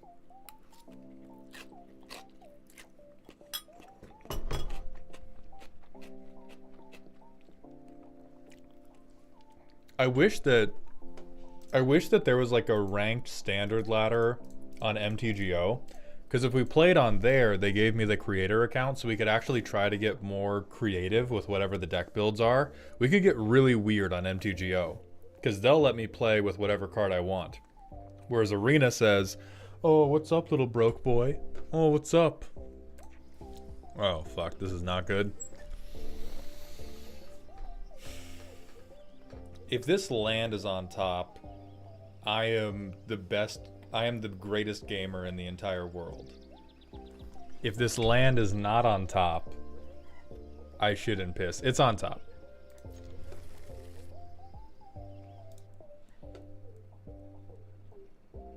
Oh my god, a historic shrine deck? How many times have you won with this thing? That's disgusting. Oh, and we are on the draw. And they mold to 5. Okay. Fuck, that's fine. We have another turn to get it. We have another turn to get it.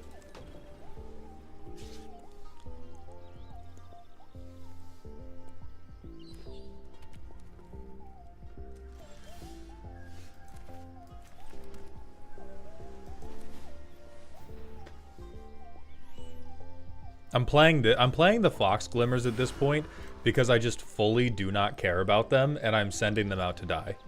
I'm sending them out to eat removal for my more important creatures. And now we have one guy that's above cut down. When the go for the throat hits us, we're gonna get blown out for it, but we have one creature that is above cut down now.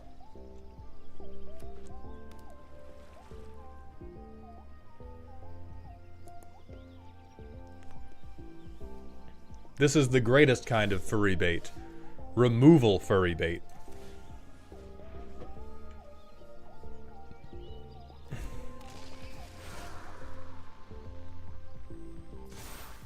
Now the question is, Mauld, would you ever play this? Probably not. Shrines make me so angry. No thank you. Okay, 2 creatures above cut down range.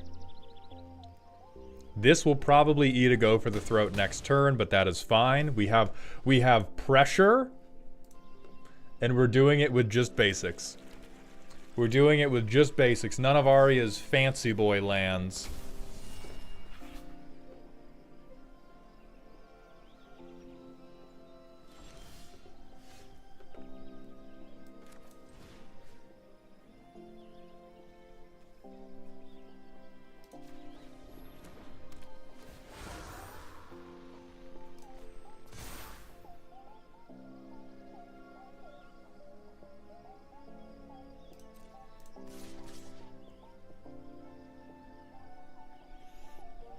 So he has to block 1.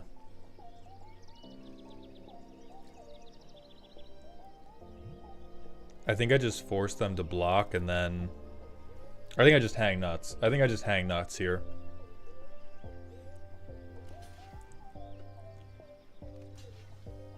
Double blocking.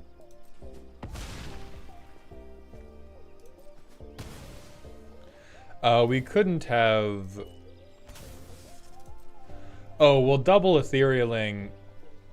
If we had spent all of our turns putting both copies onto Hull Creeper, it would have killed them, and it also would have required that they had 0 removal, which against every deck we've played so far has been a bad assumption.